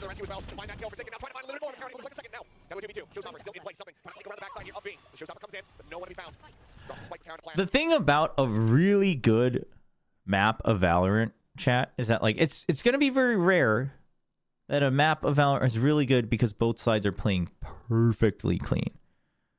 There is always going to be a little bit of mud involved, right? Because if both sides played the most perfect Valorant, it would be an analyst's wet dream, but it would not be fun to watch. I always say this. It would not be fun. It would not be fun because it would just be flowchart for flowchart. Like chess is fun when you really understand strategy and the analysis and then a little bit of the mind game. But like chess is not an exhilarating spectator sport. It's just simply not. I love chess, but chess is not an exhilarating spectator sport. And if both teams were playing the most perfect Valorant and they were both just responding immediately, like every second, in the most ideal way off of the information they got, then it would just be a chess game that's slightly faster, and then you would have a couple good shots.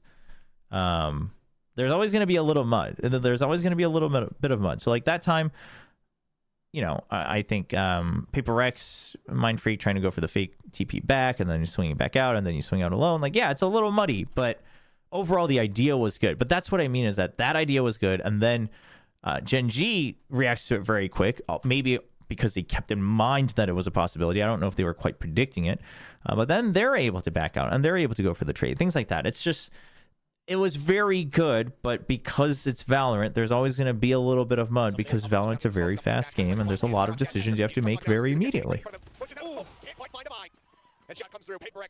But that gets them the win at the end of the day, right? Pushes them out, so you know you're ready for it over on B. Now lockdown, of course, eventually not used. So Genji a bit ahead, but you still have that operator to worry about, and you don't have buys across the board. I hope Charon and Meteor show up. Meteor had, I would say, maybe like 2 or 3 series as the stage 1 where it was a little bit less than normally I'm excited to watch. Like, as great as Texture is I will always still, for now, argue that Meteor is Forsaken has no idea where any of them are realistically. the foundation of Gen G.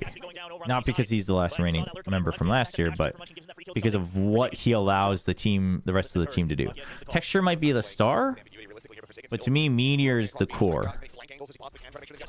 But he was definitely a little weaker as, you know, during stage 1. And then Charon, for sure, much quieter in general. They drag everyone and show that they have mud castles built.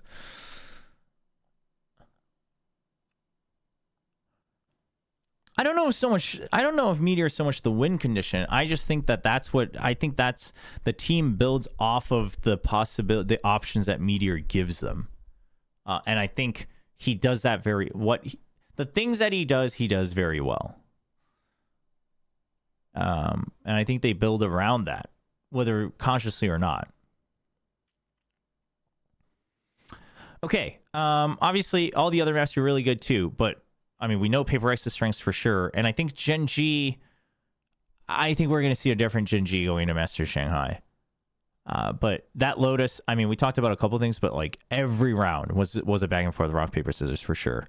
But Gen G obviously, Gen G basically wins the tougher part of the half better. So so they win that Lotus, but Paper X wins the match.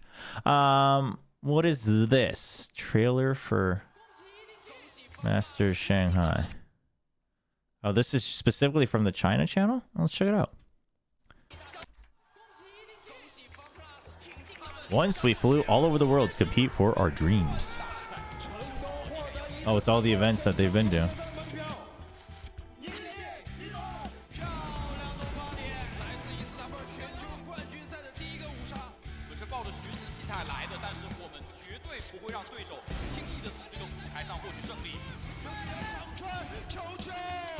Dude, the music's kind of nice. The English captions could be slightly better.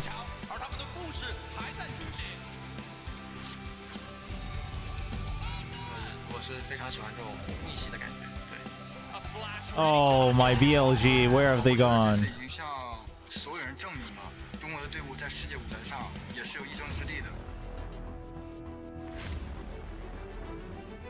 This is sick though. This theme of like, oh dude, and all the signatures. Hold on, is this just all the people who have been to internationals, or oh, is it just EDG?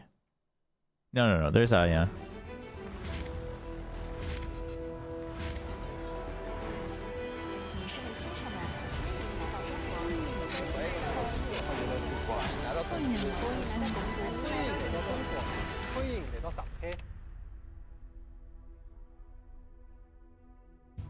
Oh damn. Dude. Kong is such main character energy. But like in all honesty, like listen, nothing against DRG.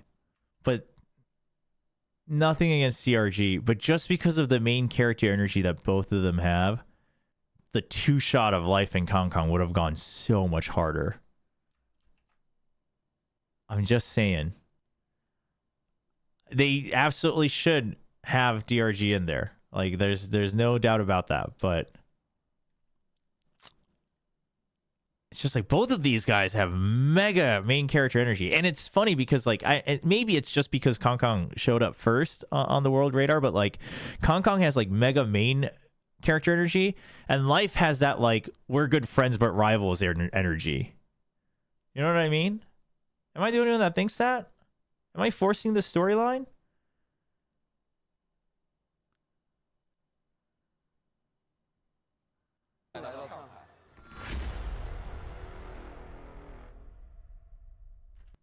Overall the trailer's sick though. Overall the trailer's sick. It's very well made. Like the music's pretty good.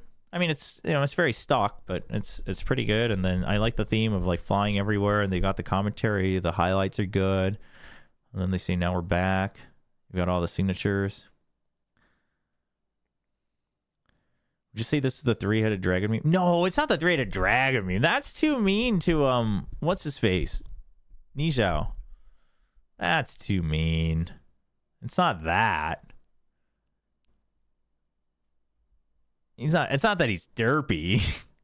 It's just that like Life and Kong Kong have so much energy, but they've also built that aura. So obviously, you know, Nizhao and DRG coming up through Ascension. So all right, let's with that trailer, let's move into China.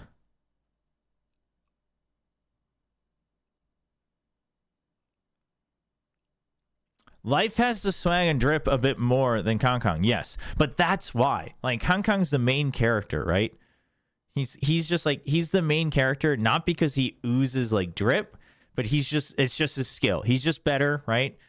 He's like the role model, best at his skill guy. And then you've got the guy who like actually oozes the energy, but hasn't quite ever gotten the #1 spot, you know? Both of them are so good. Yeah, if Wisey was there, that would have been nice. If good old Billy even made it to playoffs, you know. My poor Billy. Maybe if we all buy the Billy bundle, they'll become happy again. Maybe they'll start winning again. Thoughts on the Divide Lounge for the first half of Icebox? So I apparently like his back hurt a bit, so he wanted to lounge during that map. We ran into Mind Freak and we asked him like, dude, what was up with that? And he's like, oh yeah, I think Device, you know, Lish said his like back hurt a little bit, so he was just like leaning back. And then he's like fragging out.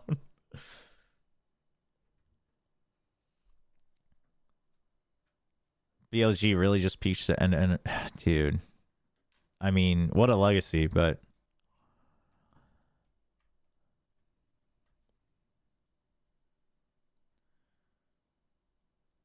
what do we want to watch first? Okay, just to make sure that we're watching it. Actually, let's watch it the first time that it's played. Because Life goes on a rampage here. Yeah, the JDM method, that's right.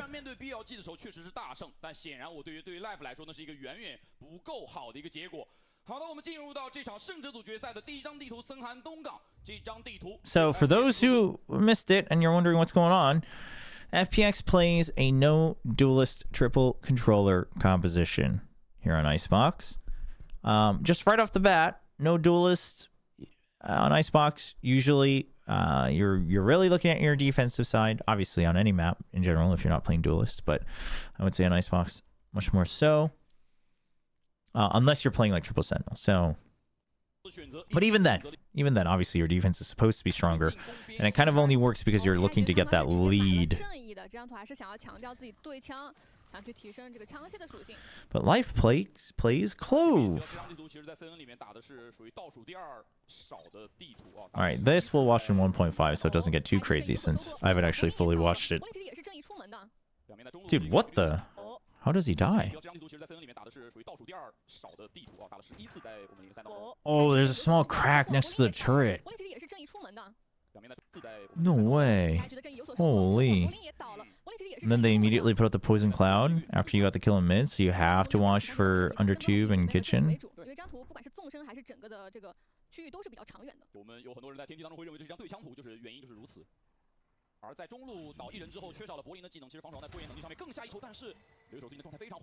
Good one way.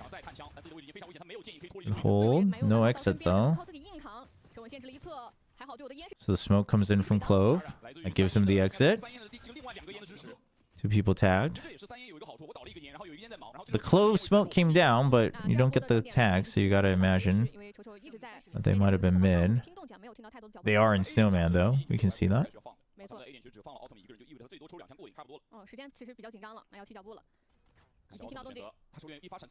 There's just so many smokes, man. Like 80. EDG just never gets to cover all the angles.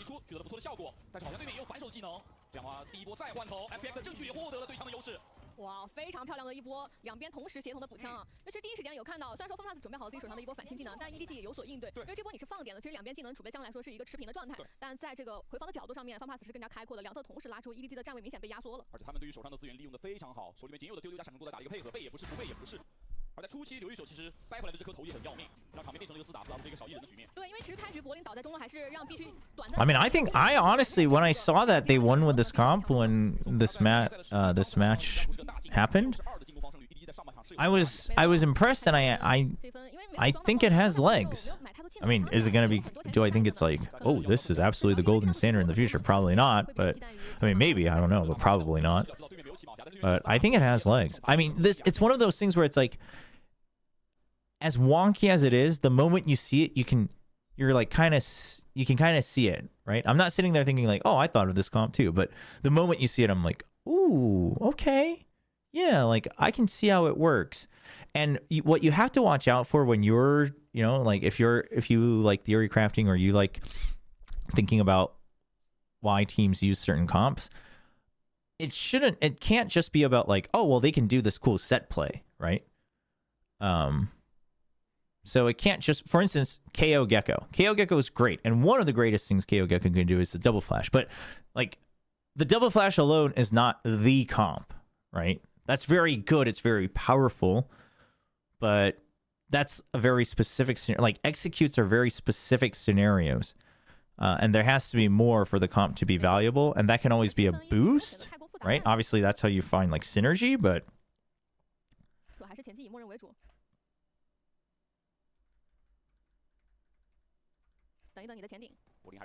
Yeah, that's why I wanted to watch the first time. I wanted to see how what EDG has trouble with first, and then how they adjust. But going faster would generally solve it, since while it is smokes, it's smokes. It's not, you know, it's not ciphers and killjoys and chambers and sages, you know.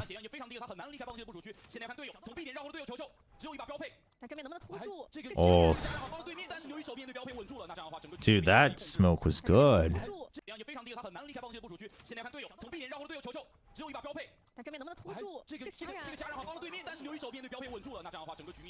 And the wingman with it.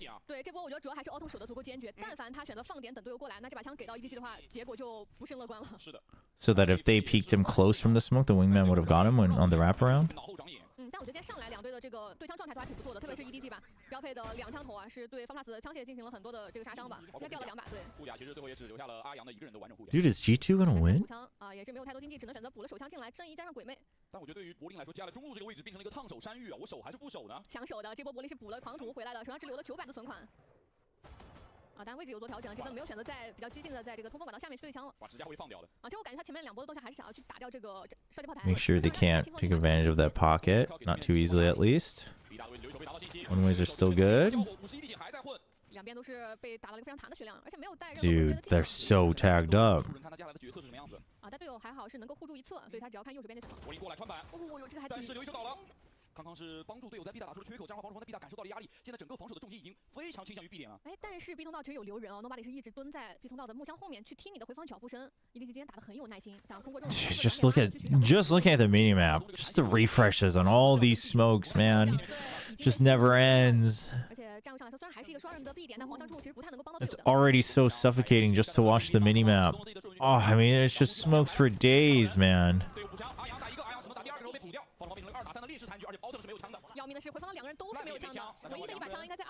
But again, smokes are just smokes. If you push through it, not much more you can do other than win your fights.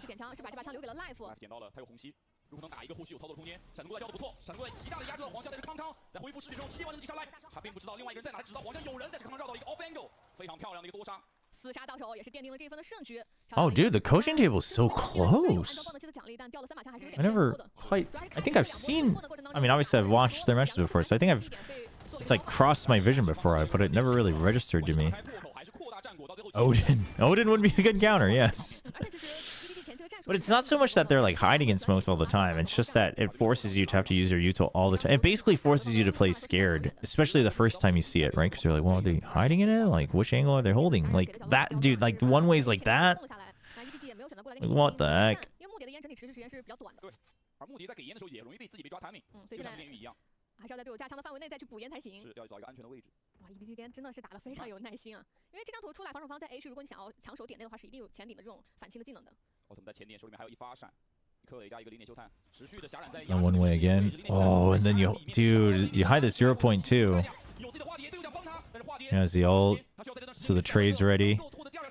Now he has nothing to lose by going forward because he has to, otherwise he's dead anyway. But you don't want to all in on that. So pretty good control from FPX. I think understanding that ult, like, you're not always trying to get a second life, but if you do win the next trade, then great. But if not, you're able to buy time and get info before you die again.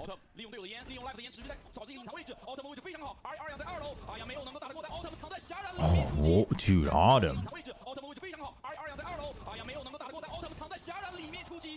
哇，漂亮的一波上下的配合，而且提前倒地的 Life 也是通过自己倒地之后。You think G2 and T1 should be close at Master Shanghai? You mean for Valorant? I think it could be. 很宝贵的，因为当时时间只有35秒左右，已经不支持再往 B 点冲了。也很清楚，这波对于 EDG 来说就是最后一波强冲了。就尽管他的化蝶并没有能够实际上真的复活，但是他确实把对面拖在了 A 点，不可能转点。那长枪局失利之后 ，EDG 也是被迫要存。刚也说了，这张图对于现在进攻来说是一个大优的地图。 这图 EDG 这个存钱分只有一把数位，其他人手枪加巨刃。看巨人的发挥了，这里只能靠康康能寻求一次突破。配合不在，但是玻璃配合队友2个人下掉了康康。非常快的一个拉枪，感觉已经是提前算到了，康康可能会要去踩到黄箱上面。抢黄区嘛。那这样的话，巨人一倒这一轮。 Dude, also this puts Berlin on Harbor, so he doesn't feel the pressure to int as much as the Omen. It's great. 对，这波应该已经看到，而且狭冉是把炮台盖掉。这样的话，其实中路进攻方已经失去了自己的耳目。What is? 对，这波应该已经看到，而且狭冉是把炮台盖掉。 这样的话，其实中路进攻方已经失去了自己的耳目。Dude, what? 哇呀，什么样的？这样的话，其实中路进攻方已经。Oh, he does see him. Holy. 这样的话，其实中路进攻方已经失去了自己的。Oh, dude, the movement on that is so clean. 什么样的手感？往去给丢丢，能把你的位置也爆了，所有人都已经没看见阿阳，想拿最后一颗4杀落袋。 我的天呐，一上来两边的状态拉的都非常的满，而阿阳今天对枪真的很就突出一个词干净，他的定位和瞄准一上来就已经是手感非常热。Ayang's good when he's good. It's just that, I mean, him and Lysor are both. They're good when they're good, but their weakness has always been that they're inconsistent. 第一个暂停来自于 EDG， 其实掉的还是比较偏早的，因为刚刚也说到了，这张图是一个进攻现在62%左右胜率的地图，他们有在进攻边拿分的压力，但随着手枪局的失利以及长枪分的这个节奏断档，现在经济已经是有点被拉开了。是，上一分固然是个存钱分，但这一分对于 EDG 来说将会是一个大考。 而且很有可能接下来会有明区的出现啊，那对于 EDG 来说也是第2重的挑战。现在我觉得主要还有一点就是木蝶在这个 Berlin went 224 this map. Did he really? 他的位置之后，你会发现两边好像持续你都要去小心。 But is it because he was inting or was he just not winning duels? 不可能像是在天机当中那样乱杀，但是它的作用、它的功能性，其实我们有看到，似乎并不弱。 而且它是一个不畏惧在前点跟你去做人数。 Actually, I don't know which would be better. Don't answer that. We'll find out. 同时，阿阳在上一分其实已经有无敌超杀，但他没交。而在这一分，无敌超杀跟无效命令将会有一个致命性的效果，因为在两边都有无敌超杀的时候 ，Autumn 就会成为这个场面的一个掌控者。那就要看一下 EDG 能不能第一时间找到 Autumn 的位置，然后做一个规避，再通过无敌超杀打第一波的。 Say, okay, so EDG's trying to clear mid a bit more aggressively with an aggressive turret. So they know close is clear, so they could retake that if they wanted with their own poison cloud. And that's the thing with just so many smokes, right? So it's stuff like that where you're like, okay, this means they could be here. It could be to mask them going here. They could be watching with the one-way here. So you basically have to re-clear everything, right? Same with this one-way. Okay, they could be holding like this angle. They could be holding this angle. They could be holding from the top. And then cascade. Like, dude, FPX can literally just put up a smoke somewhere every like 10 seconds. Now, thankfully, you have a gecko, so you're able to get that information there on a short cooldown. 康康想尝试走通风管道，但因为这个地图更新之后，管道是有一面窗户面向右侧的，所以过点的时候要非常小心才行。零点修探也是进一步确定管道里面有人，而 Life 现在两边都要加，所以他也有点头痛。他不确定这边会退出去还是往上走。36秒，无敌超杀来自于进攻方。Oh, that poison cloud is good from EDG. Smoggy. Smogging up the map. Autumn Life just apparently had really good games.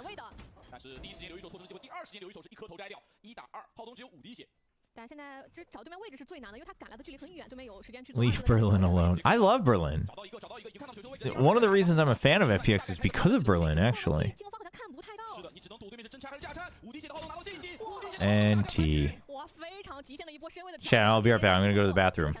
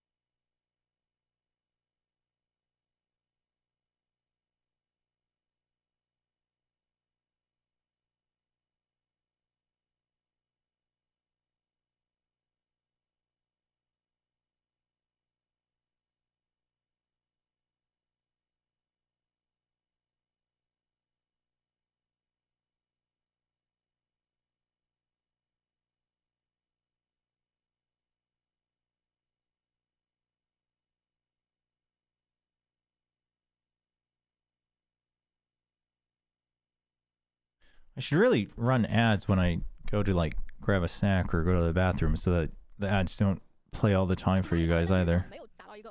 Whenever you load the stream and stuff.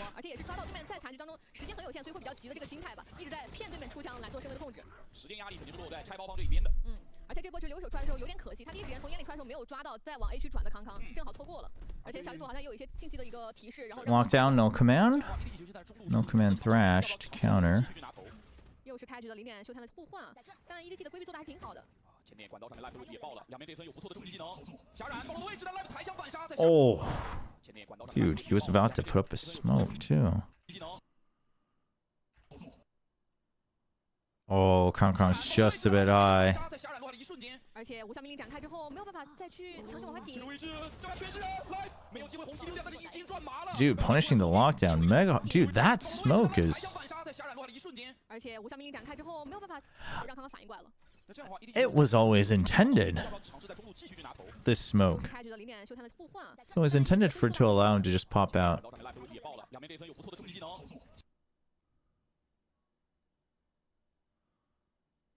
Places it right as the null command comes out, but that allows him to stay up there, maybe punish the lockdown as well.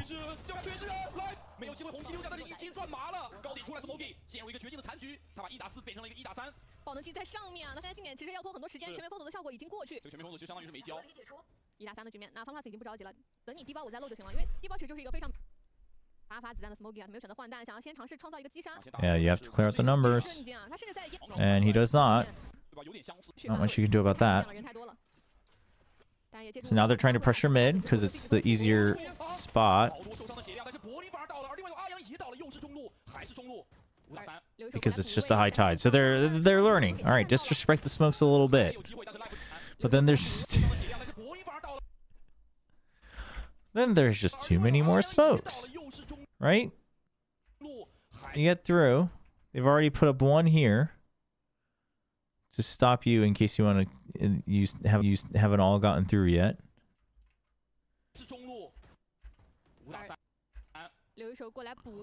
It's like, all right, guys, we made it under 2. Oh, look, there's a one-way.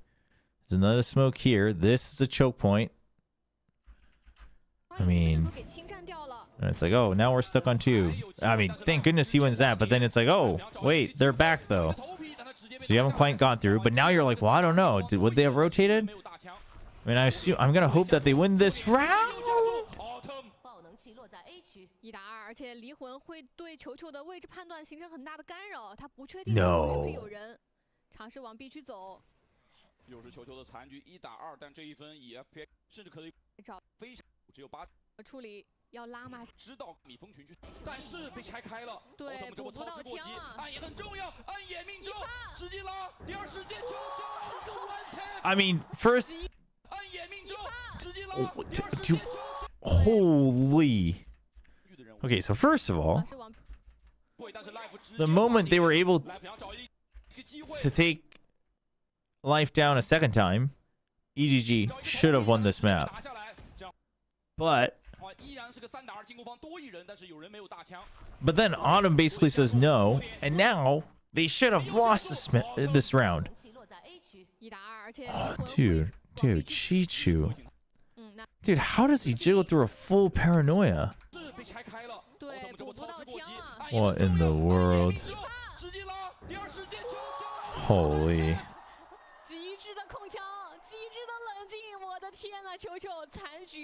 If I won the guessing game, I could have had the Reyna figure on that shelf behind me. Dude, the moment I found out it was Reyna, man, my investment in the guessing game was done. Killjoy? Maybe. Jet? Maybe. Reyna? Eh. Giant Dan the Penguin?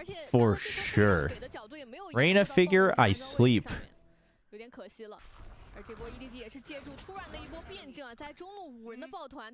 Yeah, an official cast for China at some point would be nice, but I don't know. I don't know if they'll ever quite do it. We'll see.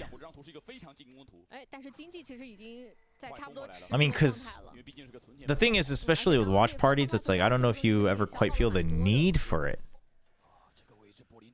Especially because the... Not like this, Berlin. No. This isn't it. This isn't it. This isn't it. Chat, send me back 30 seconds in time when I didn't see this. And then tell me to skip 20 seconds ahead. What happened to my boy, man? Rough.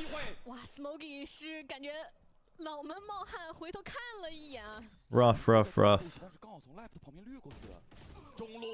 Wait. Oh, if he... Oh, dude, he can crouch and then stand up? Oh, that's nasty. That's nasty, life. Dude, how much did this guy tech for this? FunPlus 的前顶逐渐被 EDG 掌控到了节奏，而开局2个人数给出来之后，防守会变得非常被动。这张图太大了，你不管怎么去。No, I meant send me back 30 seconds, but then tell me to skip the video 20 seconds. Because I played it twice. Don't worry, chat. I had the time calculated. What's up, Jake? Nah, I don't know.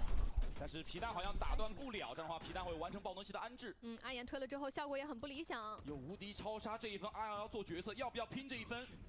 感觉是想拼的，但是问题不太确定对面所有人的站位，得先看看信息。在找传送带上面没有皮蛋，意味着阿阳这一分只能接受一个一拆一架或者更烂的一个局面。丢丢先出。 没有办法找到人，而且同时留一手倒地了，1打3的局面，这个时候无敌超杀已经不是一个选项了。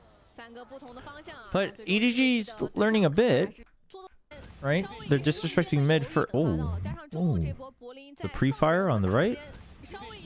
Dude, the stutter step is good. I mean, the stutter step is good, but I'm gonna assume Berlin was hoping to get 2. In which case, all credit goes to the stutter step, because the stutter step is really good here. He goes, what? And he shoots, and then he just moves over and shoots again. So I think Berlin was looking for the second, but still, 哇，这手确实 doesn't look great. 杀意感知了，只能说，是，而柏林一慌之下也是错失了这个机会。非常的可惜啊！来自于方 plus 的第一个暂停也是交了出来，比分逐渐被追上来到了1分之劣势的时候。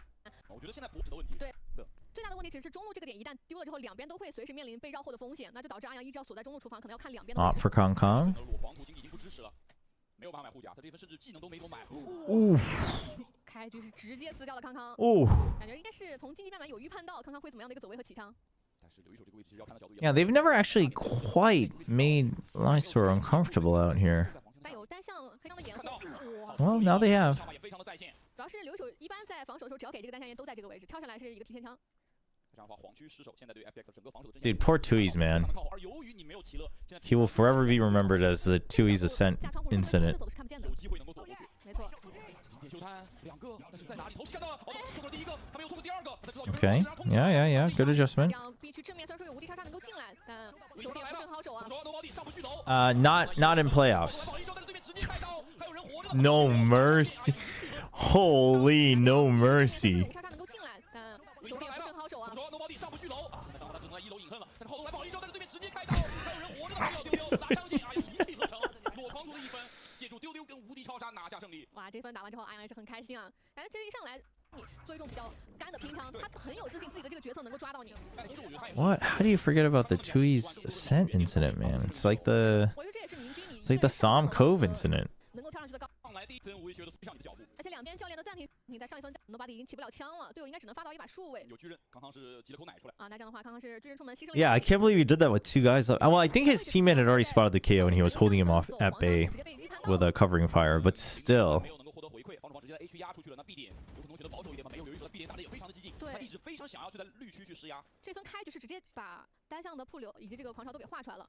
I mean, they did perform well. Listen, I don't think Tui deserves to be remembered for it, but it is a very iconic moment. 是给失误了，没有挂到墙上，但还是会对这个窄道有很大的限制。而且毕竟3烟我烟多，再封一个。 绿区镜头的单向对面出枪。 Okay, so since they took out Lysor before, they're trying to make him uncomfortable again. They're still watching for mid as well. EDG's adjusting. 先朝中路推了个护流，林点秀弹有意识到柏林吗？好像有，柏林现在丢不出烟，留一手放弃了黄区的位置，而守在了绿区的手里3架。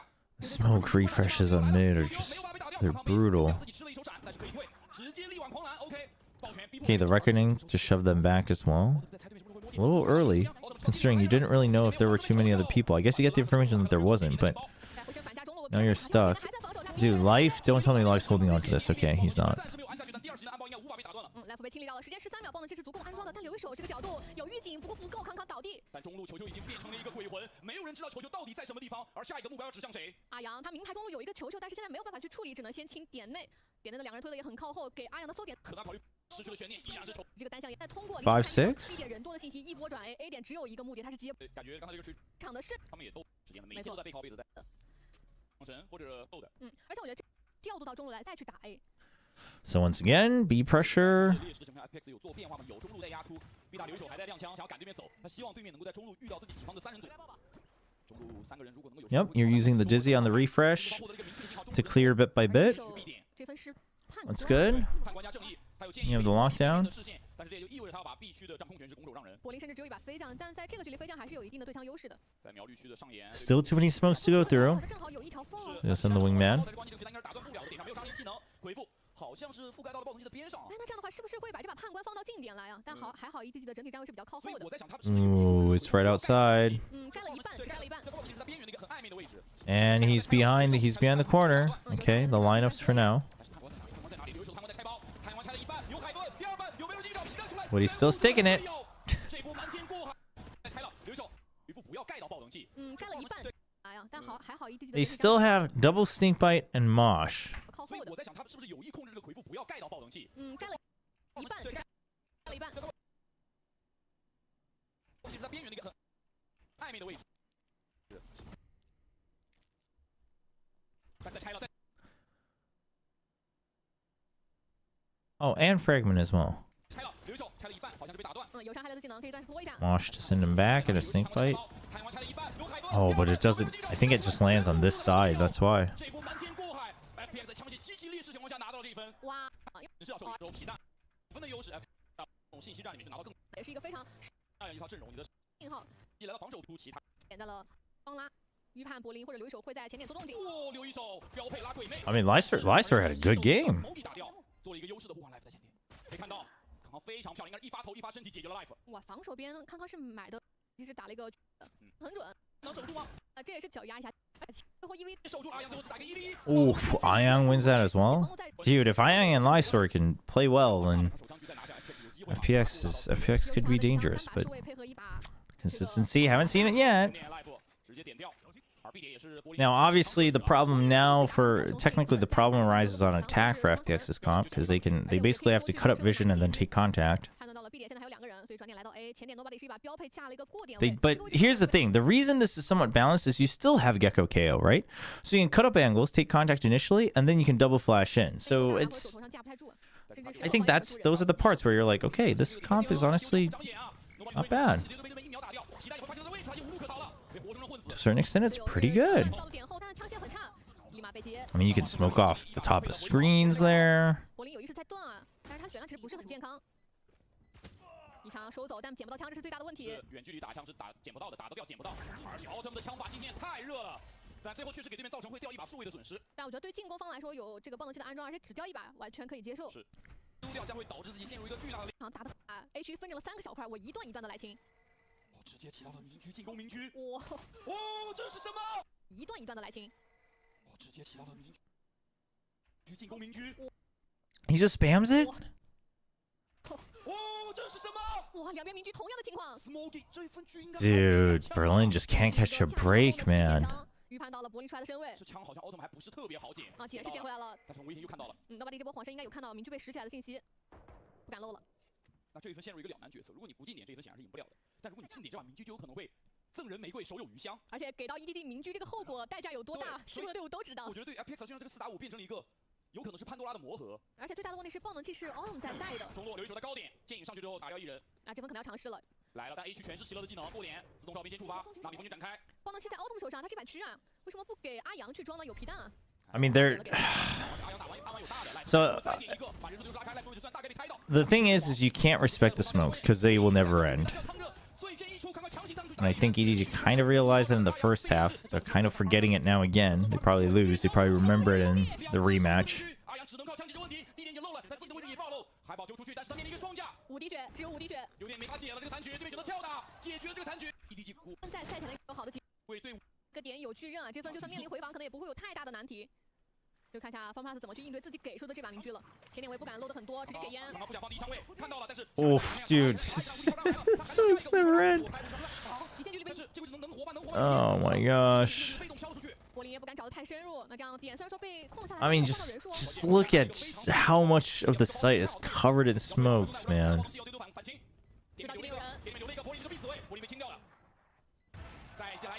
Nice shot, though. Found a sliver.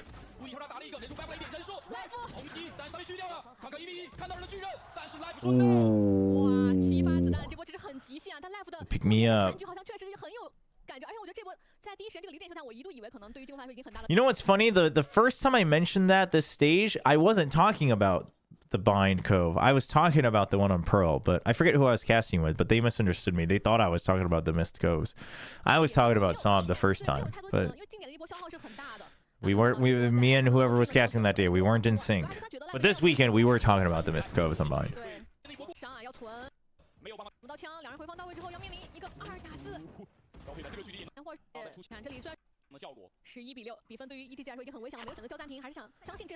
，Okay. I mean, on attack, it's. I mean, this. Like, look at this. Like, what is this, man? But it makes taking contact a lot easier, right? Because you're like, okay, let's just see. Are you jumping up? Are you peeking on here? You know, you're like, maybe you see someone here. Maybe you see someone here. Okay, nobody on pipes. Not looking forward, at least. 这波提速这 EDG 是不好硬接的。而且这一分有很多伏笔，不管是左边的无效命令，还是这个化蝶，还是差一个点的爆拳，都会非常有破坏力。我觉得现在要看浩东了，如果浩东能够拿到一个关键击杀，两边无效命令对焦的话，是有些可能的。所以浩东这波打得很激进，想要出烟打闪。对面是已经无效命令的名牌了，浩东的前手换掉是一个太大的 KO， 自己的技能开不出来。但是枪前点龙宝地帮了一手，浩东顶住了。一直效果结束了。Never quite cleared all the angles there. So life's all alone, and he dies. 还没有露身位的时候就已经把无效命令给开了。可惜无效命令没有把他确定位置。It's getting so warm, chat. I do still have the fan on though. Really gotta settle on. I gotta pick out a. I've been looking at either window-mounted or portable ACs for the past week. Gotta finally lock one in. Well, it's very good against ops. Yeah, the smokes are very good against ops. I mean, listen, I think this overall is a very. I think it's a pretty decent comp. It has very clear strengths and weaknesses, but.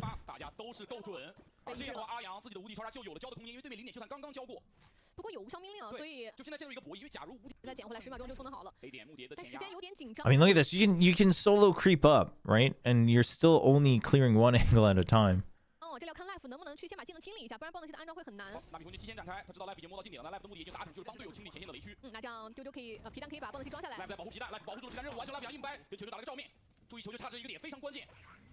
And Life has his ult, so he's just gonna play aggro here. And he says, "Thank you very much. Goodbye." Okay, can't get far away enough. That thing is shorter than it really sounds like it should be, so that's what makes it okay, I think.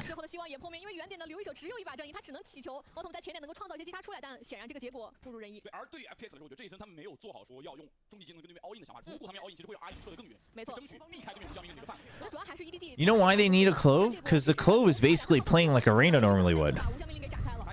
By abusing the pick-me-up and the ult, so you can take better contact around pipes and stuff. But now with smokes, instead of the leer to peek out of it, the smokes allow you to make sure that you have advantageous angles. And then you still have more one-ways. And basically, you're never running out of smokes, because the Harbor can do a little bit more map-wide smokes, and then you're just both refreshing on a site. Probably what you would normally see from other teams is a Sentinel instead of a Clove. But now with the Clove, the attack is you have a little bit more agency on attack as well. Now there are weaknesses that come with that, but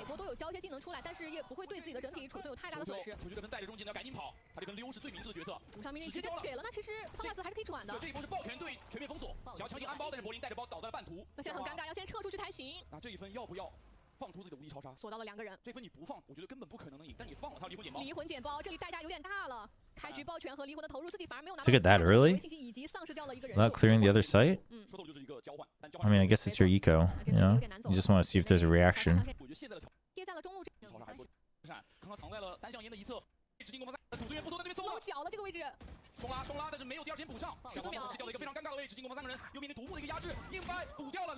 Oh, the trades. Oh, whoa. Dude, Smoggy's swings today.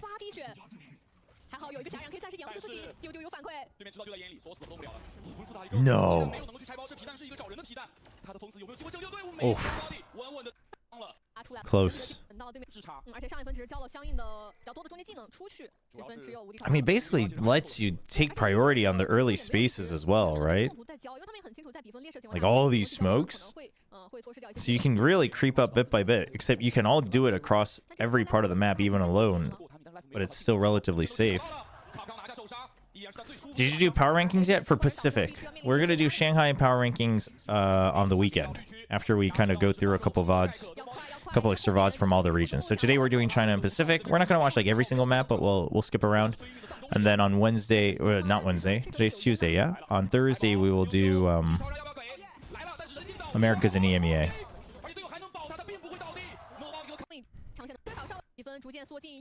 I mean, even here, like I do think FPX had to have gotten... They had to get more on defense. So I think them barely eking it out here is probably because of the novelty of it, and then also like Life and Autumn and everybody, like, and everyone actually, other than Berlin, I guess, firing more often. But I do think with this comp, you probably should have had. I think you're aiming for 8 on defense. Granted, you're a little bit better off than, you know, than if you had a Sentinel instead of the Clove, but... Thanks, Hulk. How good do you think the Chinese teams are? I think they could be decent contenders. I mean, FPX has some really good ideas and novelty, but they're not as consistent as I hoped they would be. 又是 Life 掩护住了队友的身侧啊 ，Nobody 只有70滴血啊，扛不住2枪，很难操作。侧身搜点机会又被 EDG are obviously EDG is one of those teams that's like you can never quite count them out, even if they seem like they might be in a slump or they're not that they haven't really innovated their own styles or set plays. And DRG they've got some cracked players as well, but DRG is definitely more raw than the other two.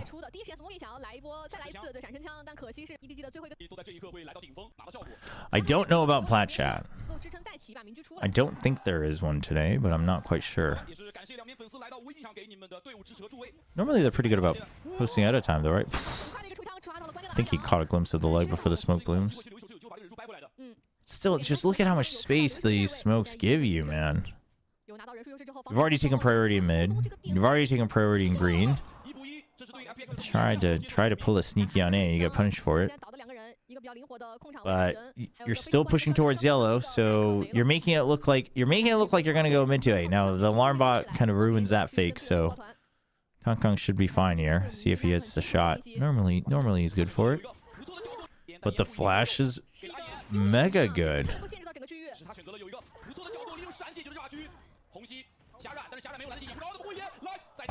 Life.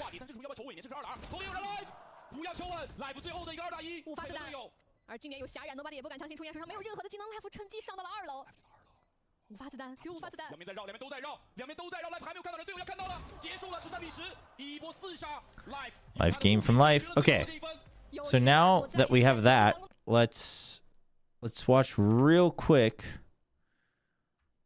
what the adjustments are when they rematch. It still goes to overtime, so it's still close.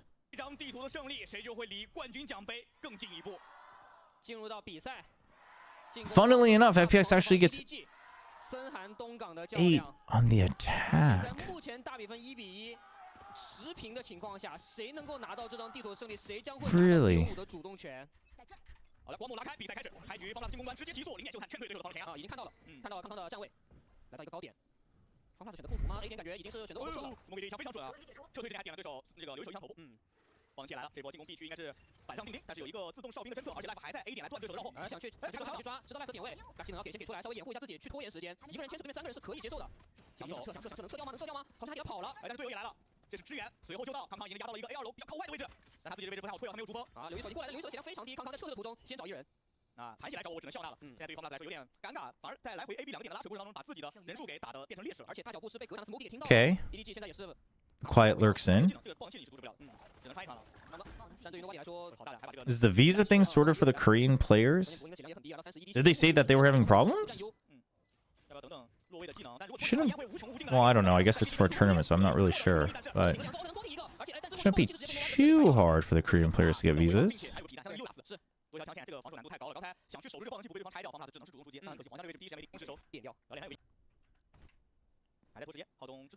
Yeah, they lost the pistols too. Yeah, you're right. If they had gotten the pistols, I guess, yeah.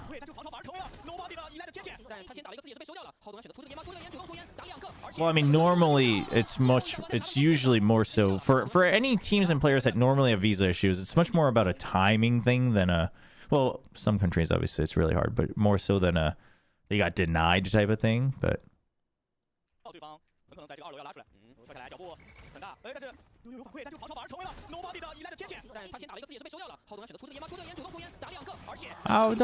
what? Dude, I remember seeing this this clip and then the replay. And watch. Dude, I was afraid Kong would have hurt Haodong's fist, man. He afraid just like punches him. He goes, yeah, man.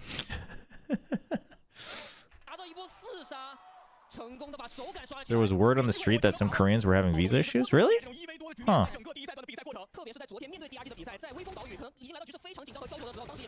Dude, as soon as I saw that clip floating around, I was like, dude, is his hand okay? Like, damn.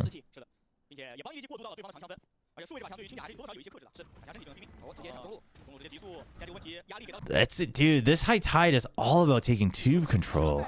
We've been doing it since that last game, too.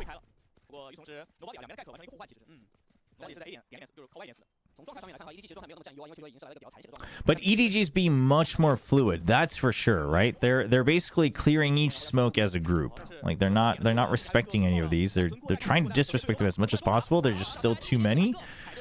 But you can tell that the adjustments are there. All right, Berlin getting some kills.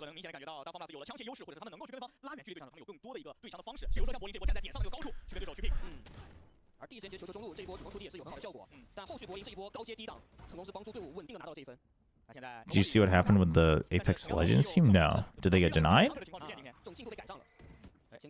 I mean, listen, I try to follow headlines for most games, but not every, and definitely not every headline. Dude, Berlin. Dude, Berlin. Yeah, this is what we want to see.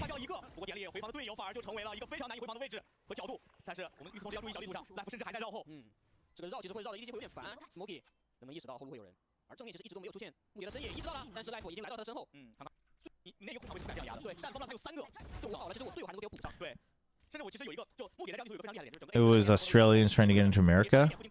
Ah. I mean, listen, some regions, it's much tougher. But generally, when people say that this team is having visa issues, it's usually either like a delay or complication with documents, requesting more documents, things like that. Depending on from which to where, obviously, sometimes it is a matter of like getting denied or like not getting to reapply and things like that. Wait, now they're suing American immigration? That's crazy.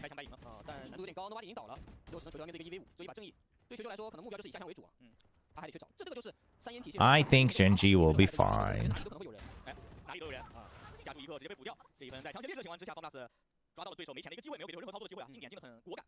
Dude, that's crazy. Suing the immigration office is... That's insane. I mean, listen, if you have to, you have to, but that is crazy. Not insane as in like, wow, who would ever do that, but more so like a wow. Can't believe that's happening. Same with T1. Mostly should be okay. The thing with Chinese visa applications is, again, I mean, just because it's a tournament, there's probably some more procedures you need to take, and you need to have a much clearer invitation letter and stuff, but it's just that there's very strict requirements to make sure that you get cleared, but if you follow the rules generally, I think you get cleared pretty straightforward. It's just that there's more rules to follow than some other countries where, like, you know, Korean or US passports could just, like, get a, you know, visa pretty easy peasy.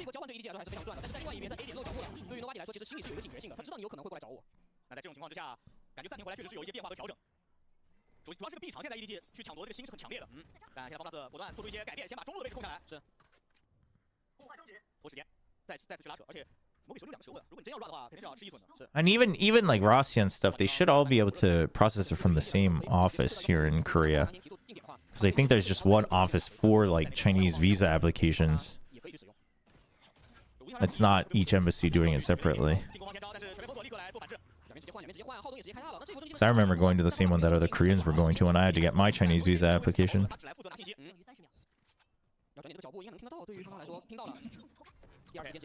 I mean, so here's the thing, is that FPX kind of now realizing that EDG is moving as a group to re-clear every smoke. So they put pressure in, and then the lockdown happens, and then they back out. But EDG still has to re-clear it just to be sure, right? So they're re-clearing. They're checking for the rotation. Don't see it, so you're on an early flank. Yeah, I mean, that's the other thing, is that like tourist visas versus, you know, event visas, it can be different. But that also depends on, like, you know, is the prize money being paid through a local office, or is it not, etc., etc., and things. There's a lot more complications. Same with casting. The Korean passport is actually very powerful. The Korean passport gets pretty easy clearance for most countries around the world, as far as I'm aware. I know for a fact that it has easier clearance for visitor visas than the US now, because the US is weaker, and the Korean passport has only gotten stronger. No. Dude, the pick me up. Oh, the pick me up. Oh, man. That's a Clove clip, man. This is Clove. Gets kill. Stems out of there. Goes behind him way quicker.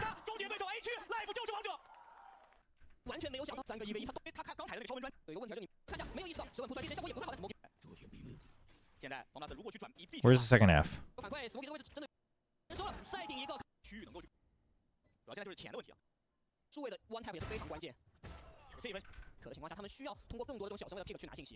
No. Early timeout.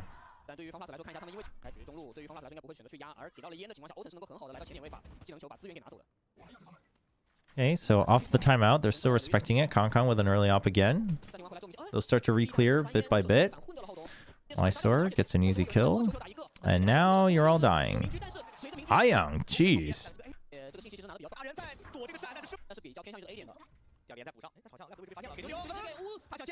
Dude, the dizzy, man. What in the world? Nobody, my gecko goat.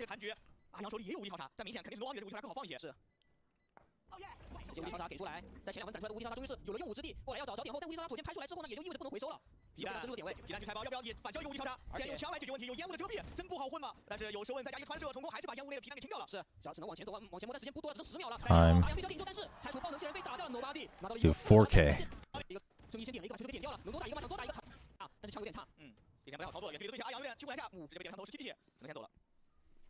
They were playing the... Didn't they play the same comp that they did in kickoff?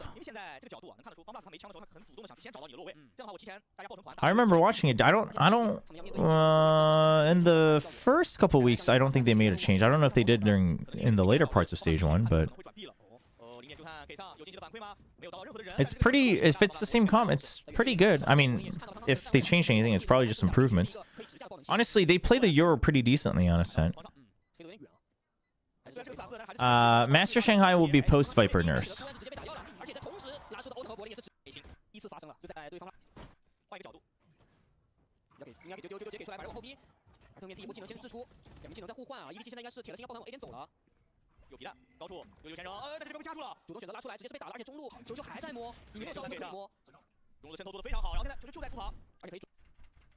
How does he get in through tube for free? Oh, they just put a lot of pressure down on A, and he finds a nice timing.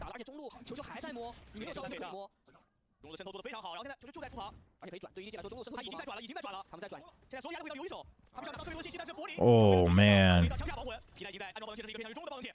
They draw the attention from under tube, and then he's already in tube.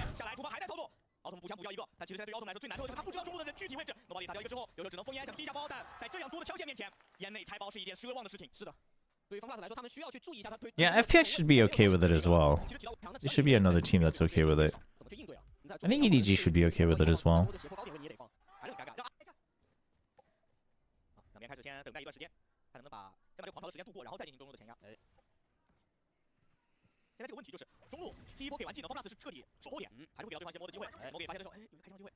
So EDG, okay, yeah, the adjustments are there for sure. You kind of wait for the first wave of smokes, then you re-clear one of the 3 areas, usually being mid. Unfortunately, he's gonna die here. But they will have created enough space. Is that with the lockdown? Dude, how does he get one peeking out of that smoke?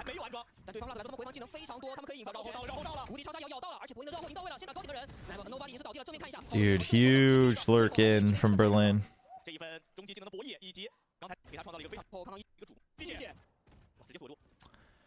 Yeah, I mean, I think this Clove comp, a lot of it is that you're relying on them respecting your smokes, right? And the thing is you guys were talking about the Sova, like drone and recon. Drone and recon can be okay, but the problem with the drone is you can clear 1 smoke, but you can't clear 2 and 3 smokes. So to a certain extent, I think reading the timings and seeing how they adjust, because they can fill almost every lane almost all the time, but not quite.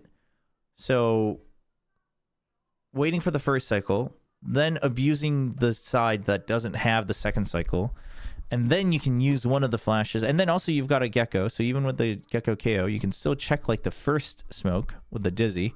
Then you still have double flash to execute onto the site itself. And you could even use the Wingman to like clear smokes rather than just spike plants. So there's definitely ways around it.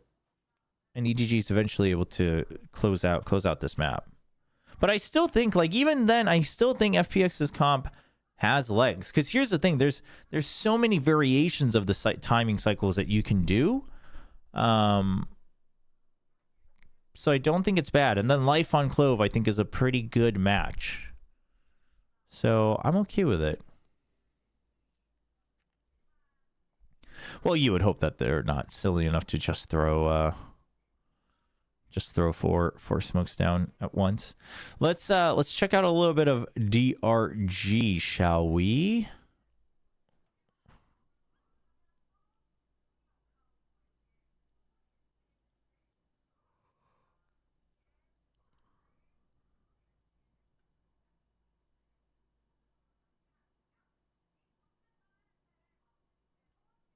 Oh, they did change it. Let's stick with me much more. This is better. This is better in my opinion. You still have a Sentinel as well. Because this was very much, at the end of the day, like, you know, Life in Autumn needed to get kills. It had some good ideas, but... All right. DRG. Let's watch the Breeze first. Is it just a name duel?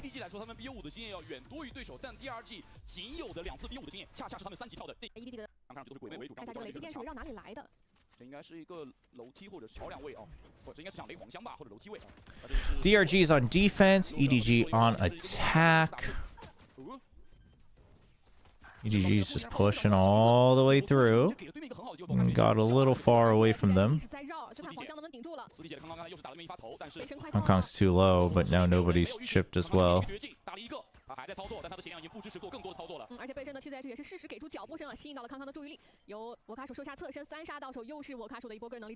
Betting on home field advantage.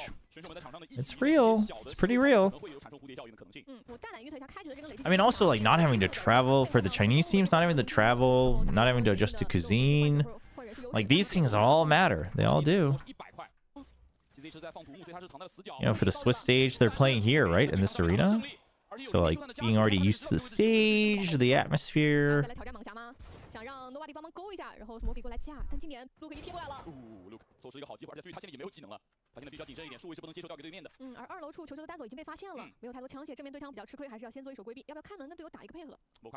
They've already emptied B. They still have a trap. They have cam. They have elbow. So the cam can check for tunnel as well. This is already pretty good from DRG. Nice kill, though. Now. Oh, he even jiggles for it. He spots him. So that's when you go through. Yeah, that's when you go through on the site.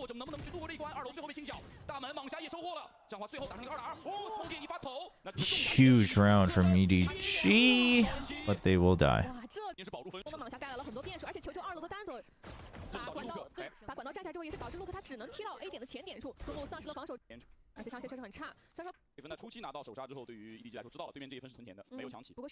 I wonder who's going to be the best at Breeze at Master Shanghai.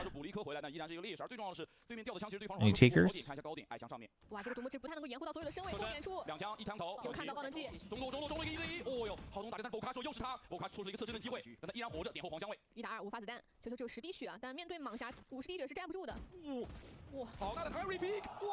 Dude, Vukashu is... He's good, man. Oh! Little panicked on that one. Yeah, Paper X is the best Breeze team. Oh, okay. Okay, Mr. Paper X. Listen, I give a lot of respect to Paper X for a lot of things, but Breeze would not be it. 不过还好，第一时间那个补了过来，有反闪。直接越，哇，这波就很危险，但是蛇稳非常，应该是打残之后蛇稳补掉了。没有打，是群力也没有办法操作，因为只剩下了 Nick 一个人在点后。加上2楼开门也吸引了大量的。放的不够。哇！中路 Smoky 依然展现自己非常优秀的状态，从昨天持续到今天。那在 Luke 倒地之后 ，H 的防守就要接受挑战了。没有2打5的回防，应该可以。第一被打，面脚步到进。但现在一旦中路被扣下来，存款也不见得很乐观啊。点数不是很重要，但是自己的钱也没多少啊。万幸是作为进攻方吧，对面 A 都很有限啊。看一下新分的调整，Luke是去到了 B 区。 Now it's the Cypher switch up over to A. Wait, what the? 巨人想做前顶2 A 点康康的巨人是被收掉了。Does he see him? 看一下新分的调整，Luke是去到了 B 区，巨人想要做前顶2 A 点康康的巨人是被收掉。 I guess so. Right before the screen goes down and up. 直接点头，点还有根半线，有点难受。这枪可以捡，但是会暴露自己的位置。神经曲线的位置已经暴露，可以捡。Oh, that range. 4打5，狂烈之怒直接架设，进攻方还是想在 A 眼打出破口，但是对面的人并没有被狂烈之怒的任何。现在没烟要等烟。EDG's using Hunter Fury just to try to buy time so they can get back into the site, but they've already lost all map control. The map movements are pretty good from DRG this map. 只能等队友淹起来再帮忙掩护一下。上期在中路去勾对面注意，反手刚刚也是拿掉了卡主。 Look at how much space they already had. That one extra kill forces them away, though. Forces them away from mid and B site. 沉寂个20-30秒之后再回来打，同时等一下2楼。 And then they cut audio, so then the rotation happens. This is also good from EDG. I mean, DRG a little bit too good at reacting, right? Goes from decent map control to over rotates real quick. 15秒，已经被锁定了，近处有藏人。上期有意识，但是并没有能对得过。那这样的话，这一分是进入尾声。卢克很罕见的既没有处于手杀，也没有被手死，但他是也没有独活。啊，确实这个残局过来，举动3时间也是。第一时间产生的击杀时机2拳，确实差的不多，非常早的原因。没错，比较远，然后对全部 all in， 告绝境没有办法。如果你在上， Tag pause. 也给了 Okay. 来了，闪但是没出。Luke 这边是看到对面的零点修弹家雷击剑，是选择止损回来。狂烈之怒直接给了，还是知道 A 大有人想找 A 大这个人。第2剑中，第3剑和第1剑都没中，但是 Luke 被逮捕了。哇，这波应该是自己的位置太靠 So 前了。 EDG this time 这是个很致命的，是他没有顺允。但凡他有一颗顺允 spawns with full elbow control. 想象就已经倒地了。唯一的好消息是明军没有立刻被对。 Because if they have that, they can always double pinch onto B. It's good. Kongkong's in a bit of a stressful position because he's not quite sure about double doors. Now he is. Now he's got cover, so he's safe. Hodong dies, so now you know you don't have too much time because you know there's potential backup coming from Nest. And Kongkong's literally just going to go in and open the site up. Okay. 就看这波回防的不太好起。底线现在应该2打2。是拉满，那这样的话，尼克这个残局是无法解的。Smoky 3杀落袋，锁定这分。在河，但也不得不说，康康这波中路进的时机是刚刚好。所以有些时候大家，我觉得现在 DRG 可能要想办法在2楼或者在中路加强一些兵力了。因为现在看起来 EDG 在中路的战术进展非常的快。无声命令直接给2楼的巨人被收了，这边没有人能接。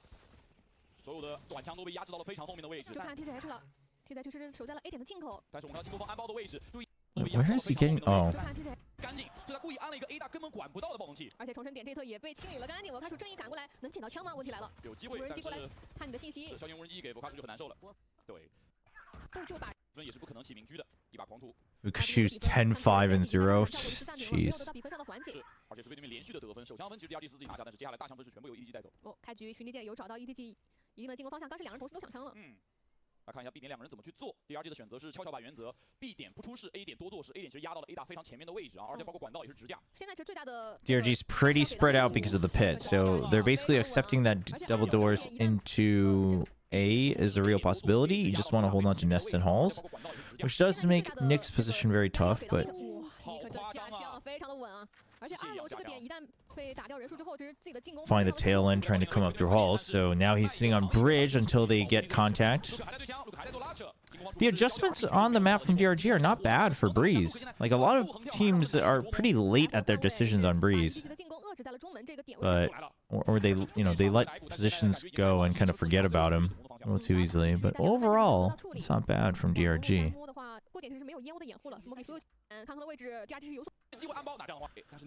But this is where EDG teams like EDG get scary, right? Is that they'll say, okay, 2v4, let's split. Kongkong's low health. He's good enough to win 1v1s. See if he can get a couple more kills. Because if he does, great. We're in a much better position of winning. And he will get that kill. Fukushu, thankfully, just as good.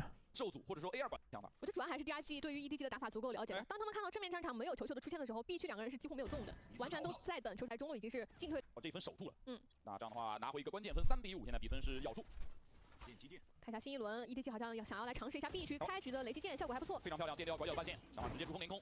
EDG 也是往半线被清掉，这一次去拐，但自己被监控标掉，所以康威等一等。但点后摩卡手点位怎么去清？看一下旁边底线只有两个人，摩卡手和少熙一人接一个，少熙倒了，摩卡手也倒了，一致强化人数的优势怼了进去，3打3的残局。但球球的血量被压得很低，一枪倒的血量。还是你的走位，不给下枪的机会，风能其实装下来的。终于神经曲是可以抛出，刚才是被抑制了。那这个神经曲可以锁定防守方的角度，但是尼克今天的对枪。So landing, forcing them out. 尼克已经杀穿了。一人好像是3颗头直接打。It's very good. 哇，这里可以看到。Did you already do predictions for Platchat on who wins Master Shanghai? No, I did not actually. I don't know if they've sent out requests yet. I don't think so. I haven't gotten one at least. But we'll be doing our own power rankings for sure this weekend. So either way, I will put my thoughts out there to be ridiculed as usual. Chat, you know what made me so upset?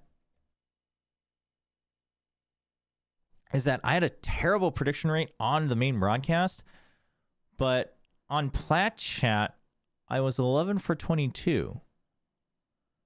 Which, all things considered, doesn't seem that bad. Granted, it's all just Pacific. Oh no, I did EMEA once. It's not as bad as I thought. But dude, my predictions for stage 1 were just all over the place. Dude, I mean, this is old classic EDG though, isn't it? Kong getting an op and just aggressively pushing in to open up the map for his team.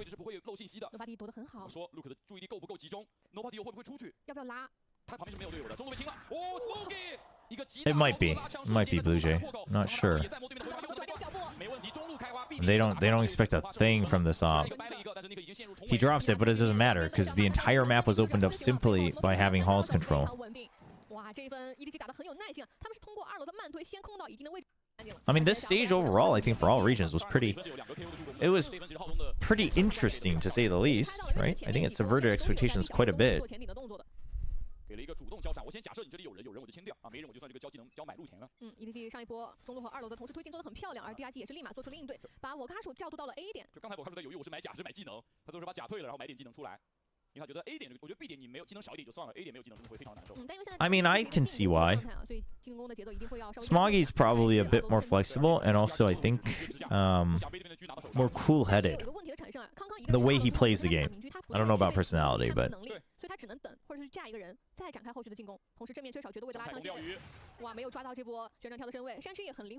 Yeah. Kong going back to his roots of pure duelist op has been doing wonders for EDG. Obviously, it is a little bit limiting, especially when you're playing international tournaments, but I mean, hey, you gotta do what you gotta do for Master Shanghai. 在枪法上面同样站了出来，但这波不一定是真打，两人开始往 B 区转，球就已经到了 B 小近处。浩东甚至可能要在点里面一直在绕来绕去了。浩东被处理了。那现在时间想要赶回 B 区已经是没有 EDG 快了，就是可以带领队友转到 B 点，把爆能器先装下来。可能不能抓到一些时机。How down was just the bait. 啊，1敌3或者说在这个短暂，他想锁死一部分人。She too good for one. Boom, she undead. 他们选择主动。队伍扣开了大门，虽然是队伍想扣的是另外一边的大门。啊，这分第2期的整体经济很差，而康康依然保有进攻的明区，甚至还有巨刃。 这把枪不知道是不是重新起的，看这个经济应该是重新起的，因为上一把掉在了 A 点2楼嘛，应该是捡不回来了。但经济已经无关紧要。Now they slow things down. But ever since that early timeout, EDG is either taking elbow or mid up to pillar at the start of every round. Oh, and then once or twice Halls, but it's been a good adjustment. 没有着急往里进，因为中路球球的渗透来得很快，甚至还有转臂的可能。就跟上一分一样，他们要等球球那边先摸。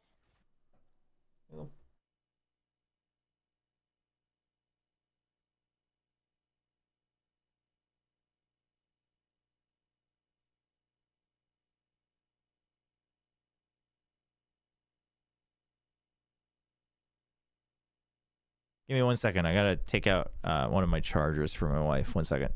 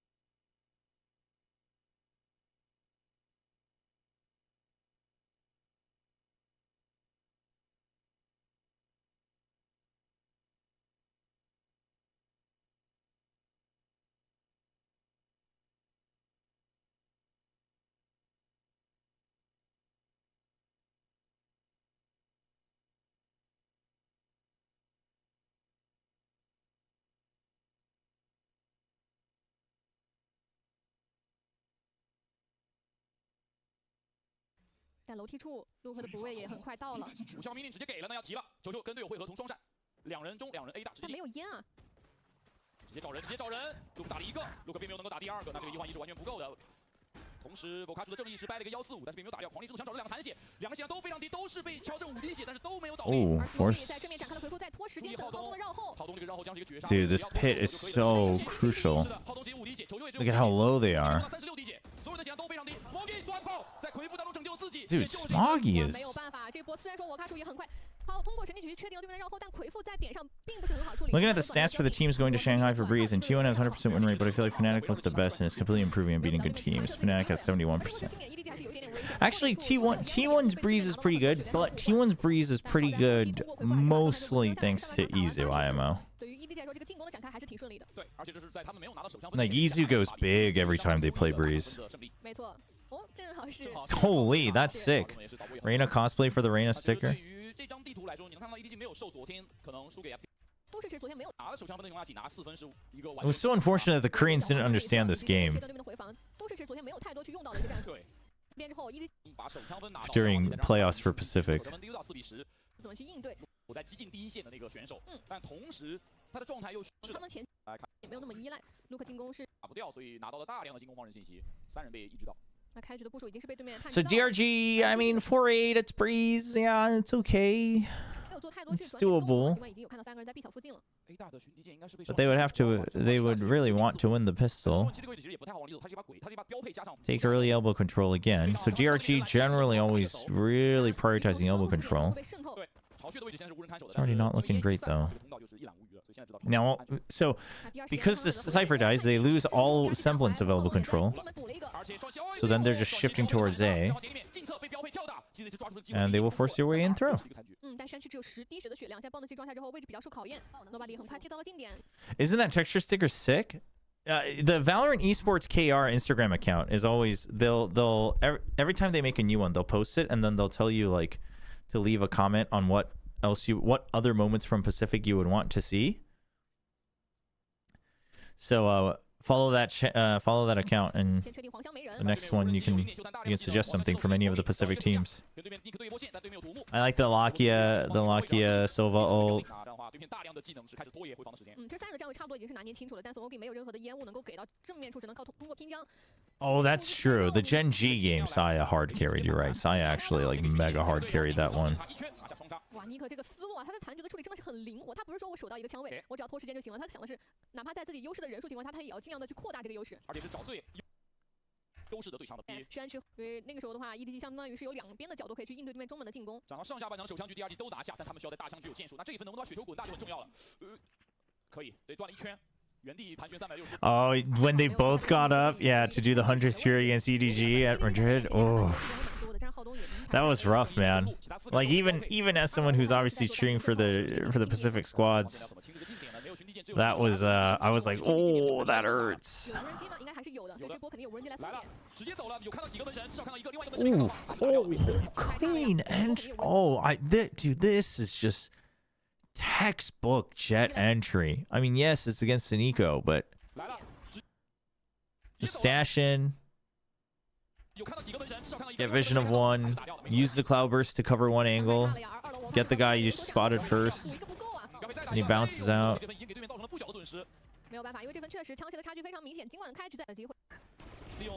Oh, speaking of which, wait, it's Tuesday?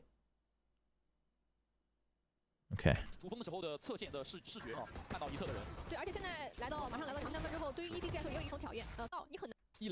I want to try to make some short videos for the 3 teams from Pacific going to Shanghai. But ideally I would get them all by the weekend. Oh, maybe not. I guess when does it start? Wait, do we start on Thursday?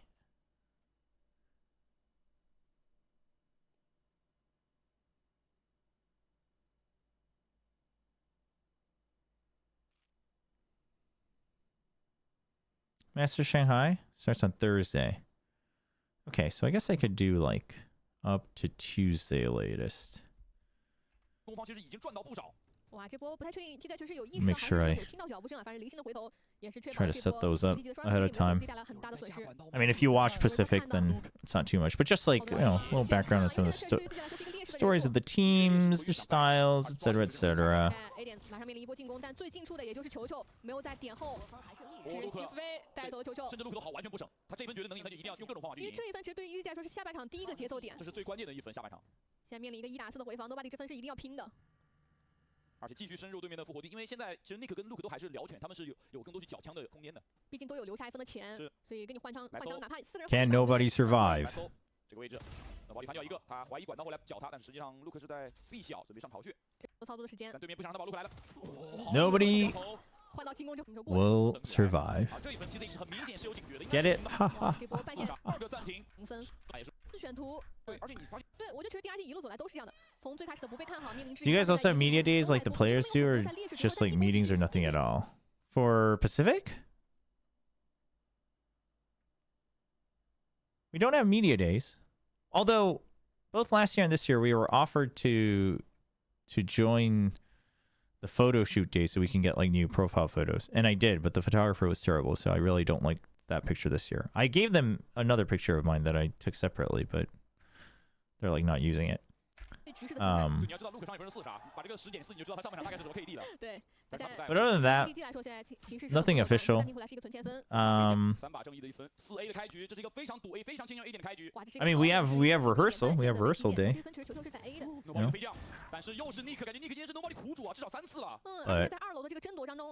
But not much else.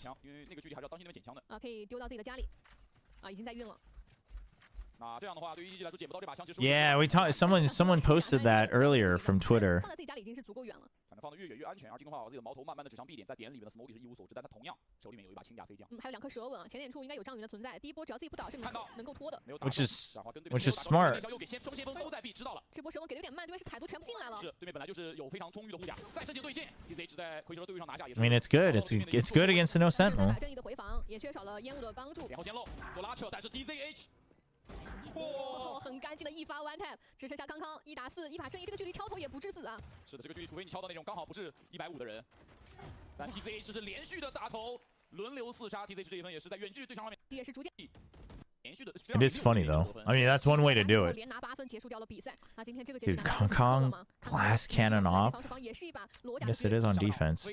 Oh, hello. Hello, Vukashu. Nice, nice. Cyber Cage. I like. Oh. Dude, what is this round?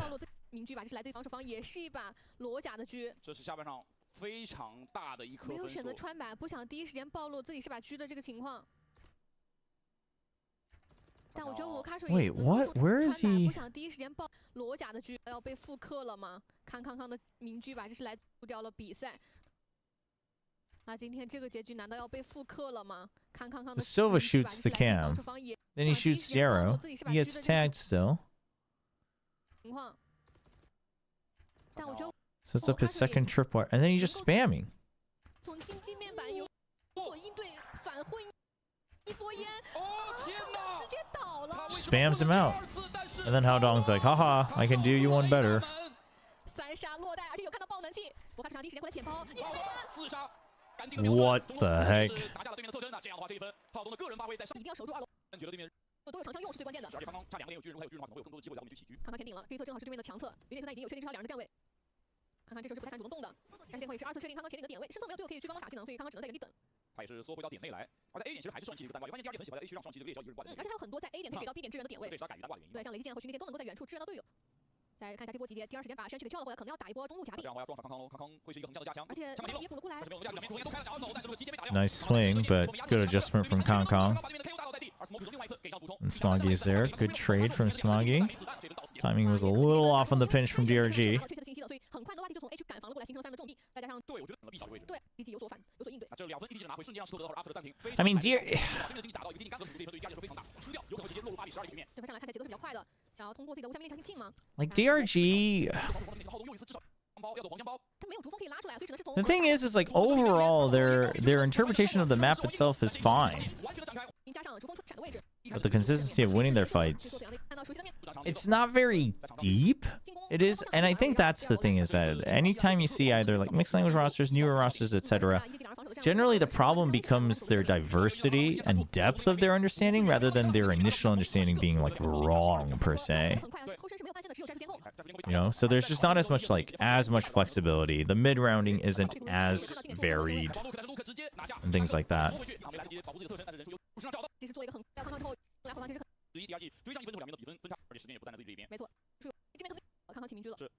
而且看起来架局的方向正好是这边想打的方向，邻居掩护 Smoky 的前顶，有人架小的，有人架大的。 Smoky 这边可能有4把枪 ，Smoky 这边接题，康康还是架住双击，同时 Smoky 也能再换一个，这一波已经赚到，但赛博球即将消失，康康驾驭巨人，不想这边进来的是狙击，哦，康康在自己位置接入，同时拿下了关键的击杀。Classic Kong Kong round. 队友已经拍马赶到，同样3杀。Absolutely. 哇，这分 Smoky 和康康双人组的配合完完全全展现了出来。这波前面其实很冒险，因为你不太确定点外是什么样的情况。我们从上帝视角有看到 Smoky 出现时打出了一个。 康的这个步枪和交剑攻击标准的多暴力，想找对面的谁？想找对面的多暴力，但是他确实找到了战花，黄黄丧失了这个狂烈之路，而同时陆可以拿下另外一个击杀。看球球有在路中，他可以稍微掩护一下自己的，延快3。再打一个一打。但独木是在中的。是。喜欢的快给到对面进点的位。最关键的那种交剑攻击标准到对面刚好有大的多暴力，然后多暴力对狂烈之路代表一来一去差很多。没错。 The thing is I actually think their setups are better on defense. Feels weird to say.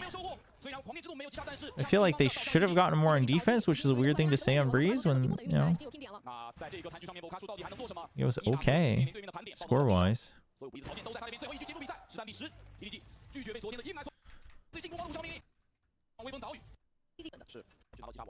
去处理这把名句了。那这样的话，在图一 EDG 所主动选择让威风岛屿上面，不管是在个人的发挥还是在团队协同上面 ，EDG 都能够做到不错的效果，而这都一直是下半场。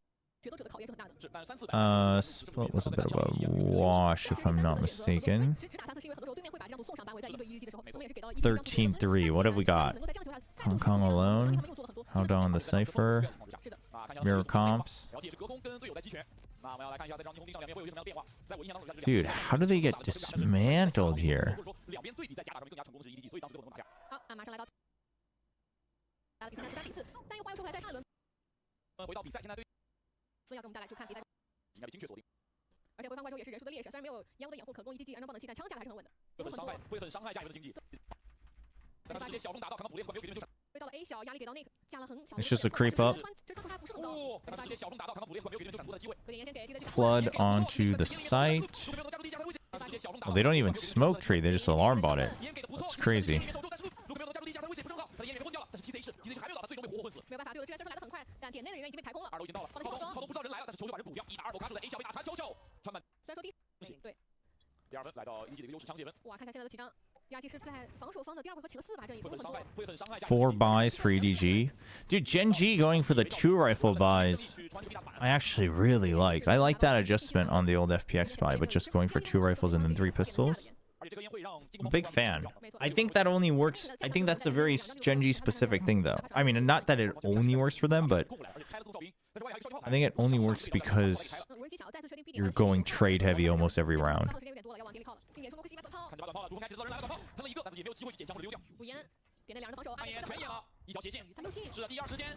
How was nothing clear during that paranoia?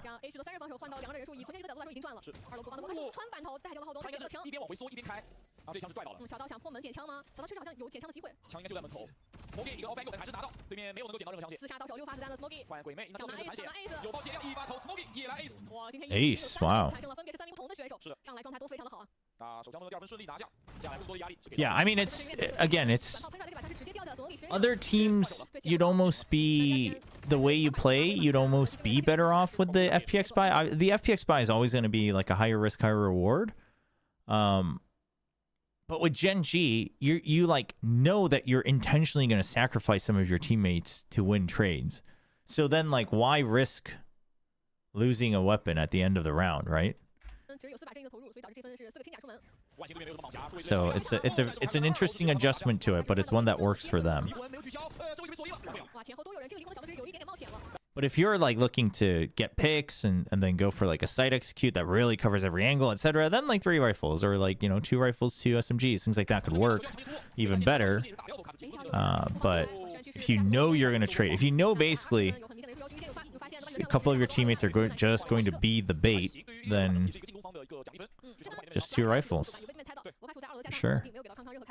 我只要不在 A 大站人，其实就抢不到我的这个优势。对，而且第一时间拿到我开始在2楼这个2楼下的信息之后，他们做了一个离合近点的决策，他们预判对面2楼是没有人的。那很大了 ，EDG 出关也不多。我这里我开始好像是给这个发了一把吧。对。但同时 GZ 是 A 大的入侵，直接压了出去，而且收我手上，而打的是 Smoky。哎，这里应该是 Smoky 建议或者是想抓 timing。Yishao gets the first pick. Dude, Kong hears everything, and then DRG's like, oh, dude. Okay, so. Okay, so this is similar to what we saw earlier from T1. A little different, but all right. You plant early into main. Okay, you've gotten control of it. You haven't gotten any kills yet, but you got a kill here. And you're saying, all right, great. So what do? They immediately close this door early so that Xion basically can choose whichever one he wants to do, right? He can push out, he can go back. Doesn't matter until it's broken. And then you hear 0 point, you hear drone. So both the initiators are over on A. So immediately as that happens, Xion starts to peek out. But then you're not seeing the jet dash in, right? This utility was used, and there's no jet dash, there's no flash drive used, there's no recon bolt. So you're thinking, huh, that's weird. And then he's just cleared this. So you're thinking, okay, either they're like camping out here, or they're on the rotate, and then we have no idea about this. So then now you're holding outside of main, and then you're watching mid. Because if they wanted to go into B site, they would now have to break the door 100%. Oh, he dies. That's very unfortunate. And you die from A main as well. I mean, this is all going poorly. Vukushu gets a nice kill. It's a good catch from Xion as well. They're not even watching for him. So now you know it's a pinch. Luke's on site.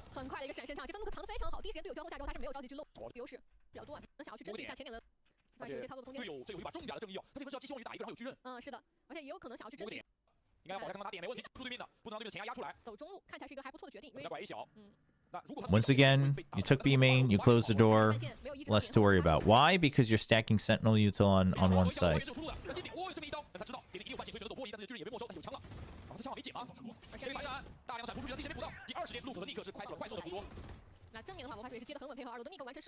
Punches Fury support as well, just to keep the snowball going.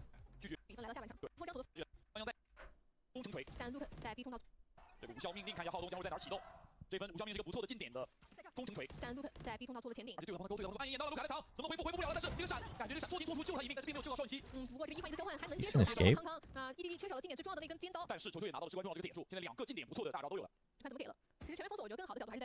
They're doing the cipher on the other side, right? Because of the no command, so that's good.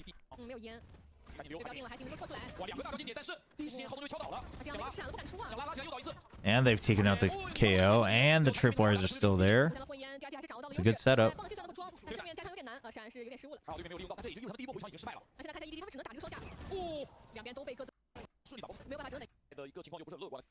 They just shut these guys down. And again, B main control.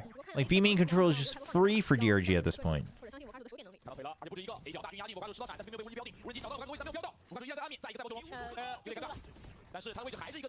Vukushu's just been anchoring, finally gets taken out, but now backup is all here. They're surrounded, the trap, Spike is down. Easy peasy. This almost feels like...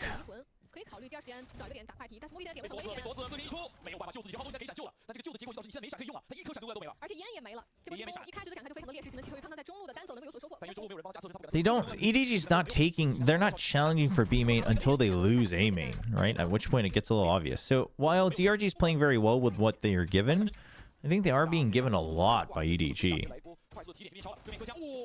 So now they finally... Okay, so the timeout, they start to pressure B main right off the bat. It is a half buy.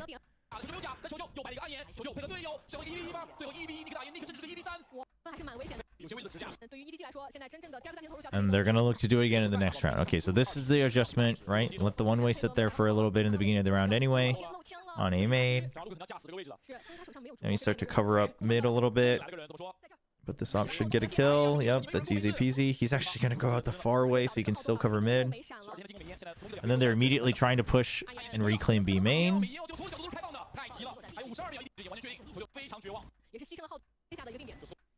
It just seems like DRG is very comfortable with rotating based on the information or the first contact that they have, and they're very focused on pushing B main. Why? Because A is always Cypher whenever A's Cypher set up on A.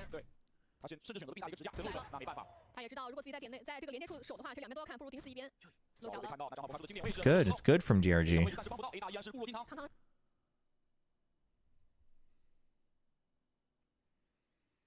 Gecko Sky, Cypher. DRG is another one of those teams where Vukushu's a bit of a Cypher main. See if that bites them back a little bit. Let's watch some of the other maps from EDG then, shall we?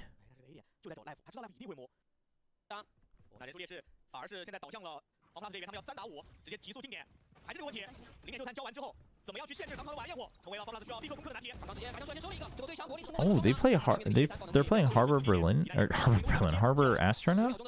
只能说非常勉强。没有手稳，所以第一时间也没有看到方老师先开一枪打一个，时间已经不够了。这个枪先把包下了，提前把。因为现在整个方老师的经济非常差。是。这一波又是刚才我们说的，在个人能力方面啊 ，EDG 这个防守减压效果非常好。康康用正义摘了一个，而且在另外一边，弹幕的点位也是被魔给夹掉。DRG is looking okay. I mean, I think from what we've seen.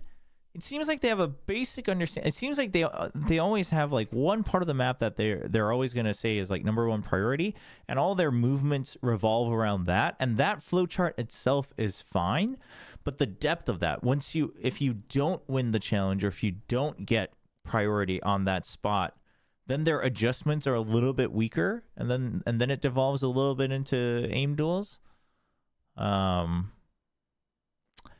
But I feel like they're a very solid Ascension team. And I felt that way. I mean, I thought their individual mechanics overall, obviously, like, Vukushu has been cracked like throughout the Ascension and everything. So there's been no doubt about that. But I think that's exactly what I would expect from them. Like they have all the basics. They've got foundations, and then they've got individual firepower to flip a couple rounds, to flip a couple tables. Yeah, although I mean, we'll watch more Americas and EMEAs on Thursday, but from what little I've seen, I feel like G2 probably has better calling than DRG.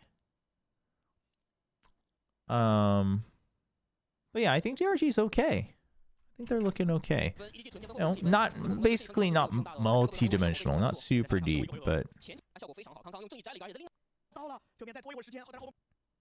不是特别好，阿阳是直接点了2分，而且在另外一边动静吸引了 EDG 的防守之后，这一来说很赚，他们保留了非常多的经济啊，我觉得这一分能够打得非常，节奏很快，对，节奏非常快，但是无奈枪太差了这一分，这位置也有点此地无银的感觉，他也没办法。你要再来，刚刚看到就是 EDG 可以克制对方的慢打，但他同样有自己非常高风险的一些内容。 Let's watch a little bit of the bind here in the grand finals. EDG versus FPX. The rematch.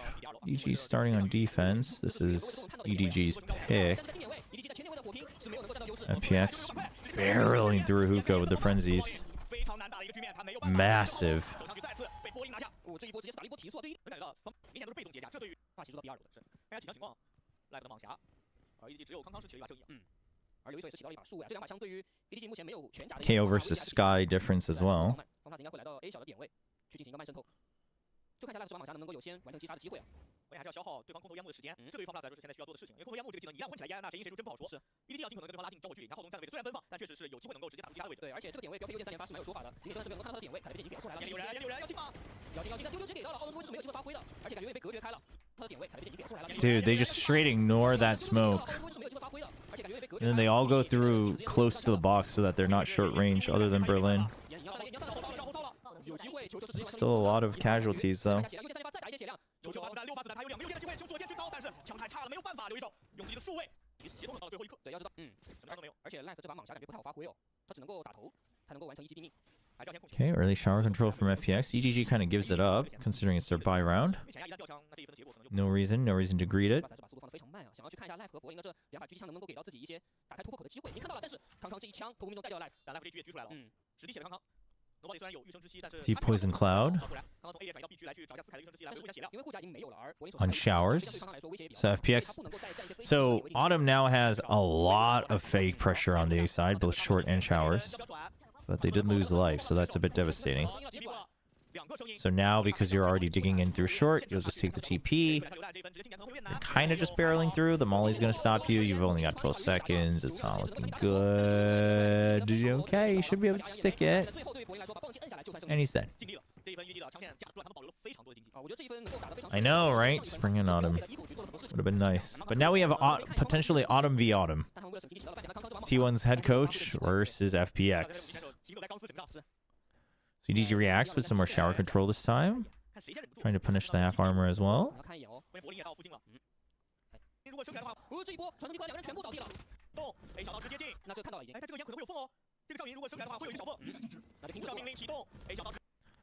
Dude, how does Autumn... What?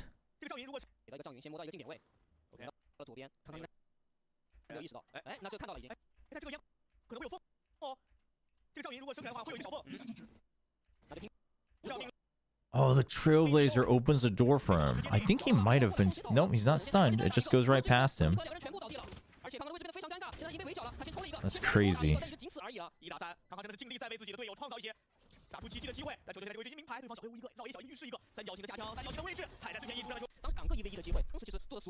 FPX's attacks have looked mostly better.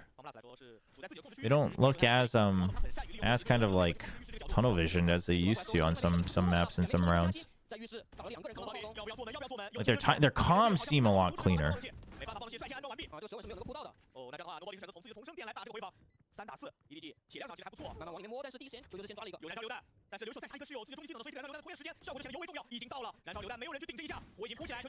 Ollie down, no time.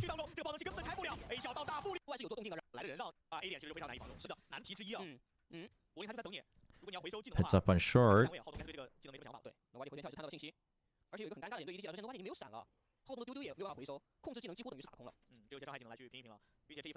On the eco as well.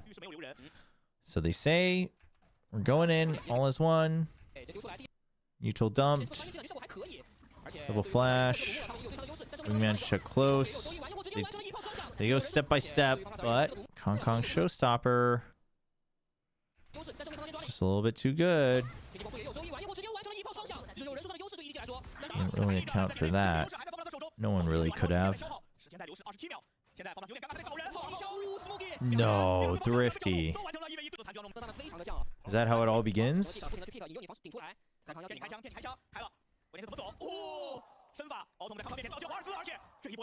Okay.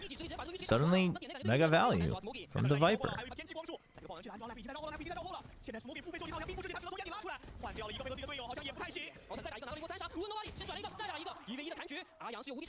Oh my gosh. Oh, ult for ult. Good focus from Ayang. A little bit rushed from nobody.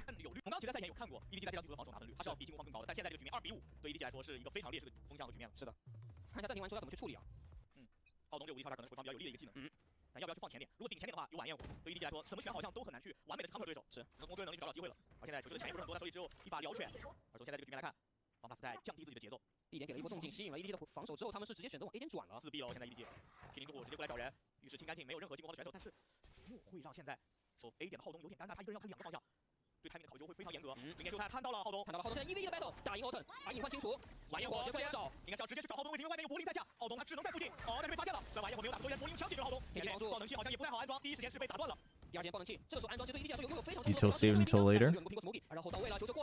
The lurk this time is very good. You still have crossfire pressure, but yeah.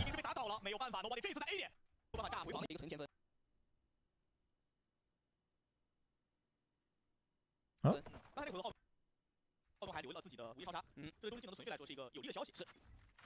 Okay. Dude, that Trailblazer look like a bullet. Oh, what's going on with the Vaughn? Is it dying? Don't die on me.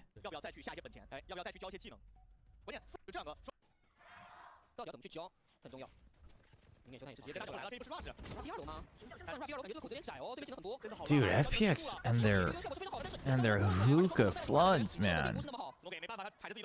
Smoky dying to his own.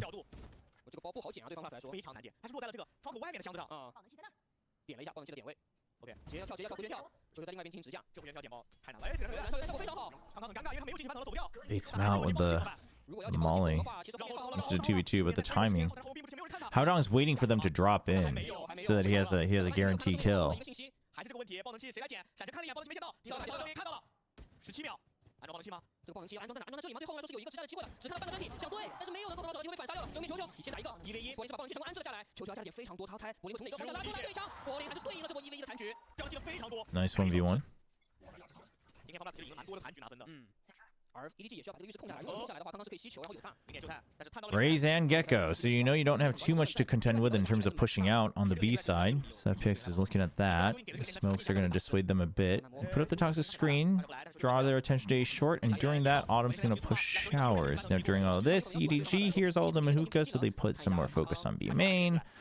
And because of the toxic screen that they're going to push out, he's actually going to get a nice kill. Kong Kong and Smoggy, good for one each, very crucial.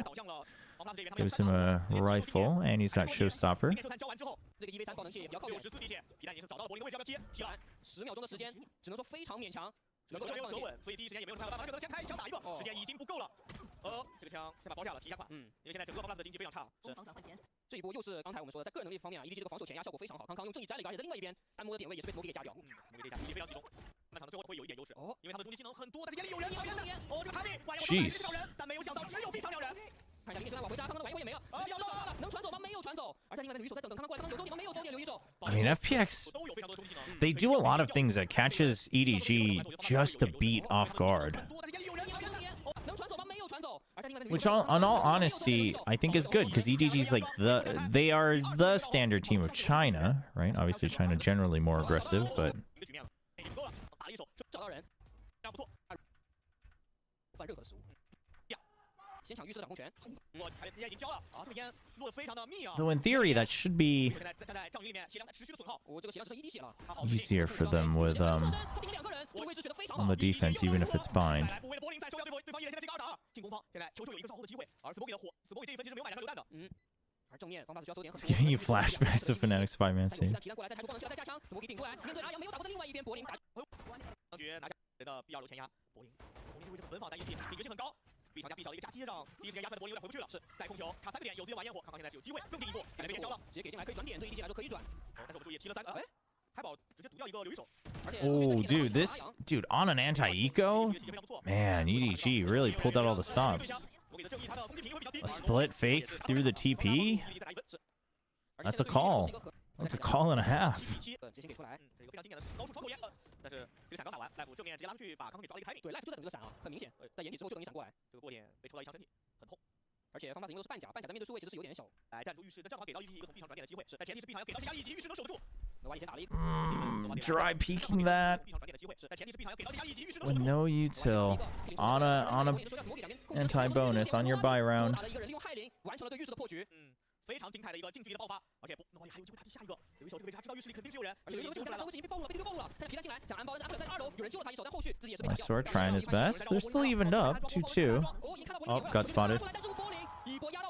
Jeez, Berlin. Okay.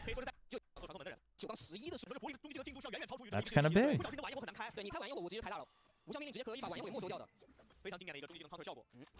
柏林先招，摇过来找，扑一下，因为被闪了，所以选择直接左肩扑。但是柏林是只是给闪，然后往后撤，掩护自己的站位。柏林还是坚守了一个非常危险的位置。但这个球是给到康康是有大了。那现在刚刚好有个时机点可以卡，就是柏林离自己的终极技能还差一个点。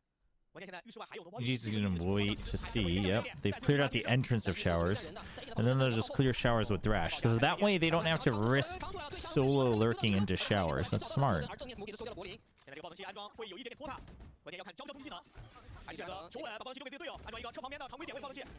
有反击，看到了，但两边只能做1-1，Smokey补枪非常快。2打3，没有绕后全走正面，这回防角度很小。Not much you can do here, FPX. You gotta save, I 对 think. 于方法来说要去搜点很多。正面康康应该先看到第一个，对枪对应阿阳，他补枪是补上了，但是时间对方来说1分1秒在流逝。这个侧位，毛桶他也知道已经很难去拆除爆能器了，看能不能先去打到对方2个人。还在拖，那这个跑枪小宝能保得到吗？保不了。Smokey 直接是从后面绕出来收掉了 Autumn。但这一下应该是没有被波及到，影响并不是很大。这一分其实能感觉到 EDG 他的处理方式啊很多变，而且他们很善于在自己优势的分数控制。现在最关键就是柏林这个大要怎么开？而且 Autumn 是起到了一把半甲的狂徒，毒点了方 plus， 直接是5个人来到 B。 Stack on the hero rifle. We're just gonna assume that doesn't really go their way. It kinda can, actually. But Haodong is just going to spray him down, and they didn't really have time because they needed to finish it without losing the wingman. Wait, hope everyone have fun, but they're only cheering for T1 Paper Rex in Pacific? What?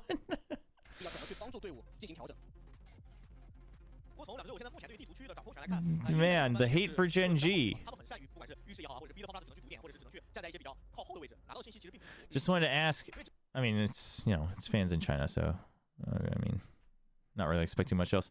Just wanted to ask you if you'll participate in this week's Plat Chat episode. I don't know. I don't think so.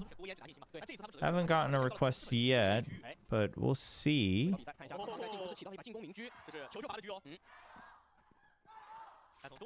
I'll also have to check my schedule as well. Oh, actually, I don't think I will, because I think they're trying to schedule one for Thursday, if I'm not mistaken. And I have a shoot to go to on Friday, but I have to be there like by lunchtime, so I don't want to sleep too late. So maybe not, unfortunately, but we will be doing our own power rankings of players and teams going to Shanghai by the weekend.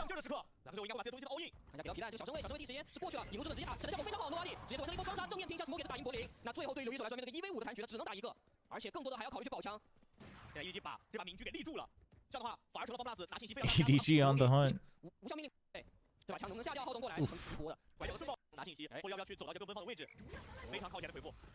Okay, the pit on B main. I like it. I like the pit on B main.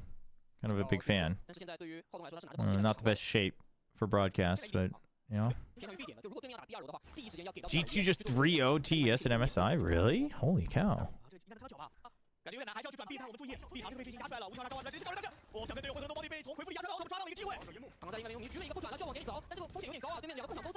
I mean, now they're trapped, yeah. It's a good setup there.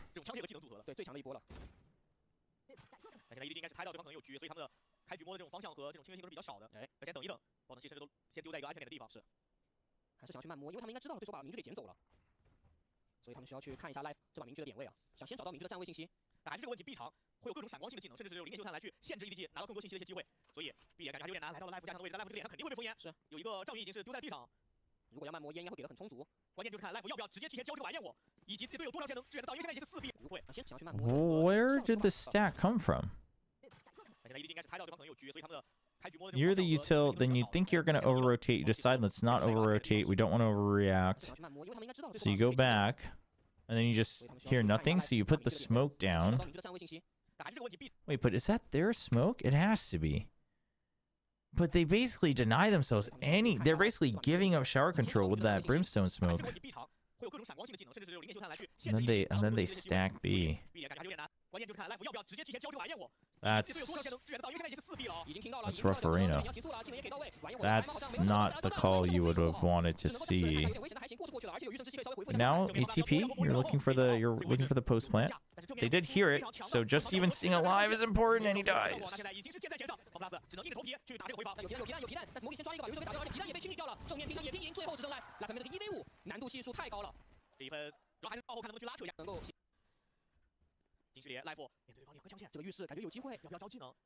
UNNA suck at least, so I heard, so it's a big achievement. Is it a big achievement? I mean, I don't follow it as closely anymore these days, but and I feel like EU's always had the teams that had the hope and potential to get the upsets, but never quite consistently enough.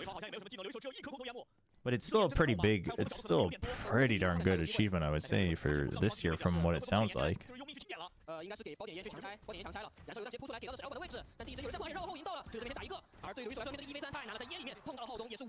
Just getting surrounded.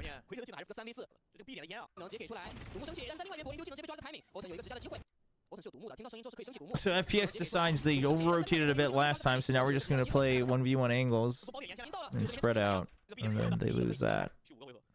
现在盘点已经是在 EDG 的手里3-4机位，想打比分扳平。而这一分 EDG 手里其实还有非常多的筹码，比如说浩东的无敌超杀，以及球球回复。现在 EDG 还是把速度先放慢下来。Since 2020, right? 想去拿一拿对面的信息。 That's not too long ago. 地大的站位是非常常规的。EDG 会不会洞悉到他没有经济的这个情况，然后 So it is a bit of a big deal because otherwise League was always like very clearly China Korea dominated. 也会有一些风险。但有无敌超杀，我感觉无敌超杀甚至可以铺一个前点位去抓。有零点球探哦，点无敌超杀，然后给一个零点球探要不要交？信标，看一下零点球探选择不交了，捏在手里，先往后撤，来到一个相对来说比较安全的点位。他可能想收对方第2个无敌超杀，直接起速吧，刚好只是雷声大，但没有下雨。哦，点上给毒，这波也已经开始清人了。但依然还是有问题，两个地方送进来被击了，留一手，关键时刻发挥，将抓住定位在点内。但球球和浩东各搬了一个，欧太都给接到了，两个进攻。Hold on, what a shot! 哇 ，Smoking 在点里蹲扫一波双杀，帮助 EDG 13-9，将大比分扳成1-1，悬念再次出现了。是的。Yeah. Okay.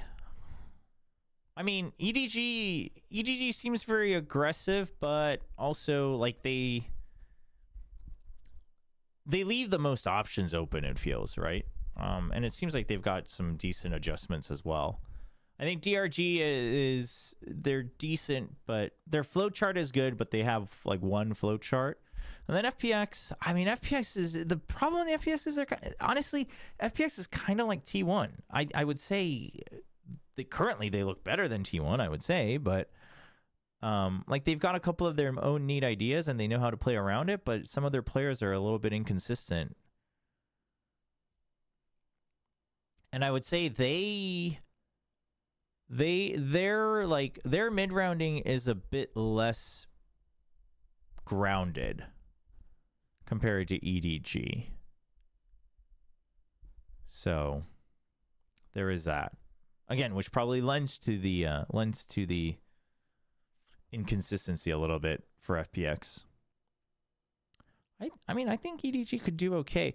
I'm just curious if EDG is going to bring out anything new for Mester Shanghai. That's my big question.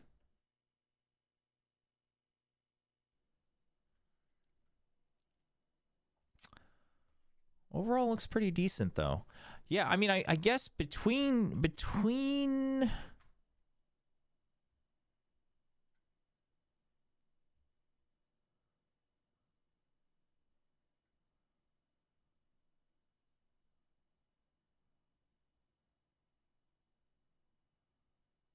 oof.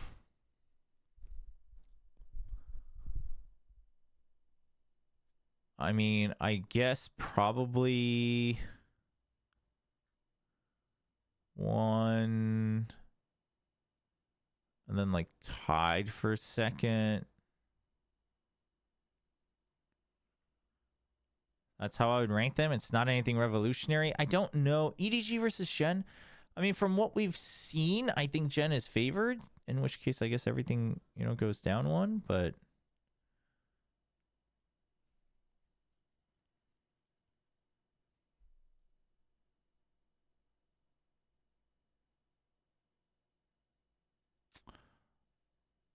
it's always, yeah, EDG in China though is so hard to read because the regional competition has always felt so far behind.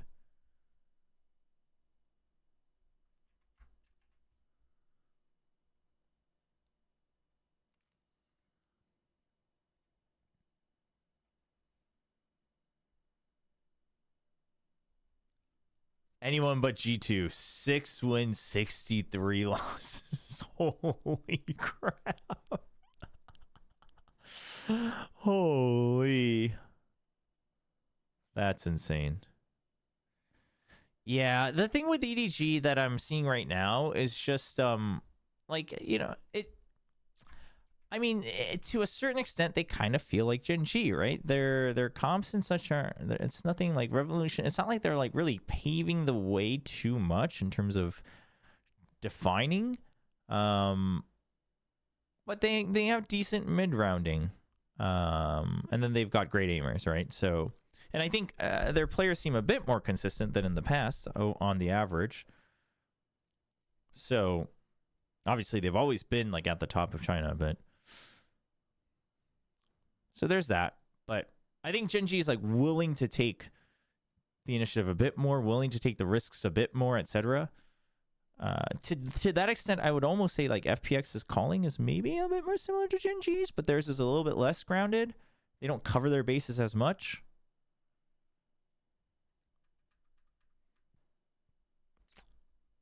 But then again, home field advantage as well.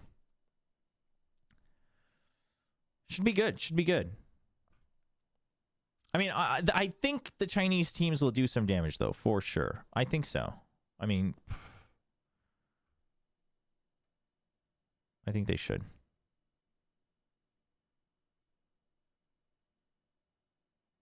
Oh, EDG doesn't have upcoming matches. Oops.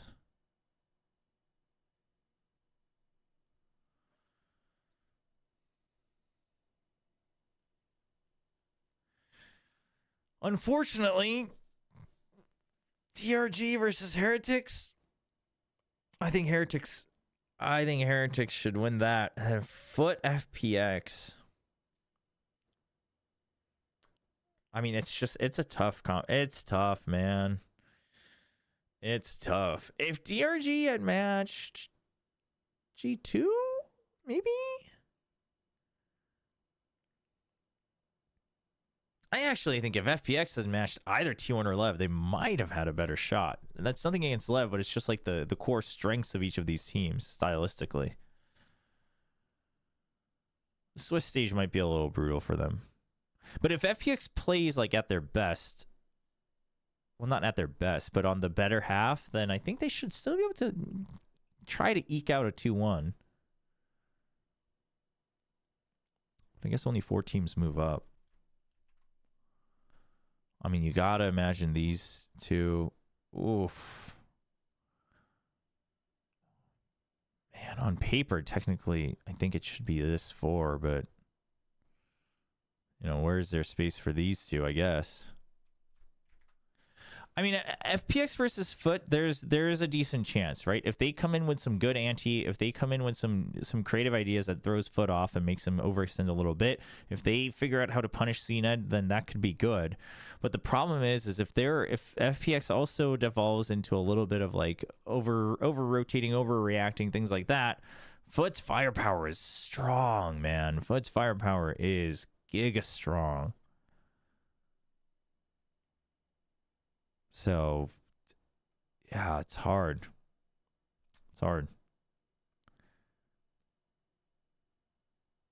Okay, should be exciting though. I'm excited to see the Chinese teams on home soil. I think they'll do some damage. I think they'll show us some very good games. I mean, listen, FPX even at Madrid, like they did better than people thought they would. People thought they were just going to get absolutely just laughed out of the stadium, and while they did, you know, they didn't take a single map. They put up some rounds. And I think they performed poorly at Madrid. I think they performed lower than their average expectations. So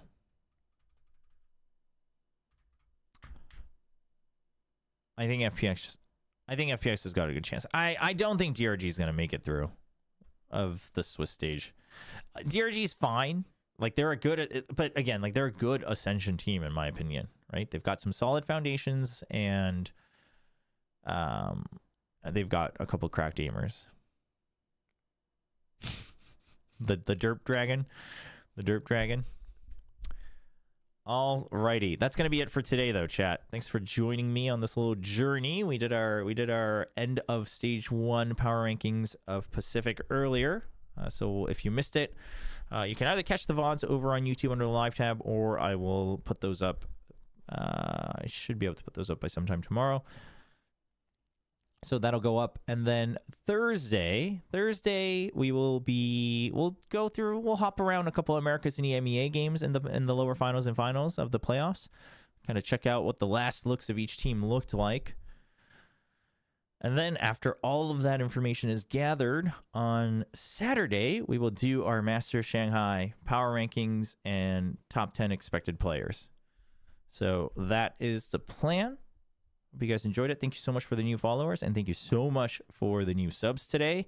Really, really appreciate it. Always a pleasure to hang out with you guys. Always a pleasure to dive into more Valorant. Hope you guys have a great rest of your day/night, and I will see you all on Thursday, Korea time.